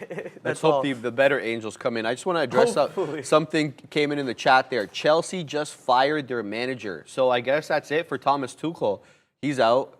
You know, they haven't really looked good. I can't confirm that, guys. I'm seeing that in the chat here, but I haven't confirmed it myself. So maybe you guys can support or deny that proposition. But that'll be interesting. So Chelsea, I know you don't care much about soccer. I saw Thomas an ad Tuchel about out. it. They lost or something? What? They got whooped yesterday by Shakhtar Donetsk, bro. Oh, yeah, They're not supposed to get whooped by Shakhtar Donetsk. Guys, we just got another piece out at 194. What is whoop though? 1-0? I think it was was it 2-0? I don't know. What are you asking Yeah, me? you can't be losing to that kind of team. I don't Okay, mean. okay. I hope not to disrespect any Shakhtar Donetsk fans in the chat, but you guys are definitely not on the level of Chelsea. I mean, Chelsea's spending up the yin yang. I don't think Shakhtar is spending anywhere near what Chelsea's spending. So the expectations are definitely a lot higher. Guys, we out at 194. First piece out here, 189. There we go. We're about to test 2. Let's get ready to take profits here. We're 197. Let's see. I think we top wicked at that 198 level. So I'm definitely looking to take some Griffin owns profit Chelsea. here. Let's go to Can we get that 198? There we go. Another top wick there, guys. So we got about a quarter of the position left. We got 3 outs on IMRA. I wasn't even happy with my entry on this one, the 183. I wanted like 180 or something like that. But hey, this has turned out to be real good. There we go. We broke 2. Are we going to stay above 2 now? Looks like there's size on 2 on the level 2 here. So, oh, yeah, dropped a little bit below. We'll have to be patient on this one. But there's probably a lot of covering. And probably above 2, you probably have a lot of covering on this one. I'm not sure what the shorts are, if they're hard to borrow or not on this one. I haven't had a chance to look, but I know Luca said we had to buy shorts on this one. So we'll wait for a higher print, and this is where I think I'd move my stop. I'm gonna cancel my stop on this one, and I'm gonna put my stop here at this level, the 190 level. So I'm gonna go ahead and put a stop at $1.90. And we'll give it to $1.88 in case it blows through for the remaining portion. That way, I've got a 7-cent winner even if I'm stopped out. And the reason I'm putting the stop there is because, number one, it's a whole dollar level. Like, not a whole dollar, but $1.90, so it's on the 10-cent. And I do see an area of support because it did consolidate for about 20 minutes in that area, and it did break through it. So I'm leaving that one as is, and I'm looking to take profits, and I'm going to put it at 204 will be my next out. So let's go ahead and do that now. $2.04 for the remaining portion. And there we go. We got a 203 print. Can we get a 204? And I might tank down. Like this is what these small cap stocks do sometimes. They'll break that whole dollar level, and then they'll zoom right back down. And you've got to be quick with the gun if you guys want to take profits on this one. I wasn't. I was too busy entering that 204 out. We'll see if it prints. It prints. I've got another like 3 minutes left on the show, and then Ian's going to come on. So if it doesn't print by then, I'm going to flatten out, Brad.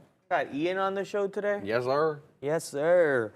I was actually reading a comment in the chat. That was person said Ken Griffin apparently owns Chelsea. So I went into this whole deep circle of Wikipedia and backtracking. It's not Ken Griffin, but it's some guy named Todd Bowley who's the CEO of Blue Co. And his net worth's $5 billion. So I was like, okay, so how much is Ken Griffin's net worth? Okay. 26 billion. 26 billion? Jesus, Ken Griffey. I guess Citadel and Robinhood did you nice there, my friend. Congratulations, Ken Griffey. But time for going to another super chat over here. Luca, do you think NASDAQ is going to the downside this week or next week? Luca. He's in the trade. Let's leave him alone. Yeah. And let's go to the next trail of super chats over here that we got to go through. The Hayes Records. $1.99 super chat. I got a French kiss J Pals. Okay. What? I don't know. Midday super chat. Moving on to the next one. You already read that. I don't know. Look, if you want to kiss J Pal, more power to kiss J Pal. But I'm okay on this one. Next time I'll be sure to read the super chat in my head before I read it out loud. What's that? Isn't he married? This is the full super chat. If you want to read it. In the meantime, I'll cover some of my positions over here. BJ, which was a good long for us, no longer.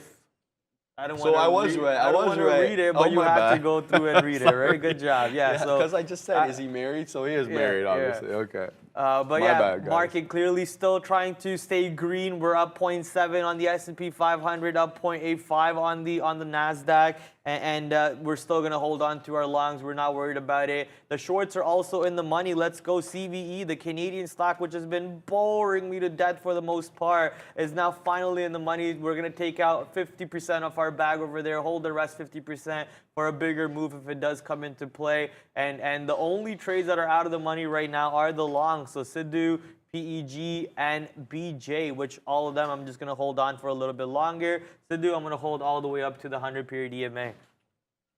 Awesome, guys. So this is my time to go. I'm going to flatten out my trade here on IMRA. Do you need to? Yeah, go for it. Go. So I'll just hang out here for a bit while Prat takes a much-needed break. He's been working hard for you guys, as always, every day. So I'm waiting for that 204 level. I may not get it here within the next couple of minutes, but you know that I have my stop at 190.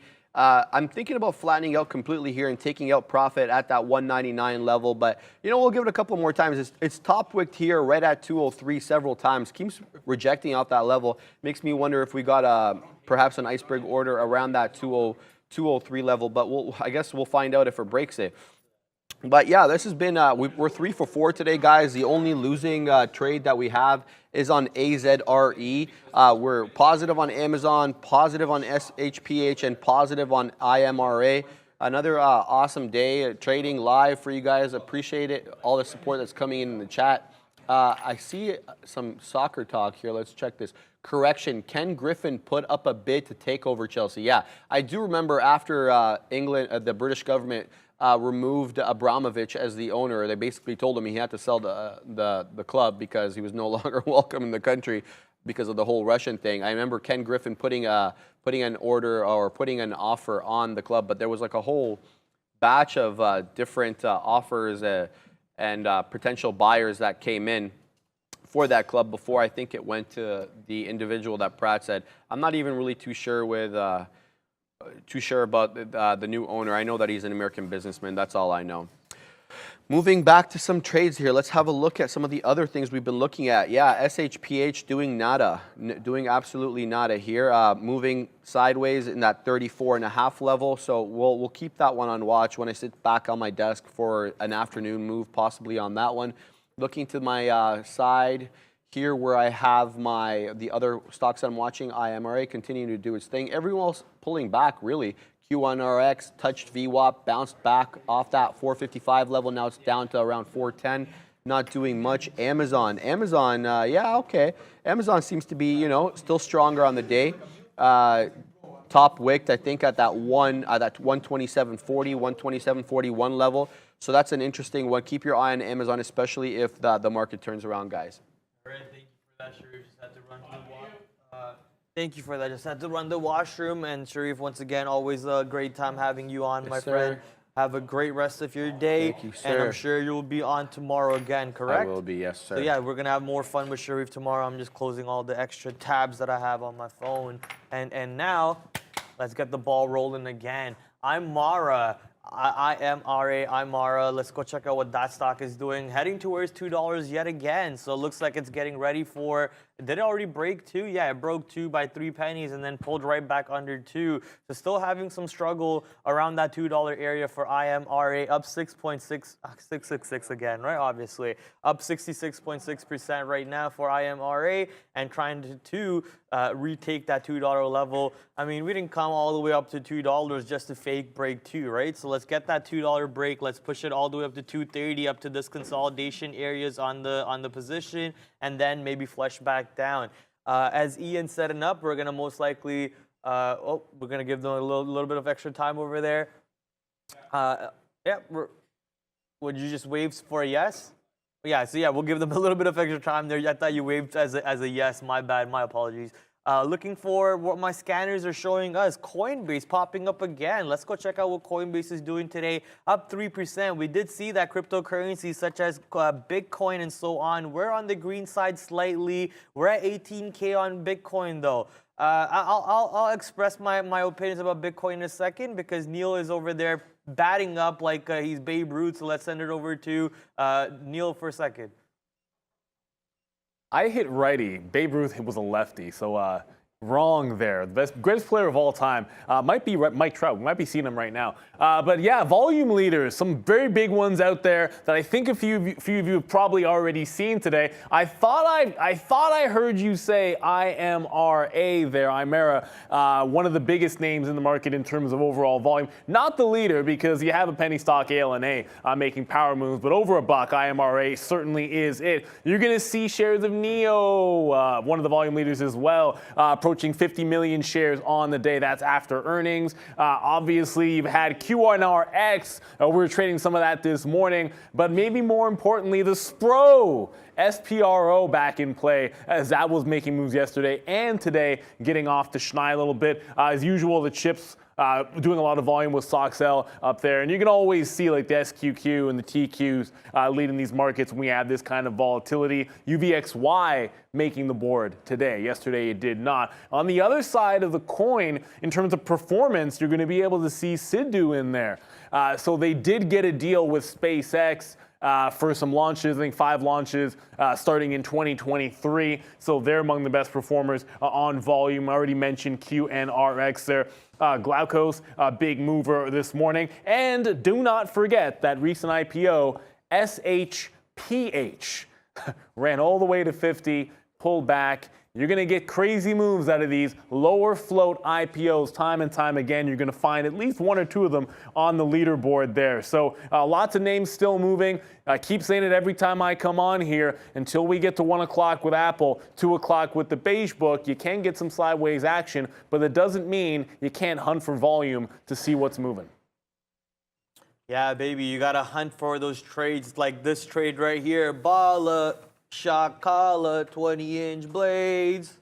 You know what it is? I know that Toyota song, Corolla, like, baby. Not Impalas. No Impalas in Canada that I've seen at least, but lots of Toyota Corollas where I live in Brampton, baby. Let's go. 20-inch blades on that Corolla. We're absolutely balling over here with Bald today. BALL.NY on New York market. 70 cents in the profit, taking 20% more off the table. Now holding 40% off my trade left on BALL. Beautiful, beautiful exits. Come on, we're going to look for more profits. I actually don't know where to say I think I'm done with this trade. You know, it's going to continue, keep on going like that. Then we're just going to keep on trailing our stops. So we recently took out this consolidation high at 57.40, and now we're at 57.60. 57.40, we already had a little pullback around those areas, and now creating a new high day. BALL, one of my most successful trades on the day today. A couple of my longs, though, are showing some pain. They're just flirting with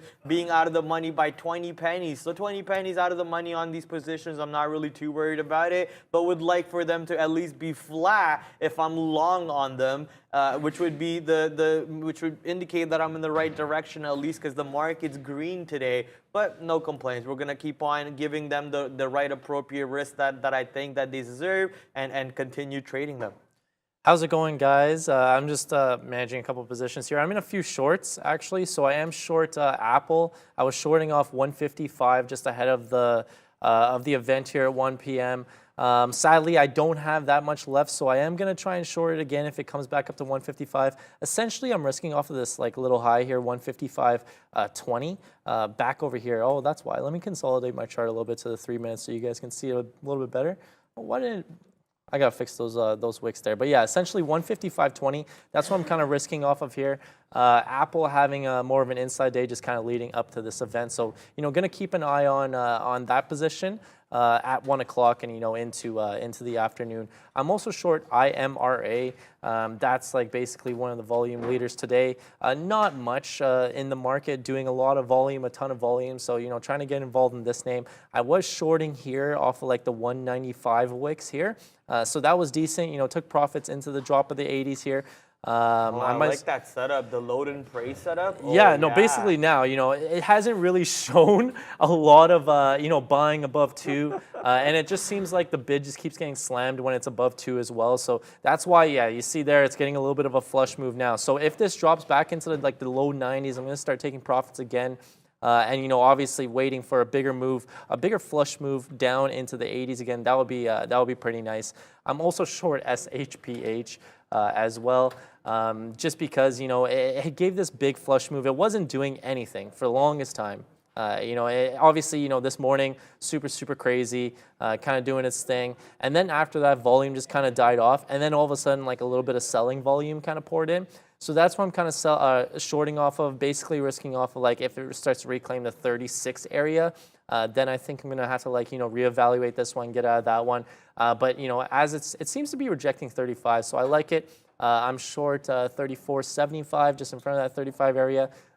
Bidding in the low 34. So basically I think Sharif said it was like 33 was the halt price that it opened at on this first halt, right? So I think if it breaks down there, it can kind of crater back down to 30, kind of an intraday gap fill, if you will, on SHPH. Yeah, you got to stop smiling, man. The chat's apparently going blind. They're saying you got those Kretz white strip program going on. You're blinding the chat with those white What? G. Take it easy there, bud. Stop blinding our chat. Thanks, guys. I appreciate they're trying to that. make a trade over there. They're trying to make profits. BIAF being talked about in the chat. So BIAF currently pulling up the stock 33% up on the day. It did pull back a little bit off the pre-market levels, but now heading right back into the pre-market level ranges and maybe play with the pre-market highs very soon as we just now get above VWAP for BIAF. S&P 500 finally cleared the high day and just now put a new high day into the market, and NASDAQ might just be ready to do something similar. So as we are 20 minutes away from the official end of the lunchtime, market already showing us some strength, some volume pulling into the market. Also 20 minutes away from the official time for the Apple event to start too. So you saw how Ian over there was putting some damage on the Apple shorts. But as the market's now moving up a little bit, maybe time to manage our shorts over here myself, such as CVE. We took out half of our bag originally, but nothing really happened since then. So we're going to just hold on to it a little bit longer. SHC.NQ, this was a pretty profitable trade for us. And now we're just stuck in a range. At least this doesn't stop us out. It doesn't go too far high. And how much size do I have left on that position? Maybe I can just reload over here on SHC on the short side. Sidhu now 20 cents out of the money. And as I did say, we're going to give it up to that 100 period EMA on the 5-minute chart. We are slowly trickling down there. I might add some size at the 100 period EMA when we do push there. NASDAQ now trying to continue its ascent to the high day areas. Look at the buying coming in, volume slowly rising up, and we're getting ready for a real push in the market for the long. So Bala about to be straight to the moon side a little bit more. Ooh, market, yeah, market's pulling in, baby. We took out 39.50, only 50 points away from 4K now. Watch that 4K area, 405, 410 area. Be where the shorts are ready for it. That's where Arun from his vacation in Greece or Italy or wherever he is, he's waiting for that 405, 410 area to short the crap out of the market. Yeah, definitely some key levels going to be coming up, and it's all kind of leading up to CPI obviously next week. I believe it's on Tuesday. No, it's all leading up to Free Fall Friday. Free Fall Friday, I guess, the preceding Friday there.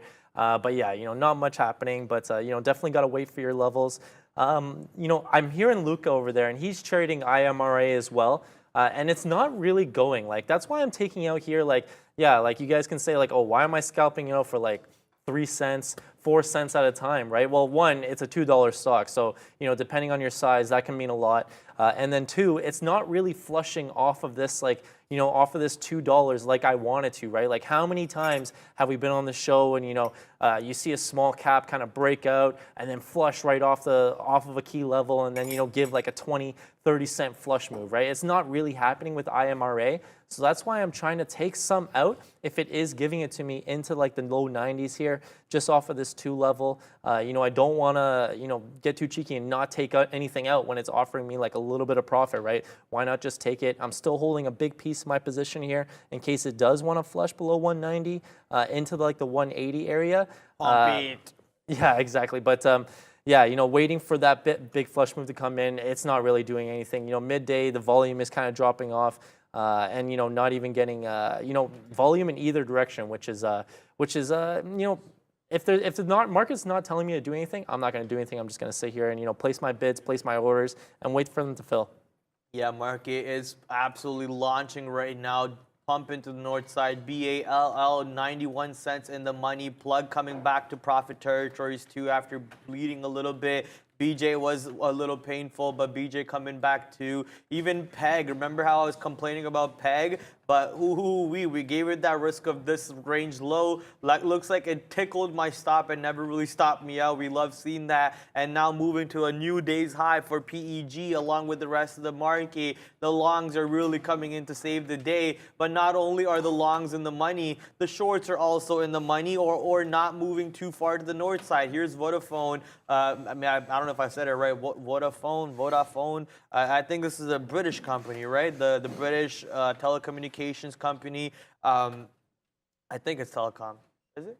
It's like I think it's a phone company. Yeah, telecom. Yeah. Yeah, maybe if you guys can correct us in the chat. I mistake. The only company to spell phone correctly. What do you? Phone. Yeah. Well, we're not going to get into Prad's English today. Hopefully not. Maybe a little bit later. You guys know all about that. I mistakenly punched all out of my Apple position. I added to it actually above 155, just like I said I would. And then, it gave a little flush move. I took some out. And then I was like trying to place my stop, and I accidentally, covered my full position here. I think now, instead of kind of jump into another short here, especially since all this buying kind of came back into the ES and into the overall market again, obviously Apple broke out 155 and, starting to like kind of reclaim VWAP here. I think I'm just going to wait 15 minutes, wait for the Apple event to start. And then, wait for it to kind of pick a direction. I had some clean scalps off of here. I think my best out, I had like, 80 cents in the money or whatever. So it was decent, right? I had it's my top name this afternoon from the trades I put on after like 11 o'clock. So, that being said, I just want to be patient with this one now and just wait for the event to start.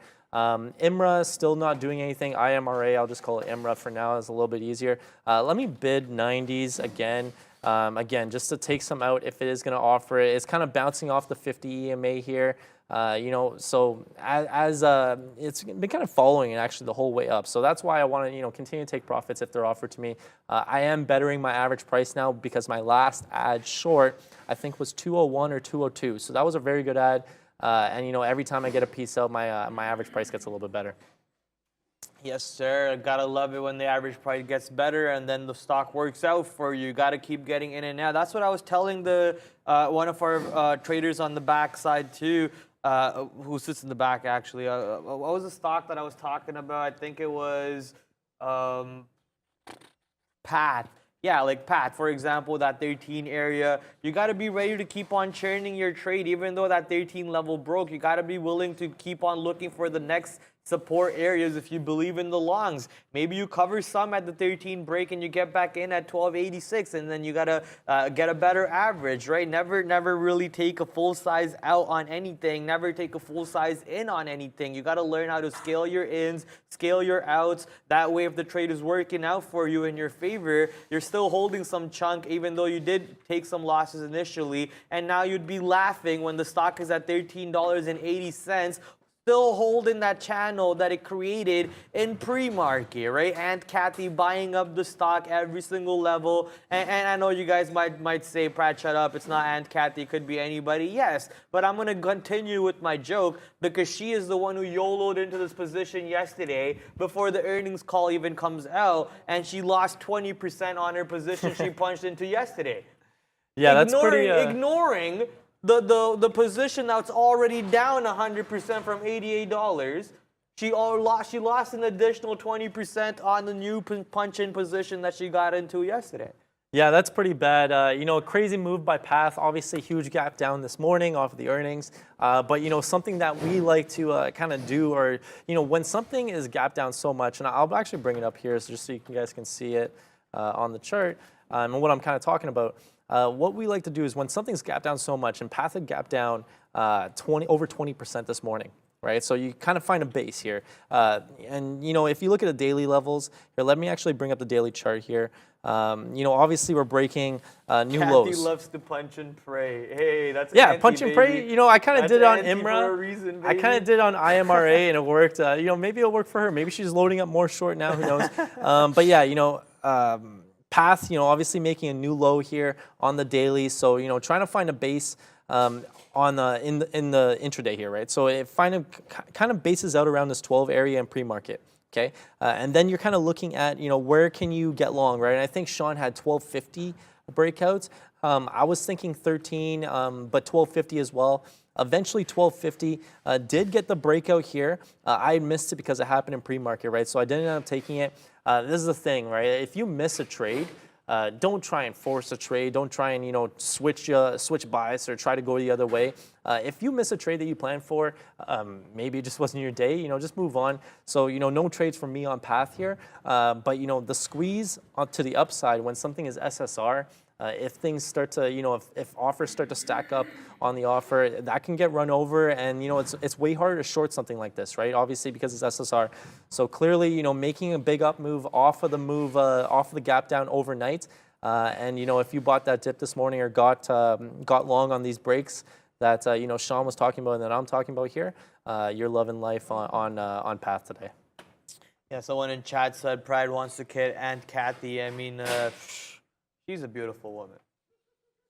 That's an old picture, is that not? Woman. Yeah, okay, yeah. She's a young Aunt Kathy. She's a dime, okay. bro. Young Aunt Kathy was funny. a dime. Come on, you can't ignore young that. Kathy Wood pictures are not priced into ARC. Yeah, bullish. like, these are not priced in, bro. This is just the bottom falling apart for no reason. Wait for the buyout levels to get kicked back up and the buyers come back in and ARC starts launching the way ball is, right? Ball absolutely to the upside today. I can't stop talking about this position. Now a whole dollar in the money. Took out more outs on BALL over here, near $58. Can we get the 58 break now on BALL? Not even sure what the catalyst is, you know? Copying a little bit of Aunt Kathy classic playbook. Punch and pray and ask questions later. I don't even have to ask questions, though, when the stock is working for me. So who cares about the catalyst at this point? I'll care about the catalyst when the stock's not working for me. Then I'll wonder why I lost. Yeah, exactly. Then I'll wonder why I lost on this trade. After you know the trade does not work for you and you're taking a big L and you're looking at your blood and you're like, wow, that was bad.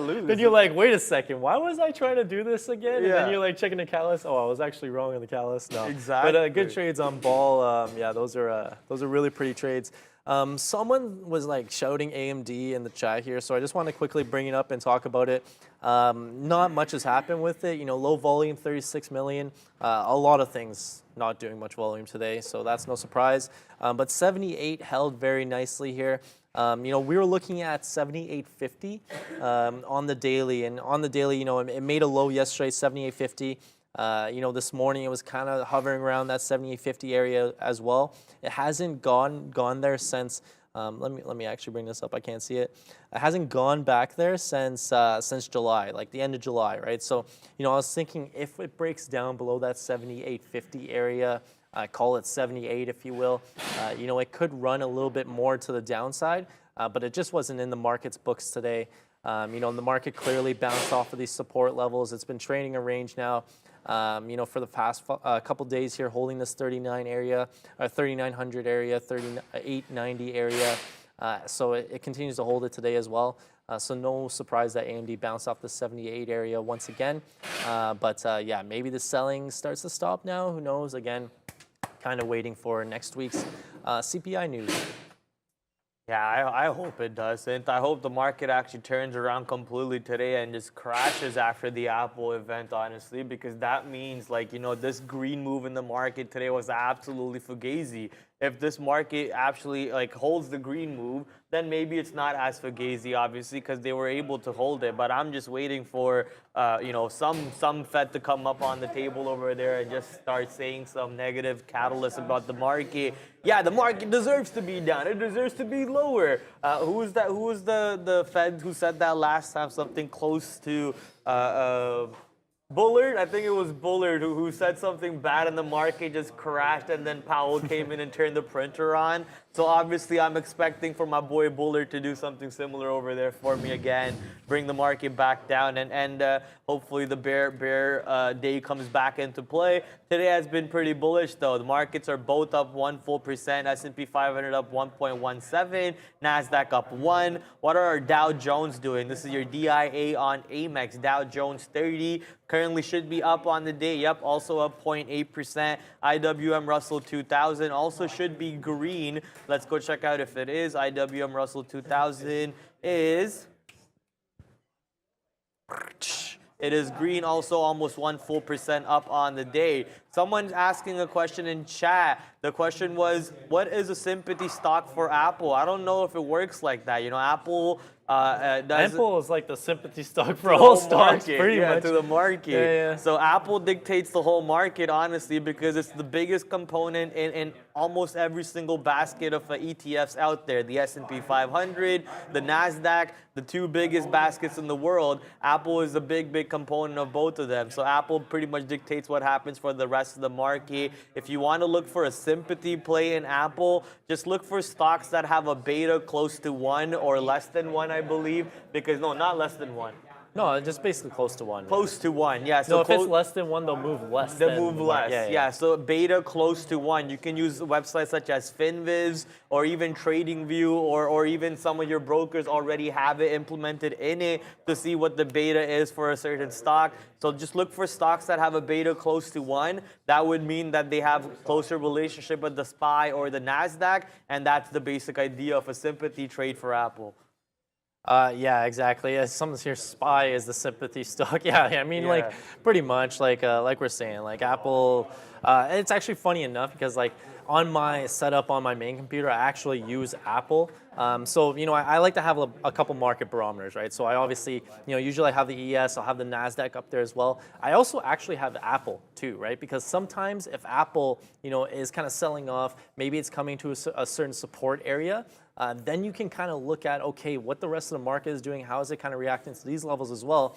And then, you know, if you're trading something else, if that's kind of at a support area, you can kind of go long and, you know, build more confluence around your case, so to speak. So it's always good to kind of have Apple up, or, you know, like Brad was saying, any other big, you know, big stocks that are involved or that represent the SPY or the ES or whatever.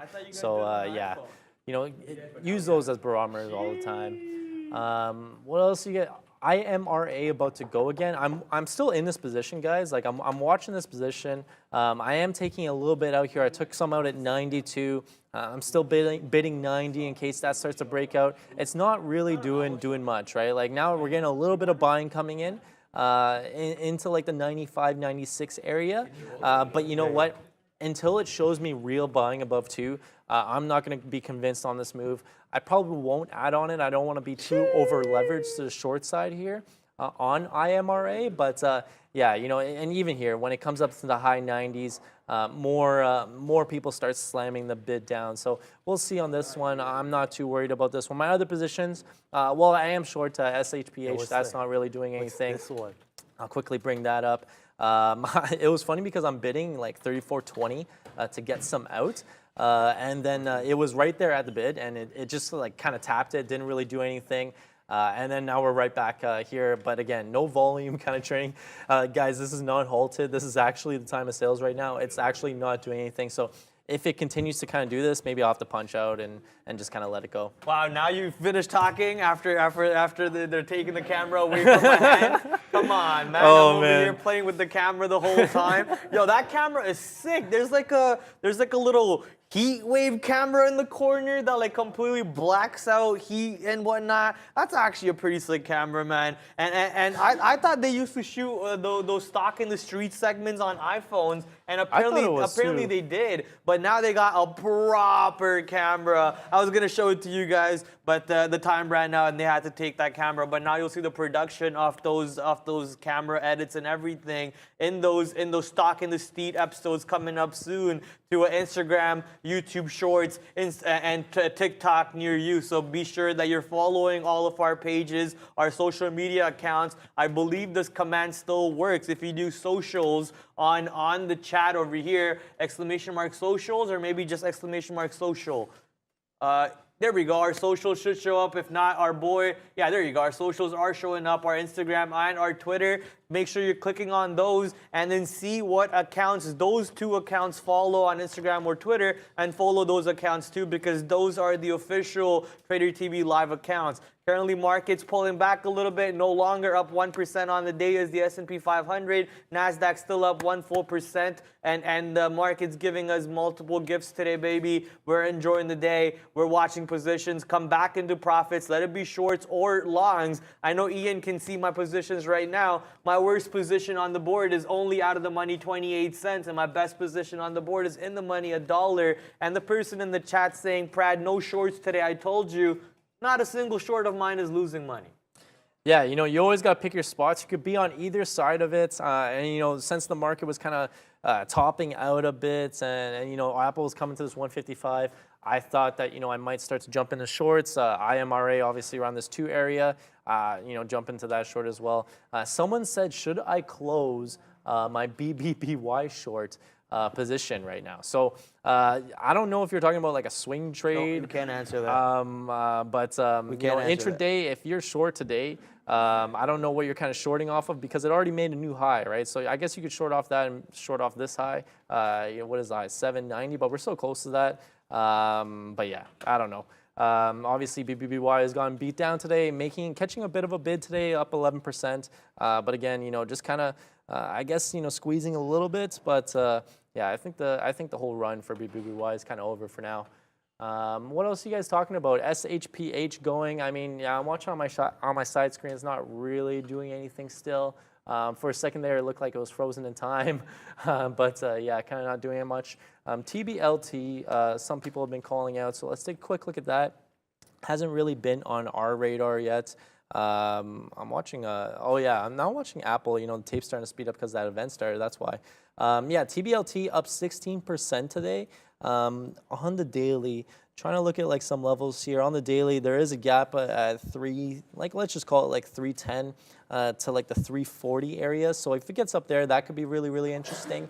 But some volume definitely coming in here after like around like the lunch period, and squeezing above this 260 area. 260 looks like a pretty good base, just because it kind of held here as resistance. 265 if you will, and then 260 to 265 kind of acting as a support zone here. But yeah, not sure why TBLT is kind of squeezing for today. Obviously up 16%, and yeah, having a good day. Only volume though, only 3 mil volume. So yeah, that's kind of strange. The event literally starts in outer space, and you guys are telling me we're not going to talk about virtual or augmented reality? Come on. The event's literally starting in outer space, zooming in out of the Earth, and now diving into the Apple world or whatever. My program monitor? Oh, it's in the program monitor. Yeah, see, now it's diving into the whole world and everything. This is the event right now starting, the Apple event from the Apple H quarters. And there's my boy Tim Cook. Let's go, Timmy boy. What you got for us? Let me see some augmented reality out of your mouth. I want to see AR, VR. If not, just leave right now. I mean, he's not going to announce it right away. Right now. The event literally just started. And it's probably going to last a while, right? But yeah, we'll see. I'm watching the Apple tape, and I'll bring it up here on the main screen. If you guys want to see it. I think we're still watching the event there on the monitor, but I'm watching Apple, and the tape is starting to speed up, but it's not going anywhere though. Like the price is still not going anywhere. The tape is speeding up. But yeah, we'll see what kind of happens. I guess, they obviously have to, start talking about stuff and start releasing some stuff and release some news. But are we? Or Yeah, that's still the thing. Is that, wait, what is on the program right now? The us or the Apple stream? Oh, it's us. Okay, so Okay. that's weird. On our monitor, we're watching the stream, and then I guess, on the show. Yeah, so here, you can see the Apple tape here. Oh, no, that was Luca talking. Yeah, so on the tape confused. here, you can see it like really starting to speed up and accelerate. Nothing was happening in the market, and now something is starting to happen a little bit. But again, the price is not really going anywhere. It's still fluctuating around this 155 area. So, wanted to really pick a direction around this 155 area, and then we could potentially jump into a trade. Yeah, I'm just setting up my screens over here so that way I can see it and read the messages that they're talking about. Apple devices, there's also incredible integration between iPhone. Yeah, you see the same stuff every day, man. Listen, let me just go to the new stuff already. But obviously, they got to sugarcoat it. They got to sugarcoat the articles and the news a little bit. PEG now moving a little bit more for us. Let's go, PEG. 30 cents in the money. Let's take out some more size over here on this bad boy. CVE now also 30 cents in the money. And this trade wasn't really doing a whole lot for us. So finally moving extra to the downside. And SHC also moving extra to the downside. Extra, extra. Get your fresh shorts over here and take your profits once again at the low a day on the same trade. Even Plug Power, yahoo!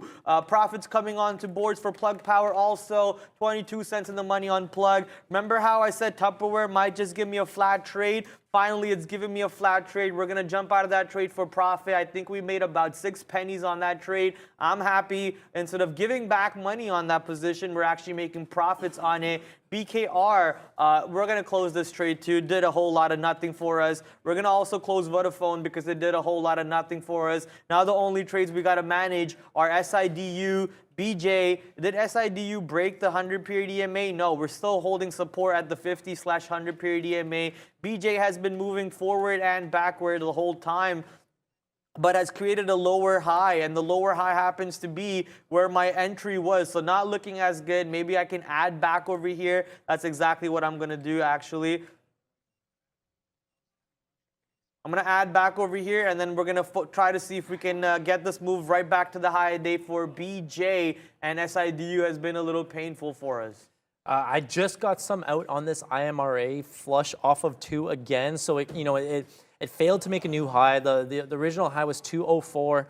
It did get above 2. I'm sitting at 88, man. You got to fill me. I was sitting at 90 for the longest time. Eventually got that fill.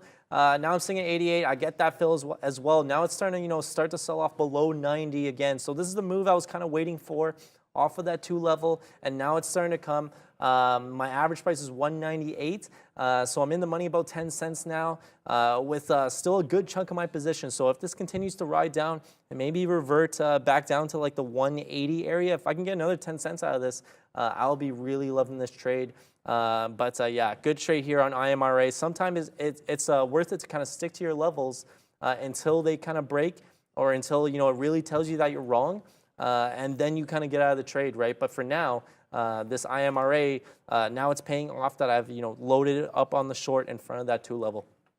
Someone in the Discord right now messaged me asking for is there a 3 times leverage for the SPY? There has to be one. I just don't know them, so I'm Googling for you right now. I see the lowest fee 2 times leverage ETF for the SPY. Not a 3 times, but a 2 times. It's SPUU on Amex, I'm guessing. Yeah, SPUU on Amex. Looks very illiquid though, so not sure if you want to even be watching this. What is the SPX? Isn't the SPX a 3 times leverage ETF also? Maybe not. I'm trying to find those 3 times SPY leverage ETFs. Maybe I can go here. UPRO. Okay, now that's the one that I've heard before. UPRO should be looking a little bit more liquid than SPUU. So let's go check out the chart. Yes, a lot more liquid just by looking at the chart. If this one's the upside, then which one's the downside? DPRO, I'm guessing, would be the downside. Let's go check out DPRO. Nope, nothing like DPRO. Maybe LPRO. Nope, not LPRO either. Not sure what the opposite direction for UPRO is, but there should be a stock on the opposite direction too. Like TQQ is for the long side, SQQ is the short side. So UPRO is your 3 times leverage ETF for the SPYs for the person asking the question in chat. Yeah, I'm just trying to manage my. No worries, we can No, continue. we're good. We're good. We're good. Not a lot going off. I'm still kind of watching Apple here. Apple has still kind of failed to make a new high, like a more recent high, I guess. Off this little push off here.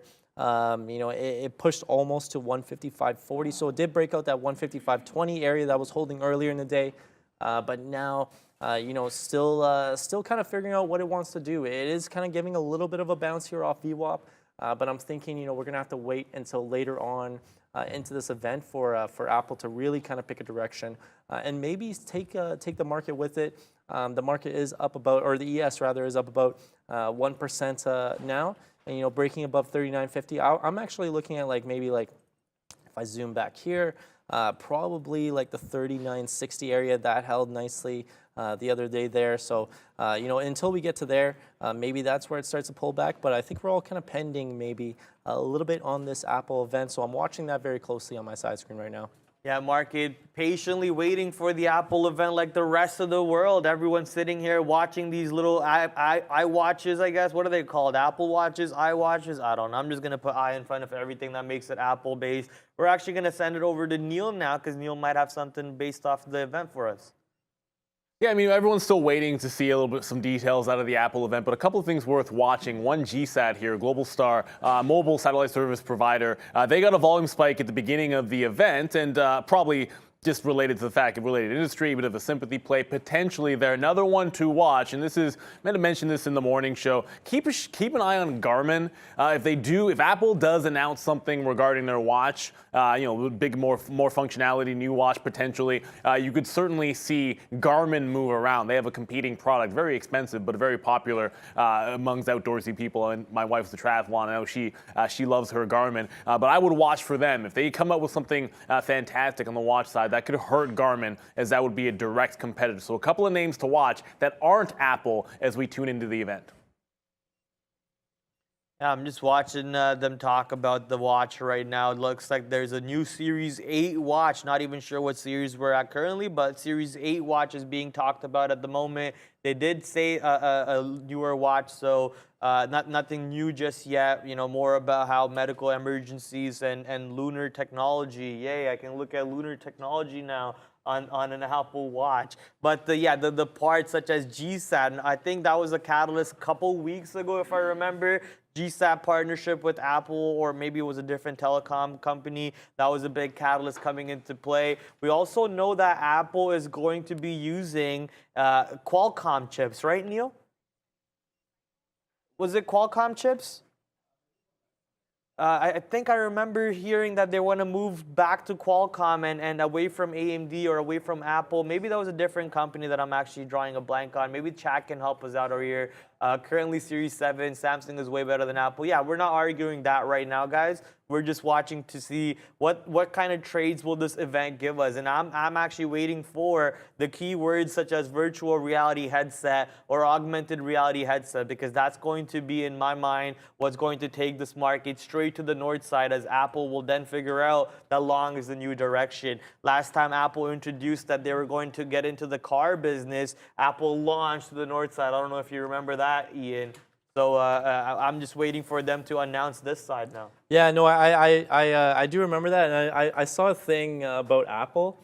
They did like a survey, and it wasn't obviously run by Apple, and I forget who it was run by originally, but basically the survey asked random people on the street, like, would you buy an Apple car? And then Apple hasn't even talked about an Apple car at all, or hinted at anything like that, so to speak. And then people were like, yeah, I would love an Apple car. I would buy an Apple car. So it seems like people are super excited about anything basically that Apple is going to give you. So obviously, a lot of eyes on this event. Prad is watching the event right now. And what's it saying is it said the watch can tell you if you ovulated. That's pretty insane. That's pretty insane. Okay. Like, what? Okay, so it seems like, first things There's first. There's a temperature scanner on the back, and it scans for your temperatures. It can tell you if you're ovulated. It can tell you if you're not getting enough sleep at night, what temperatures you're sleeping at. That's pretty cool. tell you specific illnesses. Obviously, this is all about like health benefits from the sensors and everything. Technology, I don't know if you guys know this law, but I think it's Moore's law, right? Where technology just keeps on getting smaller and smaller and smaller exponentially as we keep on progressing as humankind. So now where sensors or computers that used to take up a whole room, that used to be the first few computers in the world, now you have a computer at the palm of your hand, 128 GBs at the palm of your hand. Imagine saying that back in the day to the people who first created computers, right? Yeah, So we're just heading into the future over here very soon, but we're still far way out. Currently, I think the only topic that most people are going to be able to talk about is Apple. So I want to deviate from this topic a little bit and wait for the key points to bring up the stock. So I'm going to head over to BALL real quick to show you how I'm closing this trade now, as it looks like it is capped up to the north side. PEG also looks like it wants to cap itself to the north side over here, but we're going to hold this trade for a little bit longer. I think BJ, we're going to close this trade as it's now it's still only 23 cents out of the money. Then I'm not worried about it as much. It's just my size is doubled up, so it had me worried for a second, but we're still holding these consolidation bottoms over here at 76.43. These bottoms yet to break. Until that bottom breaks, I'm going to hold on to my trade for a little bit longer. Made back most of my losses already, and now just looking to add to my profits with the rest of my trades on board. Market has slowed down quite a bit on the Apple event over here, so clearly we're all in standby mode at the moment. Yeah, pretty much. And that being said, I'm managing some of my other positions, so I'm still in the IMRA short, and I'm still in this SHPH short, and I haven't talked about this one in a while, so I will talk about it now. Again, kind of making a little bit of a correction move here, so that's why I added to it up here to try and better my average. And add a little bit more size to the position in case it does continue to kind of flutter down to the downside back into this 34 area. I was trying to bid before, and I was trying to bid because the spread was so large. But that being said, maybe I should have just crossed out and got a little bit more out of that one. But again, just kind of risking off this consolidation area here. For now, not too much happening with that one. IMRA, still watching that one as well. And again, I'm still bidding here in the low 80s. I take some out on these flushes, and I'm still sitting about 10 cents in the money on this one. So that one still seems to continue to work, although volume is dropping off considerably here. So maybe it just kind of fades the rest of the day. We'll see. But yeah, no volume coming in either way. There was a lot of sell volume coming in at 2 though, so I'm still liking the position, and I think my thesis is right on this one. Yeah, I'm just looking at a couple messages between our group chats over there, and I was laughing what Luca was saying. Just Luca's a joker sometimes. I love Luca. In order to detect unique forces of car crash. Oh, it's got gyroscopes in the watches too now. All right, so it can sense G-forces. So it looks like Hamilton can slap it on his wrist to understand how many G-forces he's pulling in a corner of Spa when he's getting bumped up by Alonso in a corner with a stupid wheel, and then get blamed that he only knows how to drive in the front. You're still caught up on that. I'm still caught up on that. Old man Alonso has no right saying that. Get your butt off to the retirement table. Leave already for those words. And then he has the nerve to go see Hamilton in the paddock and then have a hat signed by Hamilton. What do I look like? Like I look like a fool to you? I'm not buying any of these. This is just PR stunts. Oh, that was pure PR. Pure PR stunts. Pure I'm not buying any of this. How'd you think about the last race? Man, I was thinking that the last race was, so I didn't watch it. Okay, I was thinking the last race, that was gonna be it. Lewis is gonna finally get that win. It looked really good. It looked really good for a minute there. But again, he got super bad luck with the safety cars and the VSC and whatnot. And then Max with the strategy got on the right tires. Of course, Lewis he couldn't give up track position, so he couldn't pit. And it just kind of went downhill from there, and eventually, finished 4th. Yeah, I think it's a good sign of what's to come. Maybe, Mercedes has been showing a lot of good potential, yeah, I think just a little luck. If they get a little luck to come their way, maybe Red Bull slips up a little bit, then they can squeak in for a win there. We'll see. But another race this weekend, a triple header. Where's this week? Monza. Monza. So Italy, Ferrari's home race. Ferrari. Yeah, hopefully they don't mess it up too badly, but my bets are that they will. My bet's the strategy's going down the drain. Yeah, they made a couple mistakes in the last race too. Not surprising, but yeah, we'll see how this weekend goes. Yeah, that was a quick little F1 talk over there for those of you who are F1 fans. We also got a big fight weekend coming up. UFC Fight Night is gonna have the Stockton's own 205, I think 205. Stockton's own, baby. Nate Diaz. That's Luca's favorite fighter, too. I think Luca will probably be watching, too. We can talk more about that closer to Friday. I don't know what they're talking about over here. Low power mode on the watches. Yeah, cool. Obviously, not a big smartwatch guy. I still believe in your traditional watches, so I'm not really a smartwatch guy yet. Maybe if once I see the Pixel watch, I'll get infatuated by it and dive into it. Apple Watch has crash detection, says Neil. Yeah, crash detection. It's pretty cool, man. Pretty cool.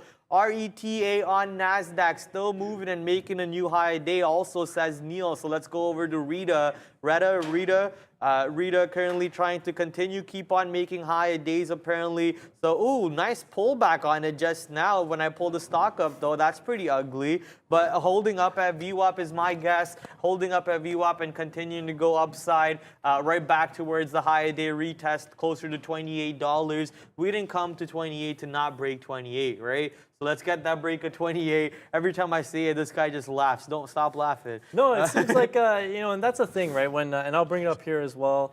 Yeah, when something comes up to a level like that and kind of pulls back, it almost gives you more inclination to take a break of it if it comes back up to that level and there's not much selling next time, right? So, gonna keep watching this one. It's up 17% of the day. Whoa. If that 28 comes back into play, NKE we're Apple gonna really want to partnership? see the tape when it comes to that. Go to you, yeah. What did you say? NKE Apple partnership, maybe, possibly, because it says all Nike wristwatches can be used on Apple and all Apple wristwatches can be used on Nike, like the straps, I'm guessing. It says something close to that. They're also talking about Hermes Lucky Horse watch faces. So they're basically talking about the compatibility of the wrist straps. But I think that kind of can bleed into NKE a little bit. The fact that they even chose to mention NKE before Hermes, which is a higher brand name. Bougie Ian over here knows all about Hermes probably. That's a little bit out of my pay grade, that's for sure. But But yeah, so if the fact that they even brought up NKE before Hermes, man, I think that just has a little bit more value in it. Nike today up 1.6%. I'm not really a big fan of Nike, but it's for people, it's mostly checks over stripes. I'm a big stripes man myself. I am actually not brand loyal to anything. Like I'm rocking striped socks and I have a check shoes, so I don't really care about the loyalty like that. I know some people do. I actually got flamed one day for being on a golf course with Nike shoes but Champion socks by the viewers. Apparently you're not allowed to do that. but I don't care about the rules. I make my own rules every single day, baby. Since we're talking about Nike, I would love to head over to Lululemon, which is our Canadian partner and one of the God's best companies in the world. God, I love Lululemon. Lululemon 1.48% to the north side, same like NKE. man, their stuff is so comfortable. I have a few pieces from Lululemon, and I love them. I've watching, never worn them, but I love them. You should try it out, man. I like sweatpants, shorts. I will. They're so soft but I and still so love them comfortable. without having to try them. I'm watching Apple now. It was trying to figure out what it wanted to do.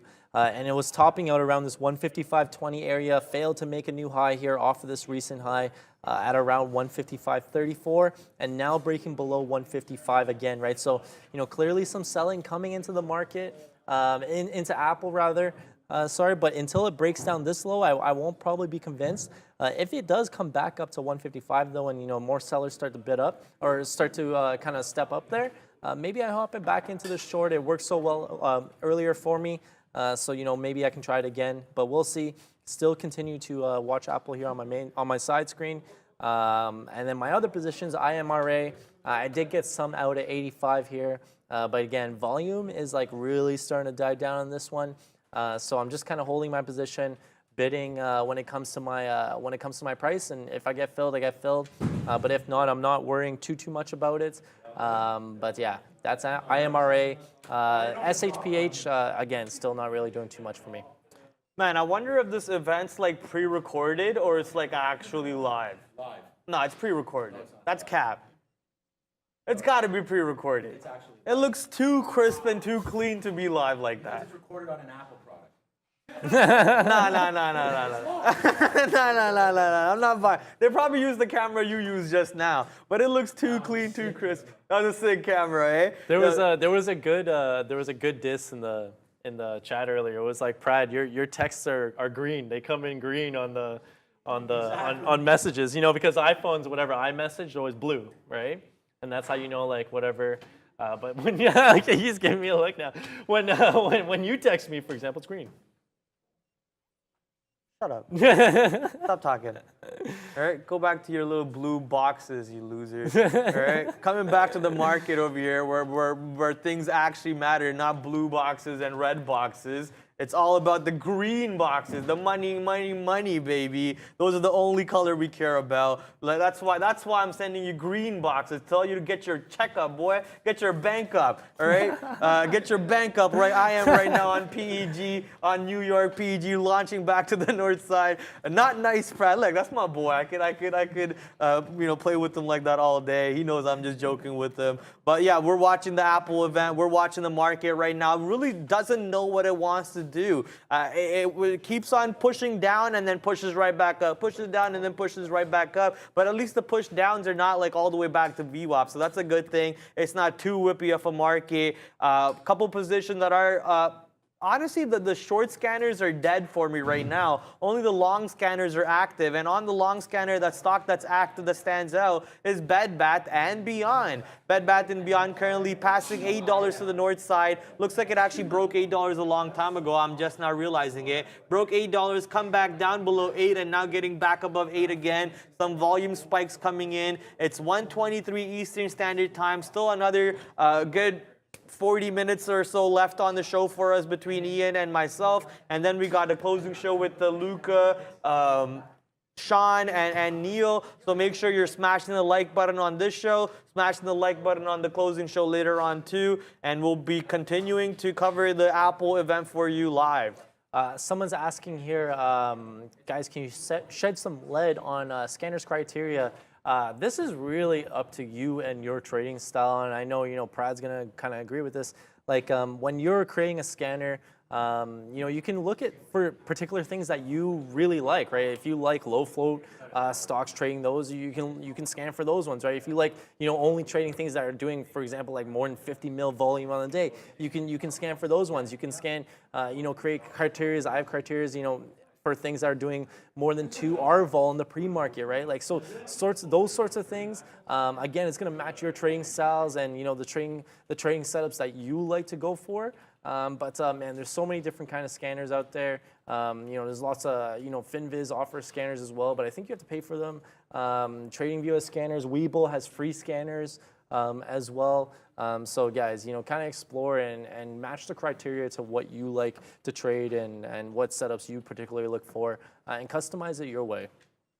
Yeah, everyone's trading setup is different. Everyone's methodology is different. Some people like to load up and pray. Some people like to YOLO like Kathy would. Right? You got to set up the scanner based on those trading parameters that you like to be a part of. Not two people are the same, and that's the beauty about this market. Every day I woke up, it's a brand new day. It's not a repetitive day. I used to live that repetitive lifestyle. You wake up, you go into a job, you code, you press play, and then you go back home at 4 o'clock, and you come back the next day and you press play again, and then you watch the code run. It was mundane, it was boring. That's the beauty of this job, man. This job, every day there's something new, brand new opportunities to look for, no matter what direction the market's going into, the downside, the upside, or even flat side. So gotta hunt, gotta use those scanners that will help you find exactly where money is being poured into. And in terms of fine-tuning your scanners,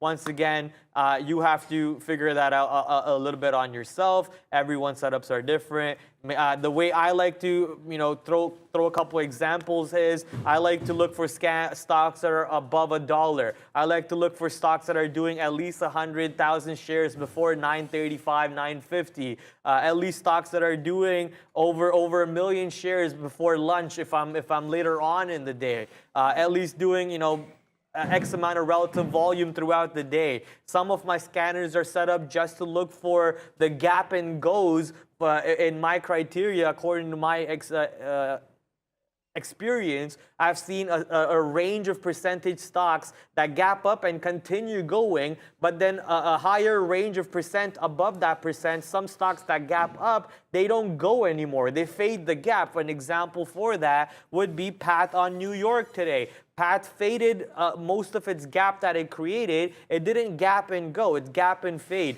So for those type of stocks, you create a scanner that are gapping more than some of the other stocks. So you really got to understand what criteria you're looking for, what setups you're trying to scan, and set up your scanners accordingly for that. We could go on forever and ever, but I think a couple things that we could do is actually record maybe a YouTube video. Neil and Sean do that a lot for you guys. Maybe we could, team up with Neil and Sean and Trade Ideas to help you guys create a scanner. Maybe that's a topic for somewhere down the road, and actually not a topic for me to even be a part of because that's not something I do.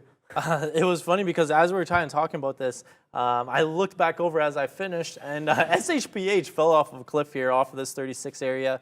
I was looking at the tape briefly, and there was maybe 50 lots at 36, and then about 50 lots at 570 it was, and then that got taken out. And then after that I was thinking, okay, maybe if there's more selling pressure here, it maybe continues to sell off a bit. I didn't expect it to kind of fall off of this cliff here. So as I look back and I was looking, I was almost $2 in the money. I'm got to get out most of my position here because I'm weighing the money. So still holding about a quarter left here. If it comes back down to this 34 area, again, I'm bidding here again to the lows in the 33s. But if it comes back down to the 34 area, I'll start taking some more out as well. Basically just now risking off of the 36. If that breaks out, then I'm all out of this trade and I'll call it a win on the day. For SHPH, Apple is now working very nicely for me as well. So let me take some more out of this position as well. Yeah, got there. Got that one there. So again, kind of shorting off this 155, the same sort of idea that I was working on earlier before the event. But again, just kind of waited patiently for the event to kind of play out and for Apple to sort of pick a direction. And it looked like it was really struggling around 155.20. And again, couldn't really break out of a new recent high there. So, again, just kind of shorting the lower high and then waiting patiently for the breakdown to happen. And now, showing some more weakness below the 155 area and below the VWAP area, and making a new low here since about 1 o'clock. So let's see if we can continue to ride this wave down to the downside. Maybe the ES kind of pulls the market down with it as well. And then my Apple short is looking pretty good. I'm simply not buying it that this is all live. This guy just went from the HQ to some next mountain, and now they're gonna go to some next building. No, this is not live. This is not even Luke is the guy who handles cameras and everything is telling you it's not live. Come on. I don't know film direction and movie and all this stuff. I'm not no Quentin Tarantino, but I'm also not an idiot. This is no way that all of this is right now. She's saying this without a teleprompter in her face and all that. Not buying it. I'm not buying it. But what I am buying right now are the profits rolling into my bank account, baby. BJ on New York. You saw me double down on my position. You saw me get scared. And then I said, nope, we're no longer scared. Now BJ 13 cents in the money. But because we had 2 times the size that we originally wanted, we're now already making that profits on that position. CVE continuing to go to the downside. Let's take some more size out on CVE. Take that profits. SHC on NQ. We're going to take some more profits on that bad boy. The only trade that's not working for us right now is SIDU, and SIDU is only out of the money by 2 pennies. So guess who's worried about their trades? Not me, baby. We're making money. Even PEG, 50 cents in the money on PEG. Let's take out another 20-cent profit on that position, as the Apple event has been nothing but absolutely nothing burger so far. So our other positions, we're gonna have to keep on managing them a little bit longer. Yeah, basically a nothing burger so far, not really creating a lot of movement. So I am going to try and take advantage of these small movements that I'm getting. You know, I am in the money about 20 cents. So that's why I've been kind of covering that position as well. I was just talking to Luca a little bit about the IMRA short, and this actually happened so quickly. Like it was up here at 2, just doing nothing. And then that's probably why Luca kind of got distracted a little bit from it when it came back up to this 2 level again. But finally, you know, getting the flush move off of there. Regrettably, I did not add to that position because I was a little bit over leveraged adding on the way up, and you know, I had to better my average a little bit. But now, you know, continues to work and can't really test back that 2 level. So a lot of things that I've done this afternoon are continuing to work for me. So let's just keep kind of riding that wave. SHBH did push all the way back up to my price. That's kind of crazy. But again, you know, not my full position on that anymore. So I'm not too worried about that one. You want to welcome a brand new member, not a member, but a viewer, Otto Sheen, and also walk him through the YouTube spiel. Yeah. Otto Sheen, did he pop up here? He popped up in the chat saying, wow, I've okay. never saw this channel before, brand new channel, or I'm new to the channel, this is amazing, and so on. Oh, okay, yeah. No, check out the channel. Obviously, welcome to the show today. Guys, we do live streams every day from 8:30 to 4, so basically the whole market hours and a little bit of pre-market action as well. On top of that, we release videos, you know, during the day. In the morning, a little pre-market summary. We do a trade of the day video afterwards as well. And then on the weekend, we do lots of bonus content, a lot of educational content as well. Yeah, guys, we always thank you for support. If you haven't already, smash this like button. 2.2K likes. The other day when I was on, we had about 3K likes by the end of it, right? So if we can get up to there, that would be really awesome. For today, if you haven't already, check out the channel. To the new people joining our video today, you know, check out the channel, go through the videos. You can search through here as well. You know, you go all the way to the right here, search. If you want to learn about anything, just type it in, and then a bunch of videos pop up about that content. If you want as well, you can check out the store. But as always, guys, thank you for your continued support, and welcome to any new people joining us for the first time today and kind of coming across our channel. Again, guys, we do live streams every day, and we love trading, so we hope you do too. And let's continue this wave. Yeah, I'm watching this amazing live event, which looks like it's edited 100% live and 100% real, man. It's no camera tricks, nothing. It's so crazy. Moving on. They're in a boat right now, so I'm waiting to see what they're talking about. Still talking about their Apple Watch. They have a new Apple Watch, though. It's a little bit of a bigger than the Apple Watch. It's basically a Garmin with Apple straps on it, because it's used for people who are, you know, outdoorsy, who are running outside and so on. So that is a brand new watch with a bigger screen on it. I bet you people are gonna use it as their normal Apple Watch because it has a bigger screen on it. So even though it's catered to your explorers and your so on, if it has all the functions that a normal Apple Watch has, I can see people just going for it because it has a big face. You know, it's that Rolex feeling. How many millimeters is your Rolex, buddy? Mine's 17 inches long. Right? So look at that. That watch is actually huge to look at. That looks like a squared out Garmin, if you ask me. Garmins are circular. That's a squared out Garmin. I'm just watching it on the screen. They can see it if Luca pulls it up on the thing, or even puts up. Yeah, it was right here. You'll see it again in a second. It looks like a bigger. He has it on his hand actually. Bigger screen. So if it has all the capabilities of a normal Apple Watch, I think people will just go for that for sure. Also waterproof, and he's sea diving, right? So clearly he's in the water, and nothing's wrong with it. I don't think my headphones are waterproof. I was actually looking about it. I need to Google if my headphones are waterproof. Are the Apple ones waterproof? No. Apple ones are waterproof to a certain degree. It's not like water, but like water resistant, I think. Yeah. Oh, okay, that's good enough. I mean, I don't think you're gonna go swimming with your AirPods on. That's kind of crazy. That's what I was thinking about doing, though. I wanted to see if I can go swim with the AirPods on. Someone called out Netflix 225. It just broke that out there. I was kind of quickly looking at it. There wasn't much on the tape there, not much size at all, 225. Obviously up 3% today, so relatively strong in comparison to the rest of the market. I was trying to look at the daily here to see if 225 was a key level or anything. I haven't traded Netflix in a while, so yeah, no, it is not. Maybe if it comes back up to this 235 area, then it could be super interesting again. Not sure why Netflix is really starting to catch a bigger bid here than the rest of the market, but yeah, strong move by Netflix.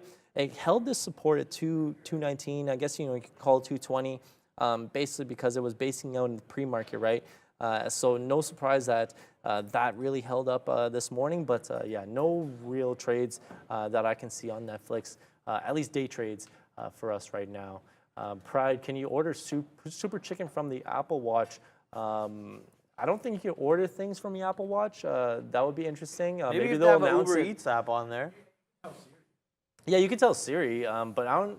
Can you tell Siri though? Does it connect look like to an Uber Apple Eats? user to you? Yeah, I don't know. Yeah. Yeah. Okay. Yeah. There you go.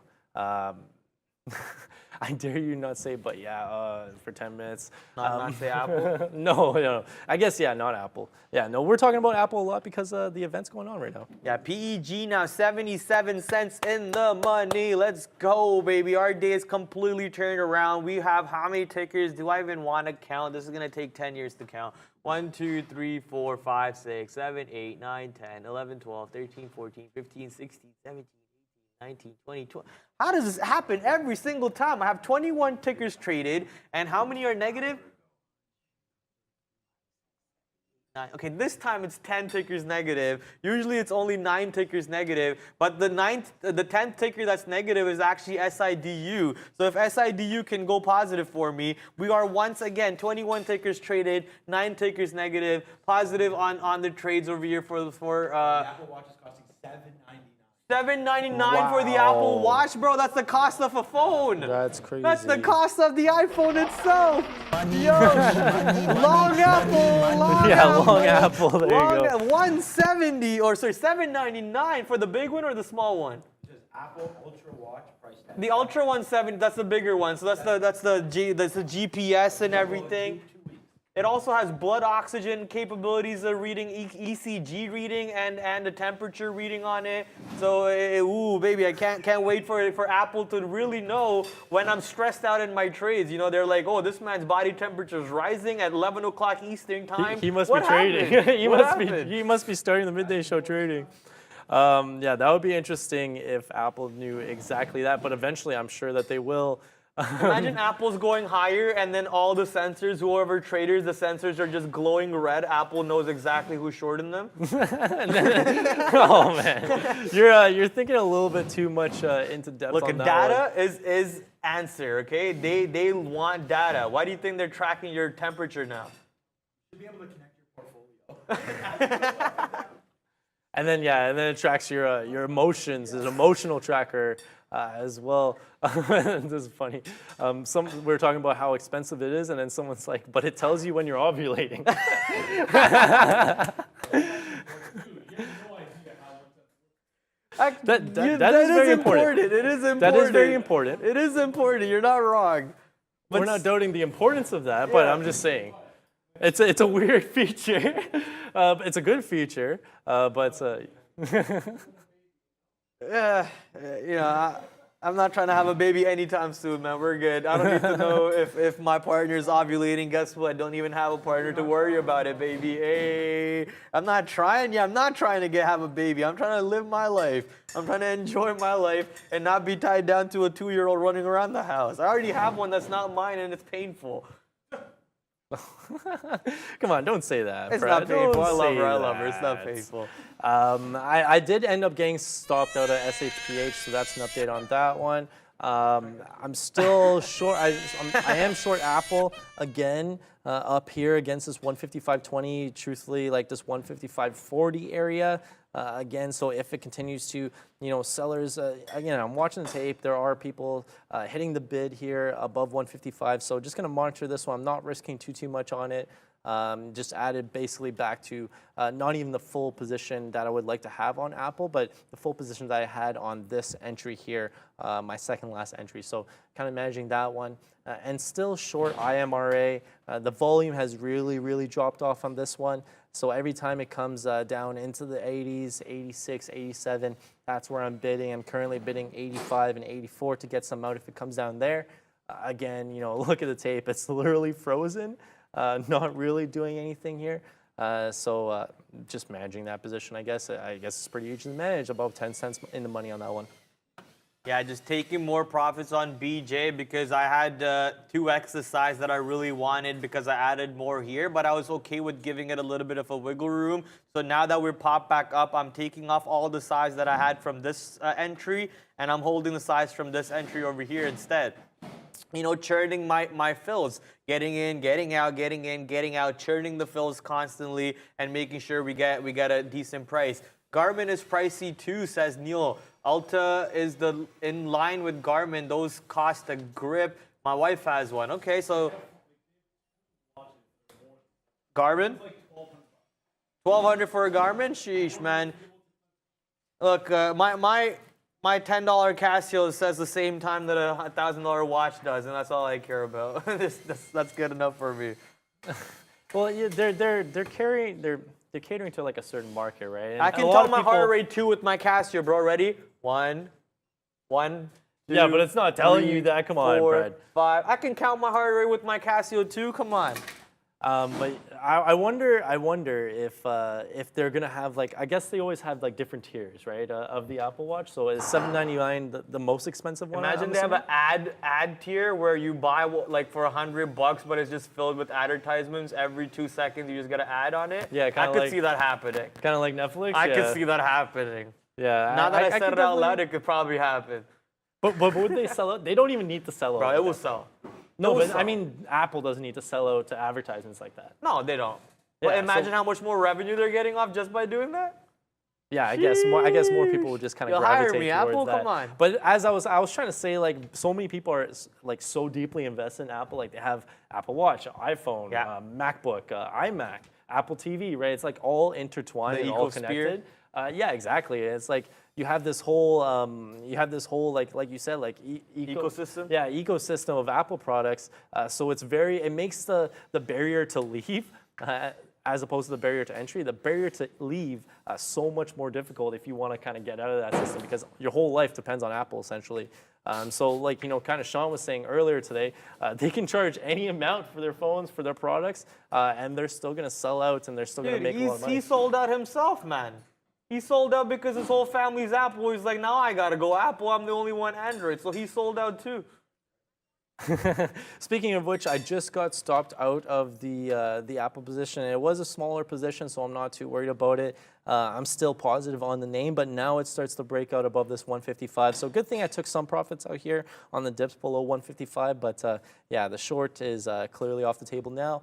I did get some more out on IMRA, and you know this is why you want to have bids out, right? If you are in a position that's kind of just not doing anything, just place your orders out.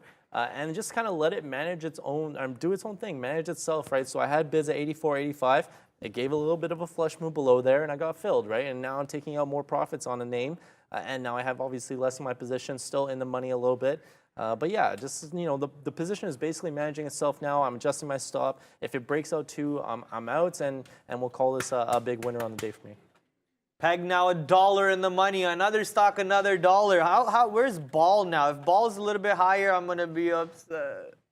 It actually managed to break 58. I even said we didn't come this far to test 58 and not break 58. So finally actually breaking 58, BALL a little bit more to the north side without me, but that's fine. We have our peg though to see if we can continue going to the north side. Now $1 in the money on PEG. Plug.NQ also in the money, 40 cents in the money on Plug. Now we only have 40% left on that trade. We're going to close our SHC as it pulls back towards our average price, only losing 1 penny on the rest of our size there. And then we're going to also close CVE because that trade looks like it's not going to do anything for the rest of the day as the NASDAQ and the S&P 500 take out the high of day with the help of Apple clearing that level that Ian was talking about. So markets now elevating themselves a little bit more to the north side. NASDAQ closer to 12,220 and S&P 500 closer to the 4K level only by 40 points now, 45 points more, and we see 4K coming in on the S&P 500, at which point I think I will be trying my first short on the futures for the day. Man, am I really happy to have taken out those profits on SHPH, because I saw in the chat, SHPH is kind of ripping now. It is getting a little bit of a volume spike. It touched as high as 38 here and kind of stalled out now. But is this the beginning of, maybe round 2 of what happened this morning? We will see. I am watching it now in case it does give another halt opportunity. Man, look at these halts. You could have got in here, and I know someone else on our floor got this this trade as well, getting these halts. It was amazing. It printed up $2 on the first one. It prints up what is that, like $6-7 on the second halt. So that's incredible. And now on the down halt, prints again very nicely. So going to be watching this one in case volume does start to really pick up and pour in on this name. Someone said AMC. I haven't looked at AMC basically all week. It's going to probably be on our radar a little bit tomorrow, just because GME is having their earnings tonight.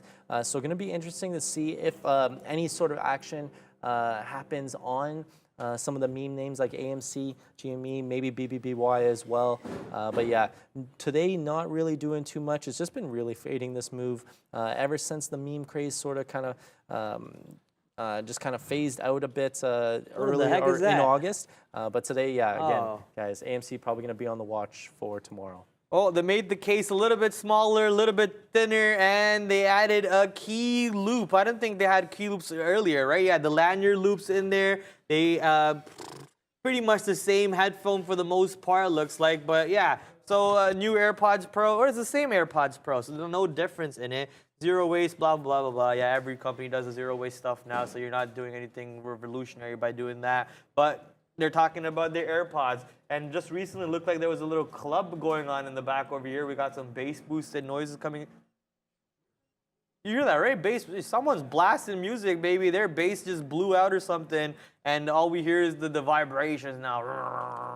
2.2K likes with 15 minutes to go on the midday. Come on, ladies and gentlemen. Let's get that like count elevated a little bit. It's going to come to an end for Ian and myself here soon. And we only have, that's not the show, we only have, as Bears vs. Bull mentioned a moment ago, 2.2K now. So let's go. Let's get that like count elevated. Smash that like count, like button, sorry, and also smash it for the closing show as we are going to head over there in the next 12 minutes. Would appreciate you guys helping us out with the YouTube algorithm. The more likes, the more subscribers, the more we get to meet new people and grow this wonderful community that we've had the chance to be a part of. And can't wait to see new faces. So come on, baby, smash those likes, smash those subscribe buttons.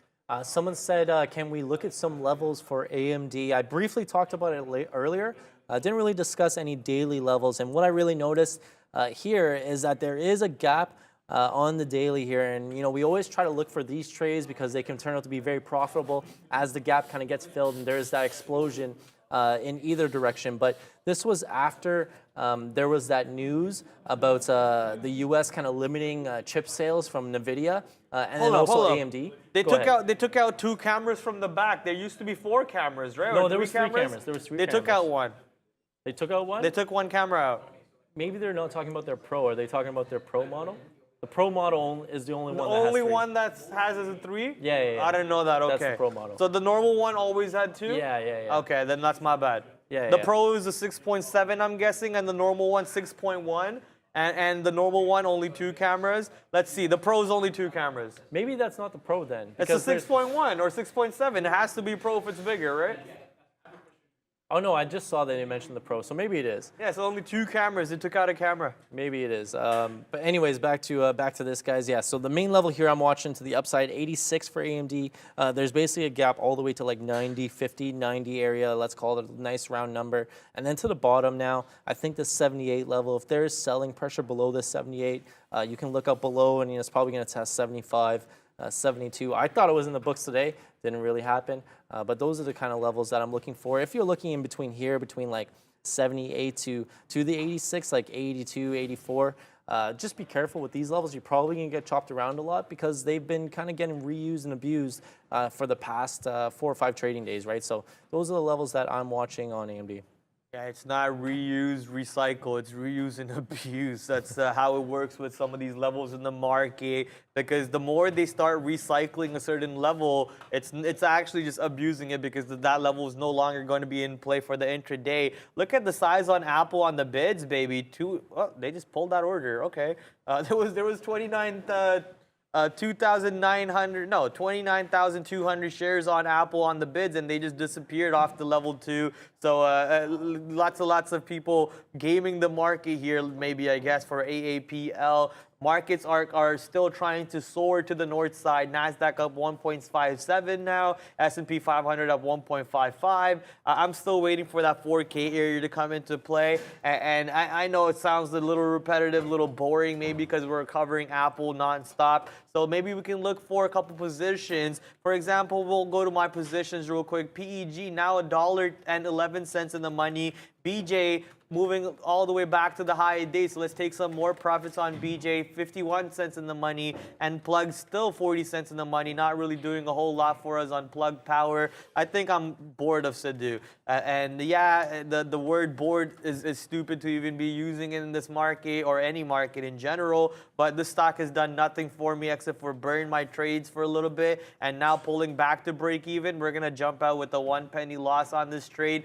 and protect our profits today that we fought very, very, very hard for.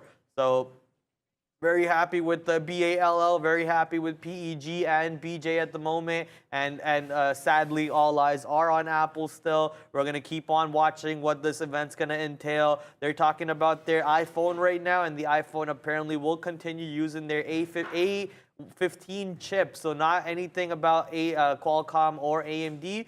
So that's good for Apple, but bad for Qualcomm. Yeah, exactly. Apple uses their own chips, right? I think they're going to continue they made to a do deal that they're going to go back to Qualcomm, or maybe it was Samsung. I forget which one of those two companies said they're going back to Qualcomm. Maybe it was Samsung. I don't know. Someone said, can we take a look at Amazon, please? It's been breaking new highs every day. Man, this is the definition of an uptrend right here. You get the high here at 127.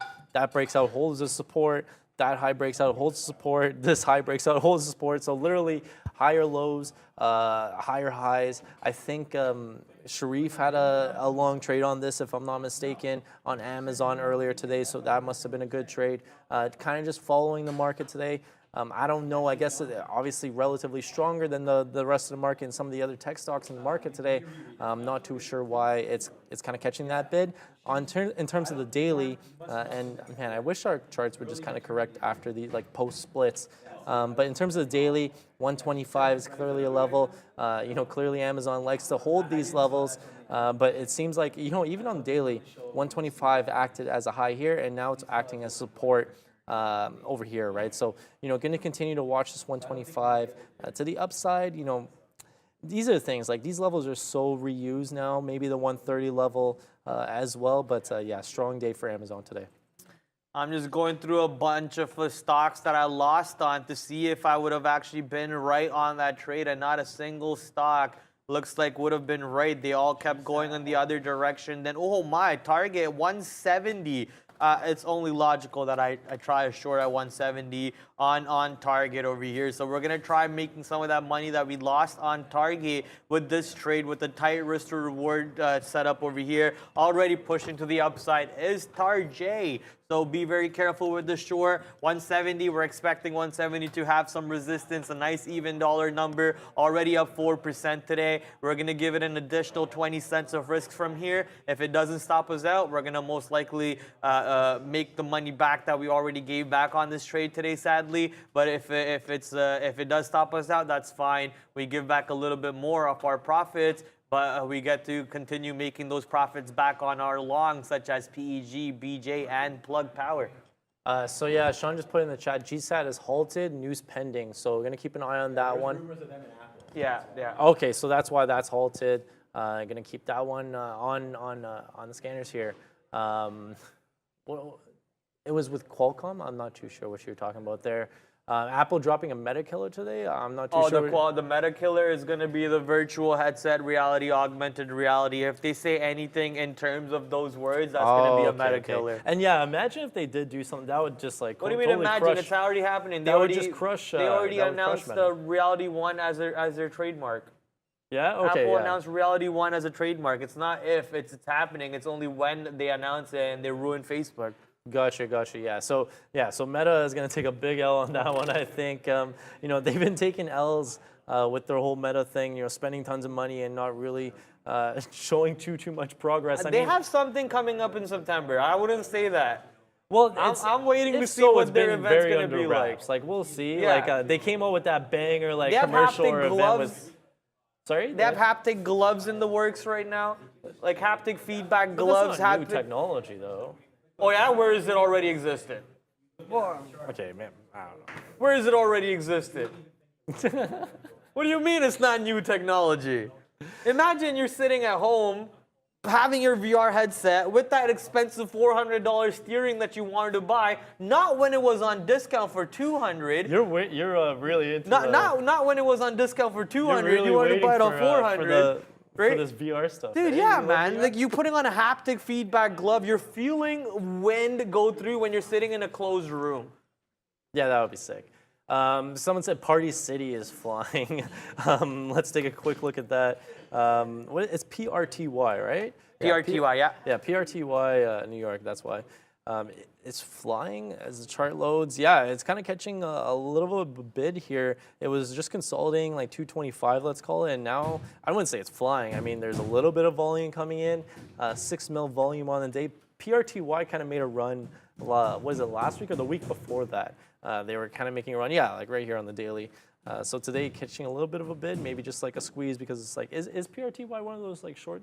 Yes. I think it's like a 50% short flow, honestly. Yeah, exactly. So yeah, that's probably what's kind of happening now on PRTY. Short flow. Oh no, it's only 8%. I thought it was 50%. Okay, I'm wrong, but pretty high. Still 8% is pretty high. I think what over 20% constitutes as a short squeeze basket, such as your meme stocks are all mostly 20% or more. GME and all that.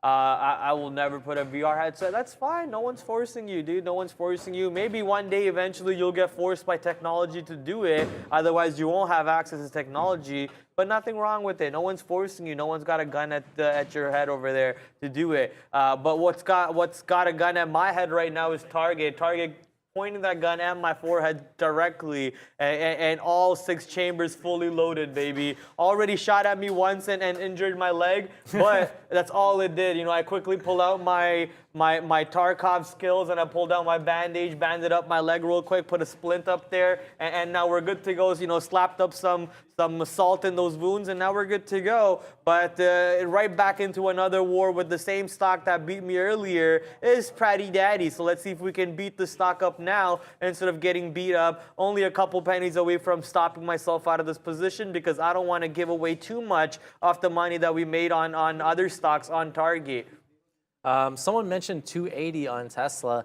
This is something I was watching earlier, and you want to talk about a level that's been abused and reused, and this level has been abused all day, intraday here. It broke out like 3-4 times now, 280, and constantly holding here as a resistance. So a good potential short off of here. But again, Tesla is not necessarily something that you want to trade a lot when it doesn't have a catalyst to it, and obviously the whole market doing way less volume today. So no real reason for Tesla, to start just kind of rallying above 280. Obviously caught a really nice bid in the morning and, really had a strong up move. But since then, just been consolidating in this tight channel between 277 and 280. Your phone already does that. When you gave me this phone and I was putting in the SIM card, it was like, do you want to use a SIM card or do you want to use an eSIM? And I said, oh, eSIM? Let's try it. And I downloaded it directly from my server, from my provider. So the Apple, the thing we're talking about, Apple apparently will not be using SIM cards anymore. It's eSIMs, and there's a Google phone already does it. A lot of phones are moving over to that. That's because the providers don't want to spend money with these plastics and nonsense anymore. All of that information can be provided to you directly through those LTE waves and all the radio channels and so on. So look, this event's not done. Sadly, the show for the midday show between Ian, myself, and Sharif are done for the day. We'll be back tomorrow at 11 o'clock. You guys are going into the closing show now. Make sure, please, you're smashing the like button on there, and we'll see you next time. See you guys. Welcome to the close. The Apple event is ongoing. The beige book, Fed beige book is out. We'll have those news and notes to you throughout the rest of the show, and some great trading as always, and a special guest as well. The markets going into this release of the beige book and the Apple event are to the downside. We've had a pretty weak day after, again, a few days in a row to the downside, about 7 in a row on the NASDAQ side. That's leading the way down.